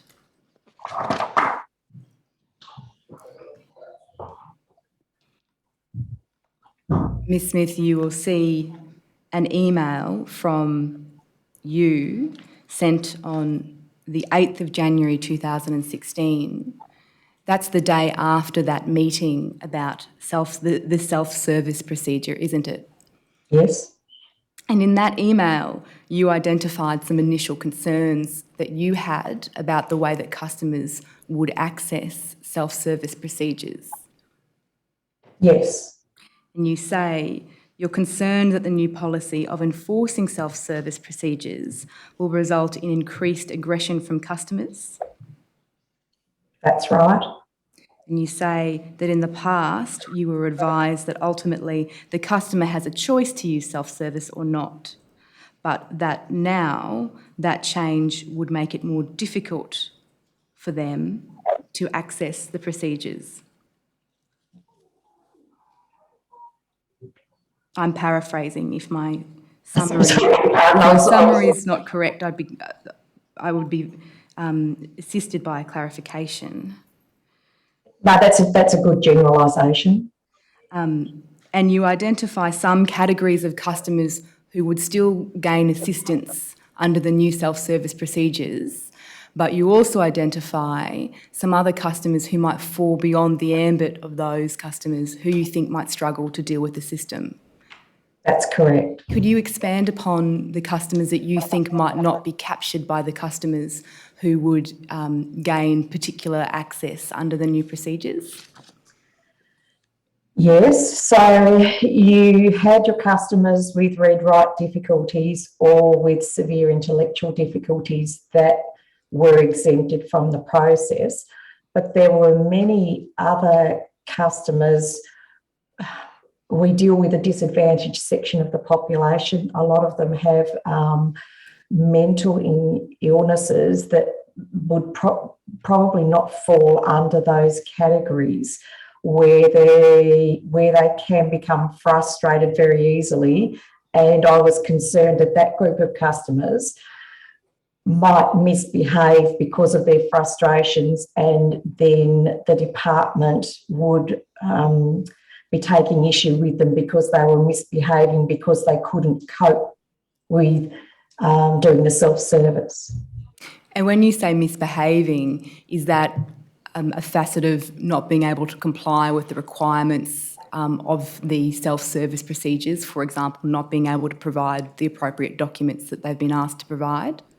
Well, that's part of it, but more along the lines of creating a fuss, causing a disturbance if they couldn't understand the system or get the system to work for them, that sort of thing. And that reflected a concern that they'd come into the office and that they would be demonstrating perhaps aggression or other behaviours that were disruptive in the office. That's right, that's specifically within the office, yes. You describe it as them being set up to fail. Yes, basically. Nobody likes to see people put in that position. And Ms Smith, there is an email chain which follows you having raised that concern. And am I right in characterising it that the end result of the email chain was, in a sense, that customers would have to deal with the new processes? That's correct. And from your perspective, did those procedures adequately deal with the difficulties that customers or frontline staff would likely have to deal with as a result of those changes? I don't think it took into consideration the customer's feelings or their abilities or the impact that it could have on the office. Thank you. Ms Smith, I might now move to the second of the three events that you describe in your statement. And again, I will describe that by reference to the documents. If I could ask you to turn to page 8, tab 8, exhibit 7997, CTH.3871.0007.9254.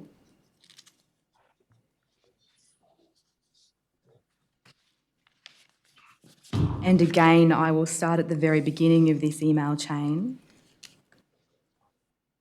And I will start at the email on the page that is numbered in the 4 numbers at the corner of the top of the page, 9257.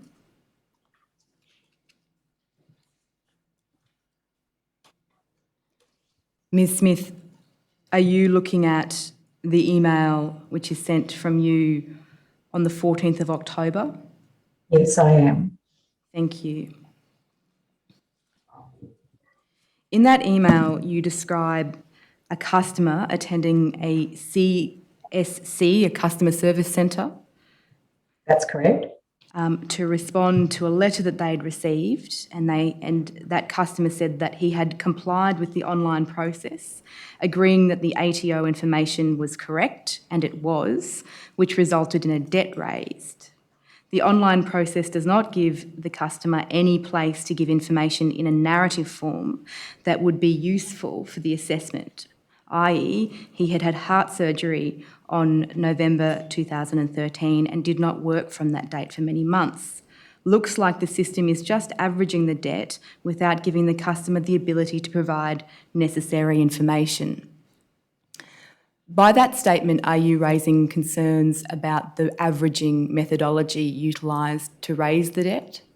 Yes. You go on to say that you took the customer to self-service to help them.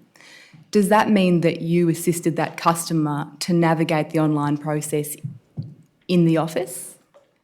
I was in the office and I took him to my desk first to find out what his problem was.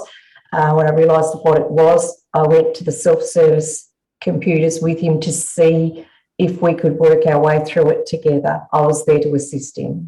And so you had formed the view that he needed assistance navigating the online process? Yes, he pretty much said that straight out. Okay. I'll go to the final paragraph of that page 9257.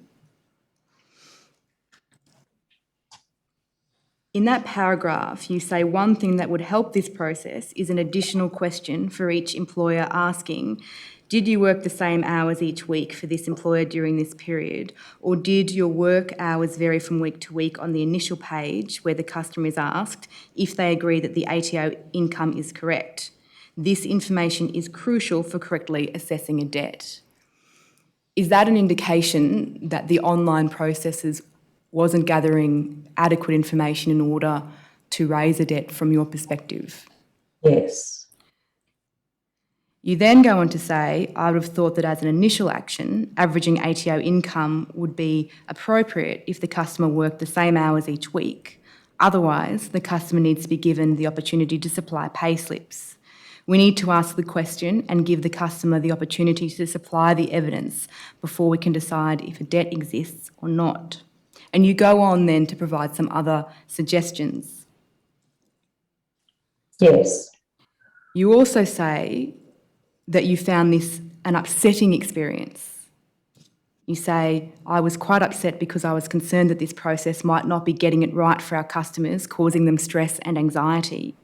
I was quite upset that we might be incorrectly generating debts, knowing that we need further information in order to make an accurate, considered and correct determination. That's correct. Ms. Smith, you were sufficiently distressed by this interaction that you took the step of writing a detailed explanation of the problem and providing suggestions. That's correct. And did you feel that those suggestions or that feedback was adequately taken into consideration? No. Ms. Smith, I will take you through the rest Just of... before you do, can I just ask you, you do mention in the last paragraph there, averaging income is usually a last resort measure if customer or employer is unable to provide pay slips. Can you give any description of that? I've never actually used averaging. I didn't work in the debt section for an extremely long time, but I understand that when we raise debts, we gather the pay slips if we can't, and then we apportion those to each fortnight's payment. So each fortnight's wages is allocated to each fortnight's Centrelink payment. And we're very strict on that process.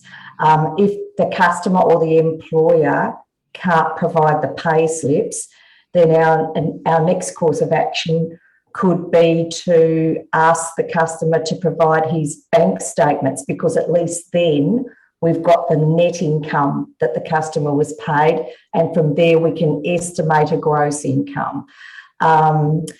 The apportionment would only happen if the customer or the employer were unable to provide that information. Okay, thank you.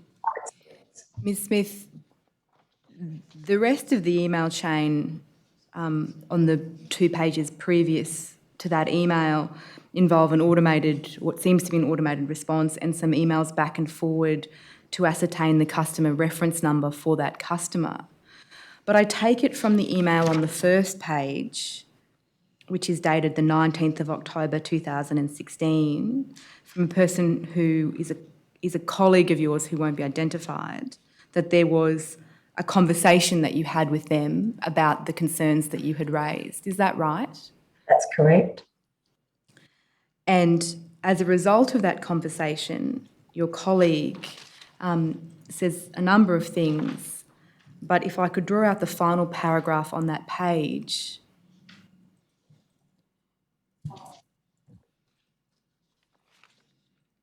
which reads, Ms. Smith contacted me today to discuss her concerns again regarding the online compliance intervention, and I was very concerned about her attitude and negativity towards this process.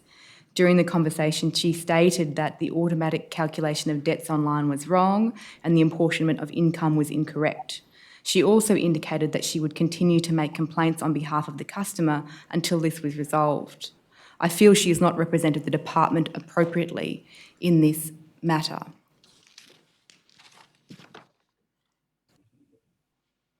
Reading that, how do you feel about the complaints and the feedback that you had provided and how it was received by your employer?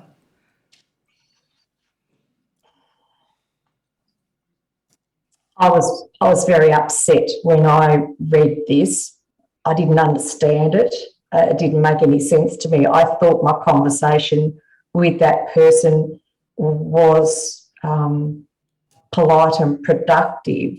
The wording that she uses is doesn't sort of reflect that. I don't understand why they didn't take the comments that I made and the suggestions that I made and on board to help us with this process so that we could help the customers. And would it be right to characterise that as a fairly dismissive way of dealing with those concerns you'd raised? Yes. I do see that over the page she says, this is a significant budget measure supported by the government and will be the future of how all customers conduct their compliance reviews. Did that give you any confidence as to how they were approaching things? No, I was still concerned that they weren't actually looking at the issues that I raised. The questions that I had regarding the process. Yes. And so would I be right in saying that not only was there no meaningful engagement with those concerns, but you were in fact criticised for raising them? Definitely. Ms Smith, I'll now go to the third of the events described in your statement. And I'll start with tab 16, which is exhibit number 8005, CTH 3751 0001 0014. And if I could call out the information documented on customer record as follows, and the bullet point that follows, Ms Smith, I'm right in thinking, aren't I, that this incident is about a matching on an earned income matching online compliance debt, or a debt raised by way of that methodology? That's correct. Thank you. And if I could call out the paragraph above that heading, you provide a summary here where you say that the customer attended the customer service centre and advised that she had completed a process on the computer that has generated a debt. The customer said everything has been so hard. She advised that she has been trying to do what we want for the last 2 months. She said she'd been on the phone for 6 hours. She said she phoned someone who was unable to help her and recommended that she phone the tax department. She phoned the tax department, who mailed her out a tax assessment notice. She brought the tax assessment notice into the office and was advised that we didn't need it. Again, Ms Smith, can you explain to me the context of this document where you have raised a concern about the experience of a customer? The customer attended the office and I attended to her. This is the information that arose from that contact. It seems that this was another of the automatic generated debts that had been raised, and the customer was extremely distraught about it. And Ms Smith, I might trouble you to turn to tab 17, which is exhibit number 8006, CTH.3871.0001.9421. Is this email, which is dated the 28th of October 2016, an email about that same customer? Yes, it is. And so did you follow with this email with further information regarding that customer's experience? That's correct. I was sending that through to management at the highest level that I knew of. And again, I will read some of your words in that email, and I'll start at the third paragraph. Customer attended the office. I picked her up from the waiting room. The first thing she said to me was, "You have broken me," in a whispered voice. I asked if she was okay and asked her to tell me what has happened. She was very upset, could barely speak. She seemed very remote and blank, expressionless. It was difficult to tell what she was saying. I'm going to go to the end of that paragraph now, where you say, I checked her record and earnings screen and explained that it looked like the income had been averaged and identified a period of a few months where she had not declared earnings, and asked her if she remembered this period. She said that was when she was injured and couldn't work. I explained that we needed the payslip so we can reassess the debt. Ms Smith, you then give evidence of your experience engaging a social worker in respect of that customer. Could you expand upon that? The customer was extremely distressed, and so I tried to find a social worker in the office. There was none available. So I got my manager out of a meeting to actually come and attend to the customer.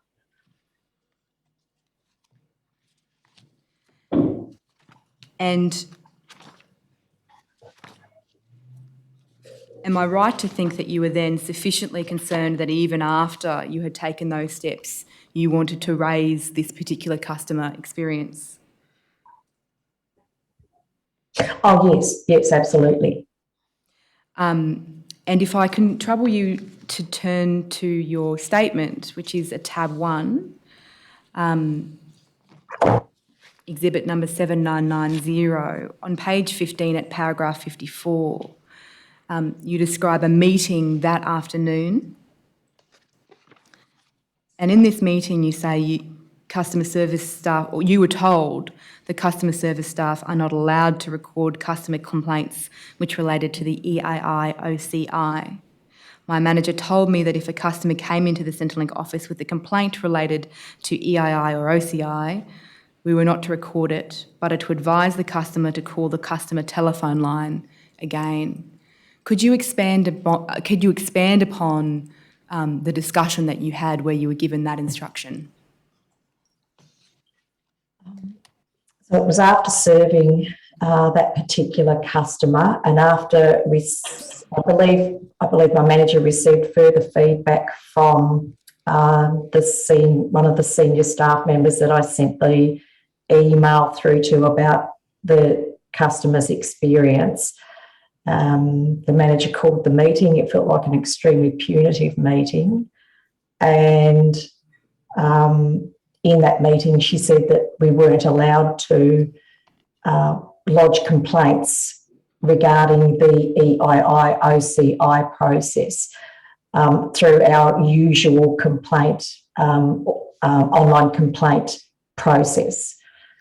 We had to send them back through to the EII OCI for the customer to discuss their complaints about that department with that department.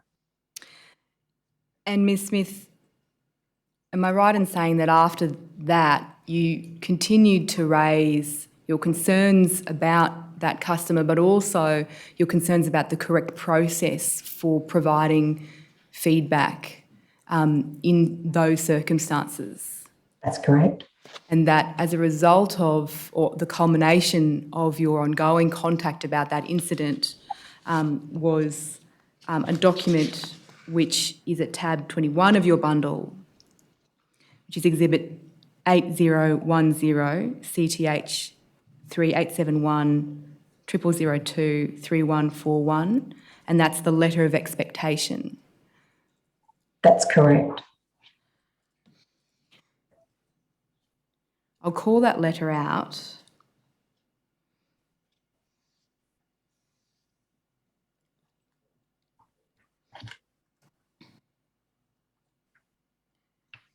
Now, the first line of that letter indicates that it is written in response to the meeting that we've just described, and that the purpose of the letter is to clarify and define the expectations of you as an employee of the Australian Public Service and obligations of behaviour and conduct that you must meet.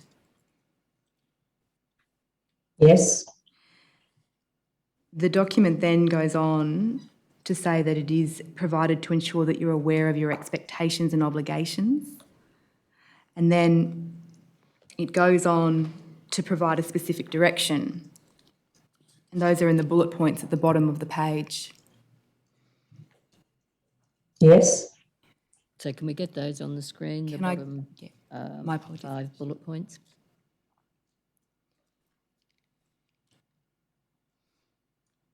And they read, you are not required to serve customers who attend our office for debt-related issues and online compliance issues, including PAYG, for a period of 2 weeks. You are to no longer forward complaints to the complaints area regarding the customer you dealt with on Thursday, the 27th of October,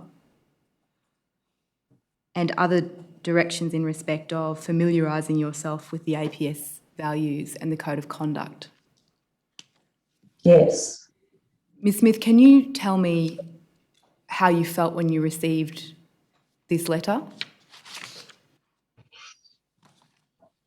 I was really upset, but I was also confused. I didn't understand why I was getting this serious letter of expectation. You get a letter of expectation if you've done something wrong, and it has to be, pretty wrong to get one.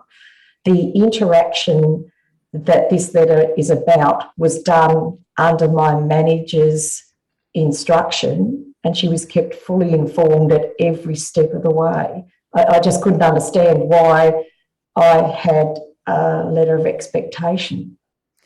And would it be right to say that the severity of a letter of expectation is reinforced by the sanctions section on the following page, which includes termination of employment if you're found to have breached the code of conduct? Yes, it's quite serious. It's not something to be taken lightly.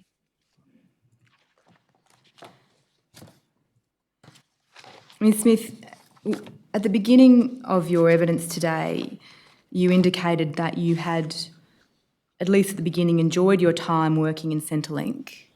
How did you feel about the time that you worked at Centrelink in and around the 3 events that you've given evidence of?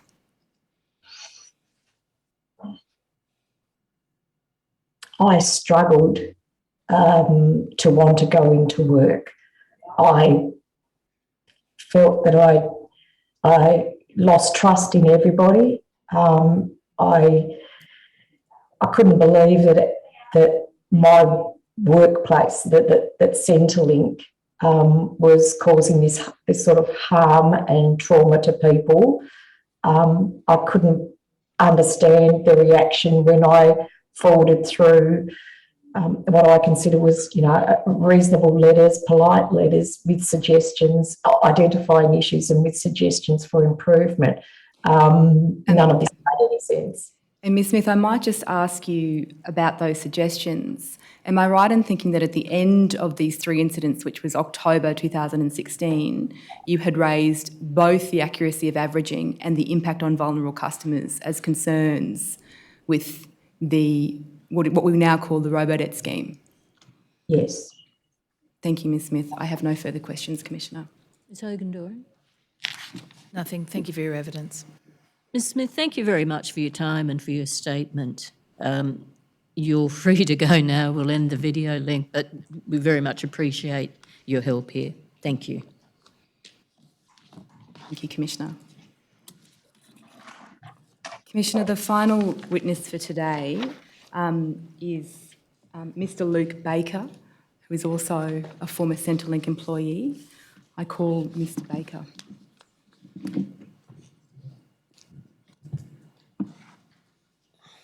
Mr Baker, will you take an oath or an affirmation? Okay, we'll just get that administered. Your response is, I do. Do you solemnly declare and affirm that the evidence you will give will be the truth, the whole truth, and nothing but the truth? I do. Okay, would you take a seat? Thank you. Yes, Ms Marsh. Thank you, Commissioner.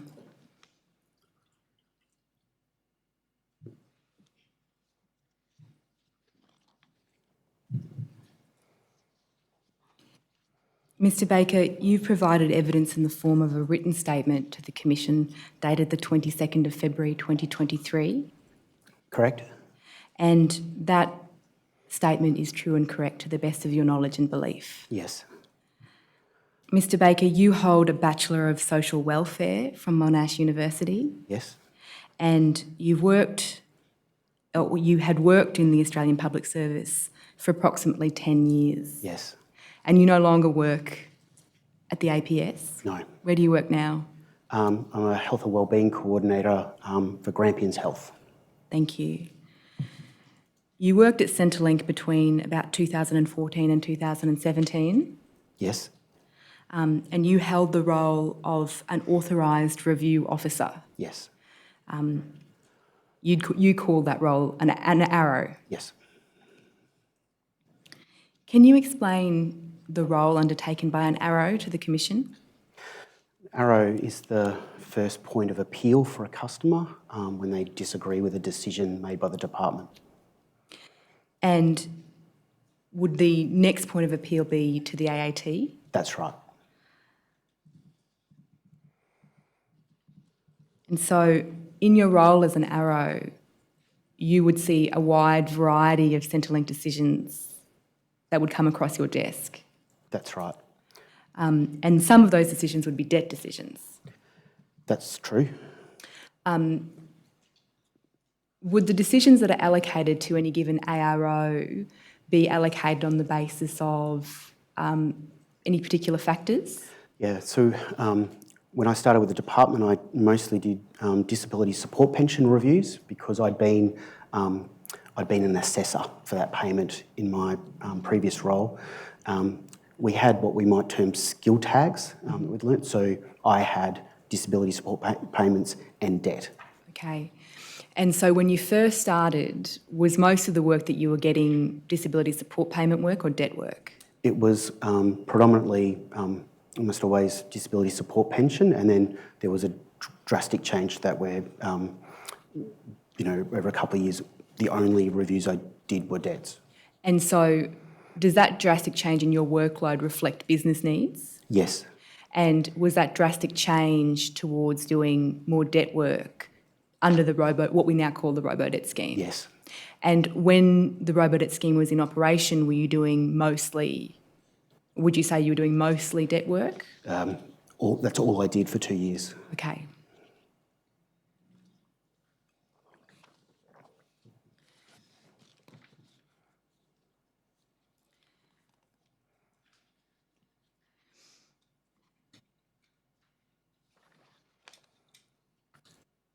I understand from paragraph 14 of your statement, or rather paragraph 12, that the first you understood of the procedures that we now call the Robodebt scheme was at a meeting in about 2015. That's right. And was that a meeting designed to introduce the scheme to you, or was there another purpose for it? We had a new senior executive that was wanting to meet us all. From my memory, it was more just an agenda item rather than the key to the meeting. And do you remember what they told you about new processes? Not so much about processes, there was a gap there. They talked about that there would be, they talked about the integrity of the system, a new way of working with the tax office, and that the department was set to recoup, through its fraud and compliance work, was set to recoup into the billions of dollars in debt. And what was your impression of the suggestion that the department would recoup billions of dollars of debt? It was just very curious, very uncommon for a customer to commit fraud, to go out and intentionally, they were often larger debts, usually smaller debts, so just the numbers couldn't understand where they might come from. And was your surprise reflected in discussions with the other arrows, rather? Absolutely. There was questions asked. We were just told that it wasn't ready to give more information, but amongst the group, just curiosity of what this might be and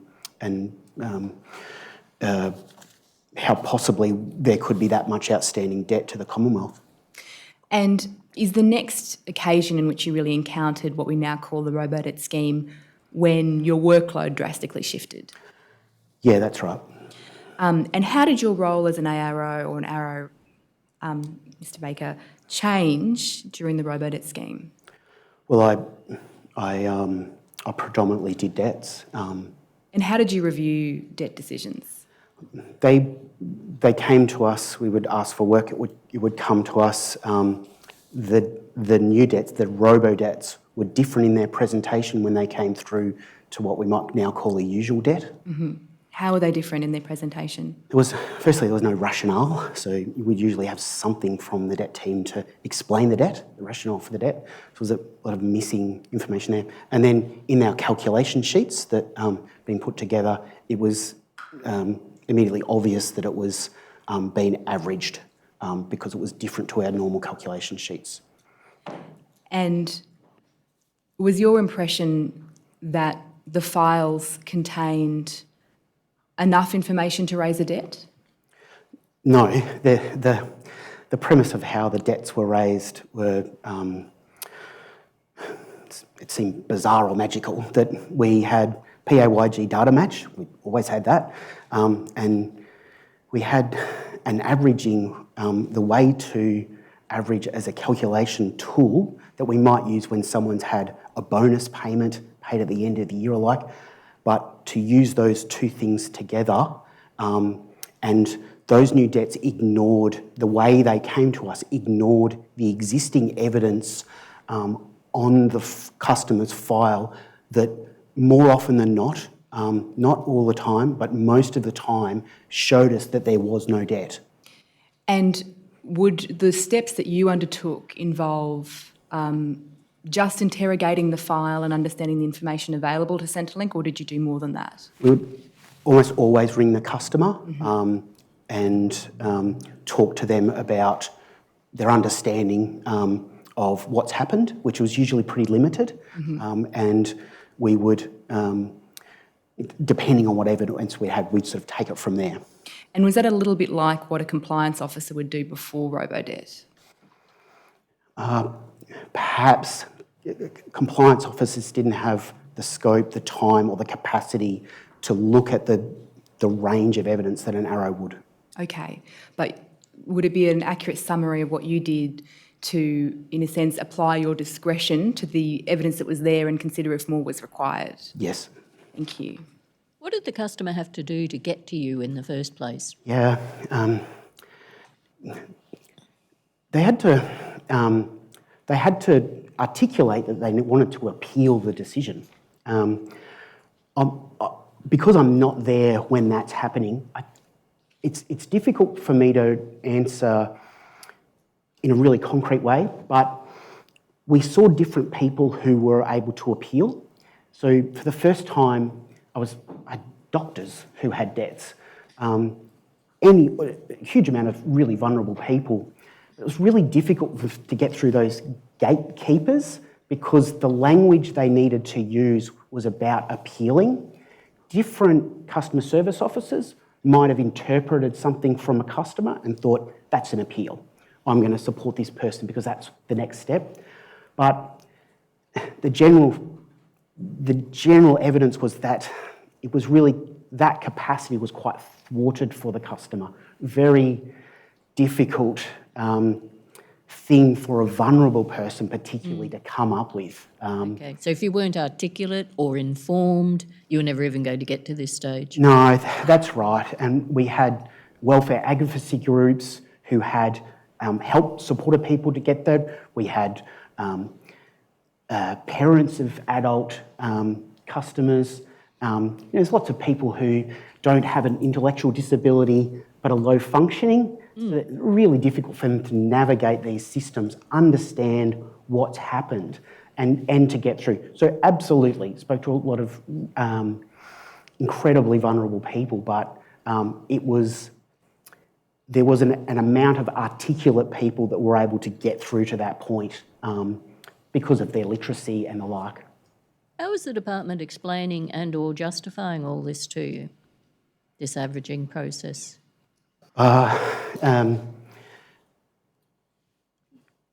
Raised concerns with line management, who raised concerns with their line management about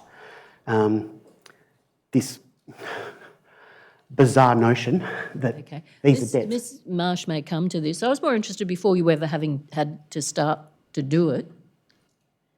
What was the explanation, if any? There's a big void where you would expect there to be information. So you just went into it without being warned that... The very first one I got, I rang a colleague, and you had to get out of a customer's file for someone else to get in. I said, I just want to see what I'm looking at here. And he said words to the effect of, this is one of the new debts. This is one of the Robodebts. And I remember that distinctly because that was the first time I'd seen the calculation sheet over a financial year like that. And could you see from it what must have happened? Yeah, so, almost, it was almost the same on every file. There would, a screen that we would go into to see the customer's reported earning while they were on payment, and then the PAYG as reported that they earned for the financial year. We're looking at the calculation. That wasn't so helpful. So the customer had been on payment for that amount of time. They might have reported earnings, usually reported earnings right near the end of going off payment. And then, so they're working at the Main Street Butcher, and then they go off and they're no longer receiving payment. It's pretty easy to conclude that their earnings were over that period of time when they weren't on the payment. That's a pretty sensible conclusion to come to. And that was not every time, but most of the time. So to have that thinking, that incredibly cynical mind, that we might imagine that these customers were somehow concocting a story where they actually earned over the period of time when they were reporting to us, but they earned over that time and not in the period of time when they were off payment. It just, and still, all this lawyers talking about who had what email, the premise of it, it's the emperor's new clothes. Like, at what point did someone think that was a debt? Like, it's just incredible. We've all struggled with it a bit. Yeah. Mr. Baker, would I be right in saying that when a human applied some common sense to the material you were seeing, they got a very different outcome than when a computer algorithm did that work? And was that a source of frustration for the arrows? Source of frustration and grief, yes. And is one of the ways that the arrows dealt with that to speak amongst themselves? There was that. We talked about what evidence was sufficient, verbal evidence or evidence on the file, to overturn the decision to raise a debt. Did you get any systematic training as to how to review decisions that were made under the Robodebt system? No. If I could call out paragraph 23, I just wanted to ask you about some of the major changes that you've identified to your job when operating under the Robodebt scheme. And at 23A, you say, based on my calls with customers receiving Robodebts, their level of distress about the situation was much higher. Is that much higher than pre-Robodebt debts? Yes. Can you expand upon that? Well, their customers were, it was a blunt, you need to provide pay slips, often quite stuck on that scenario. Pay slips are unattainable for the vast majority. And,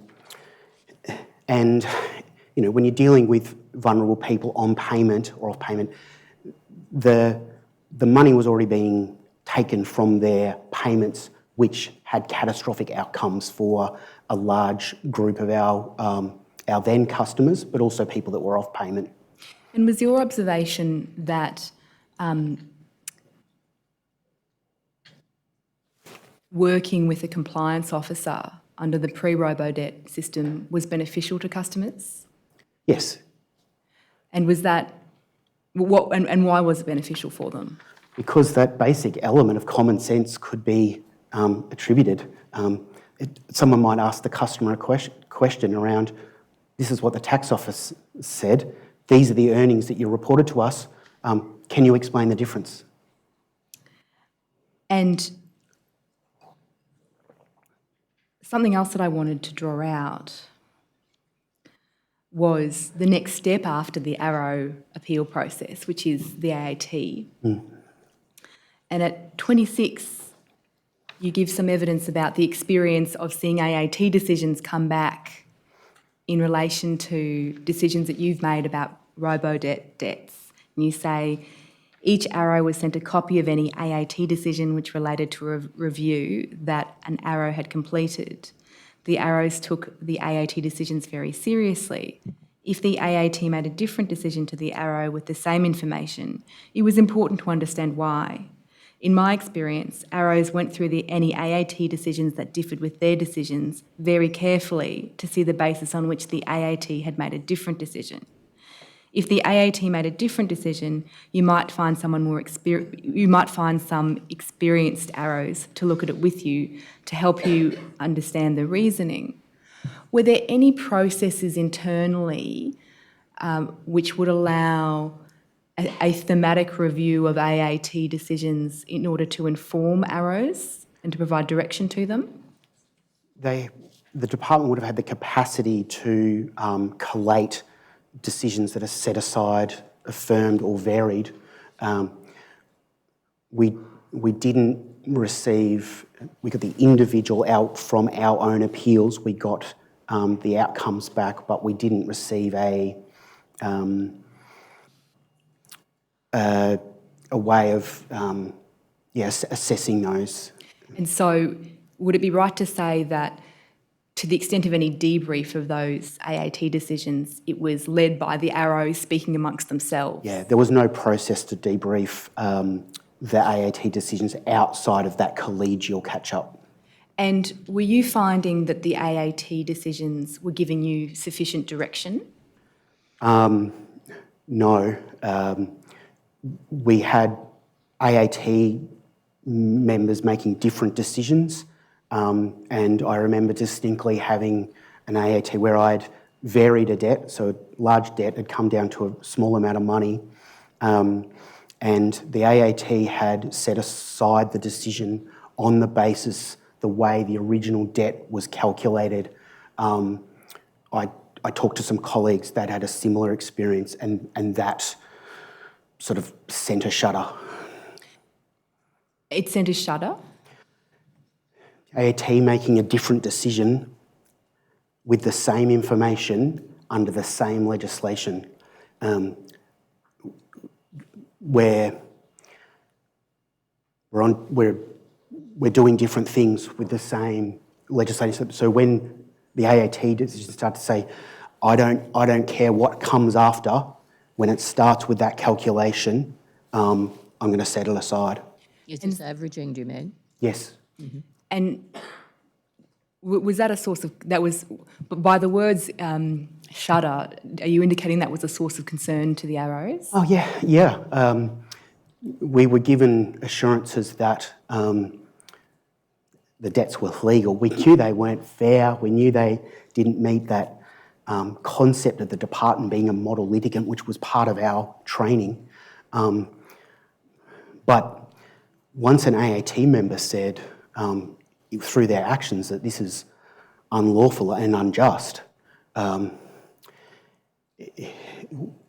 we could look at this in a different way, I think. It was the first time we'd had someone through our scope make a decision like that.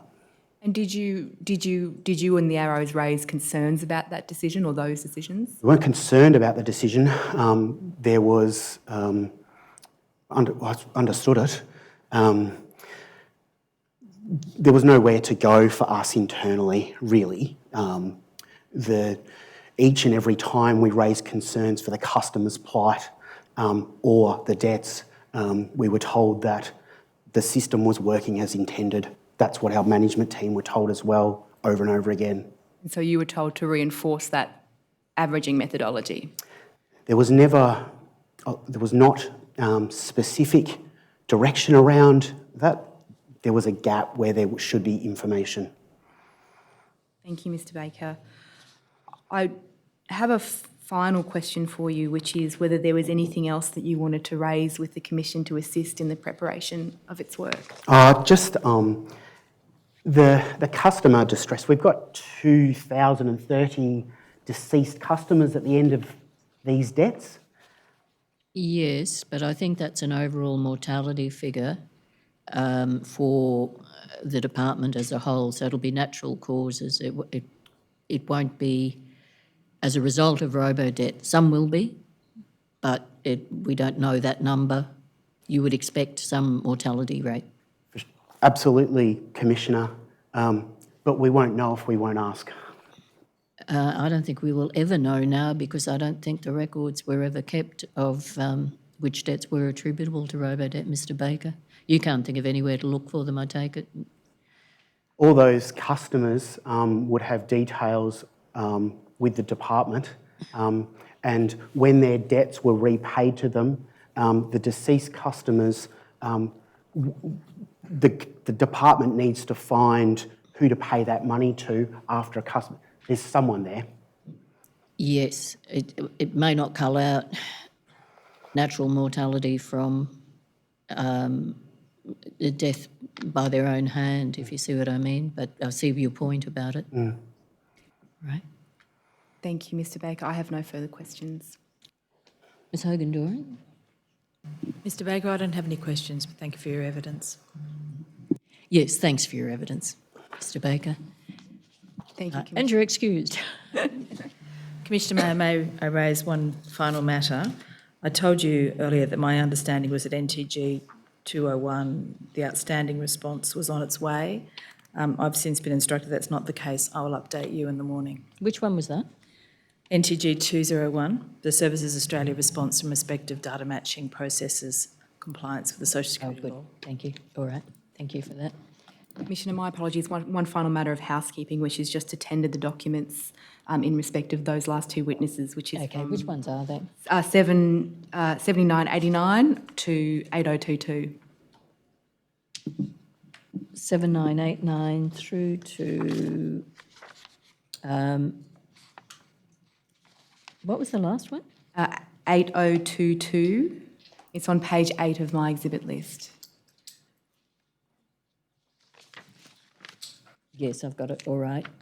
Those documents are admitted with the numbers they bear in the schedule. Thank you, Commissioner. All right. We'll adjourn for the day. 10 o'clock tomorrow. Thank you. All rise. The Commission stands adjourned until 10 a.m. tomorrow morning.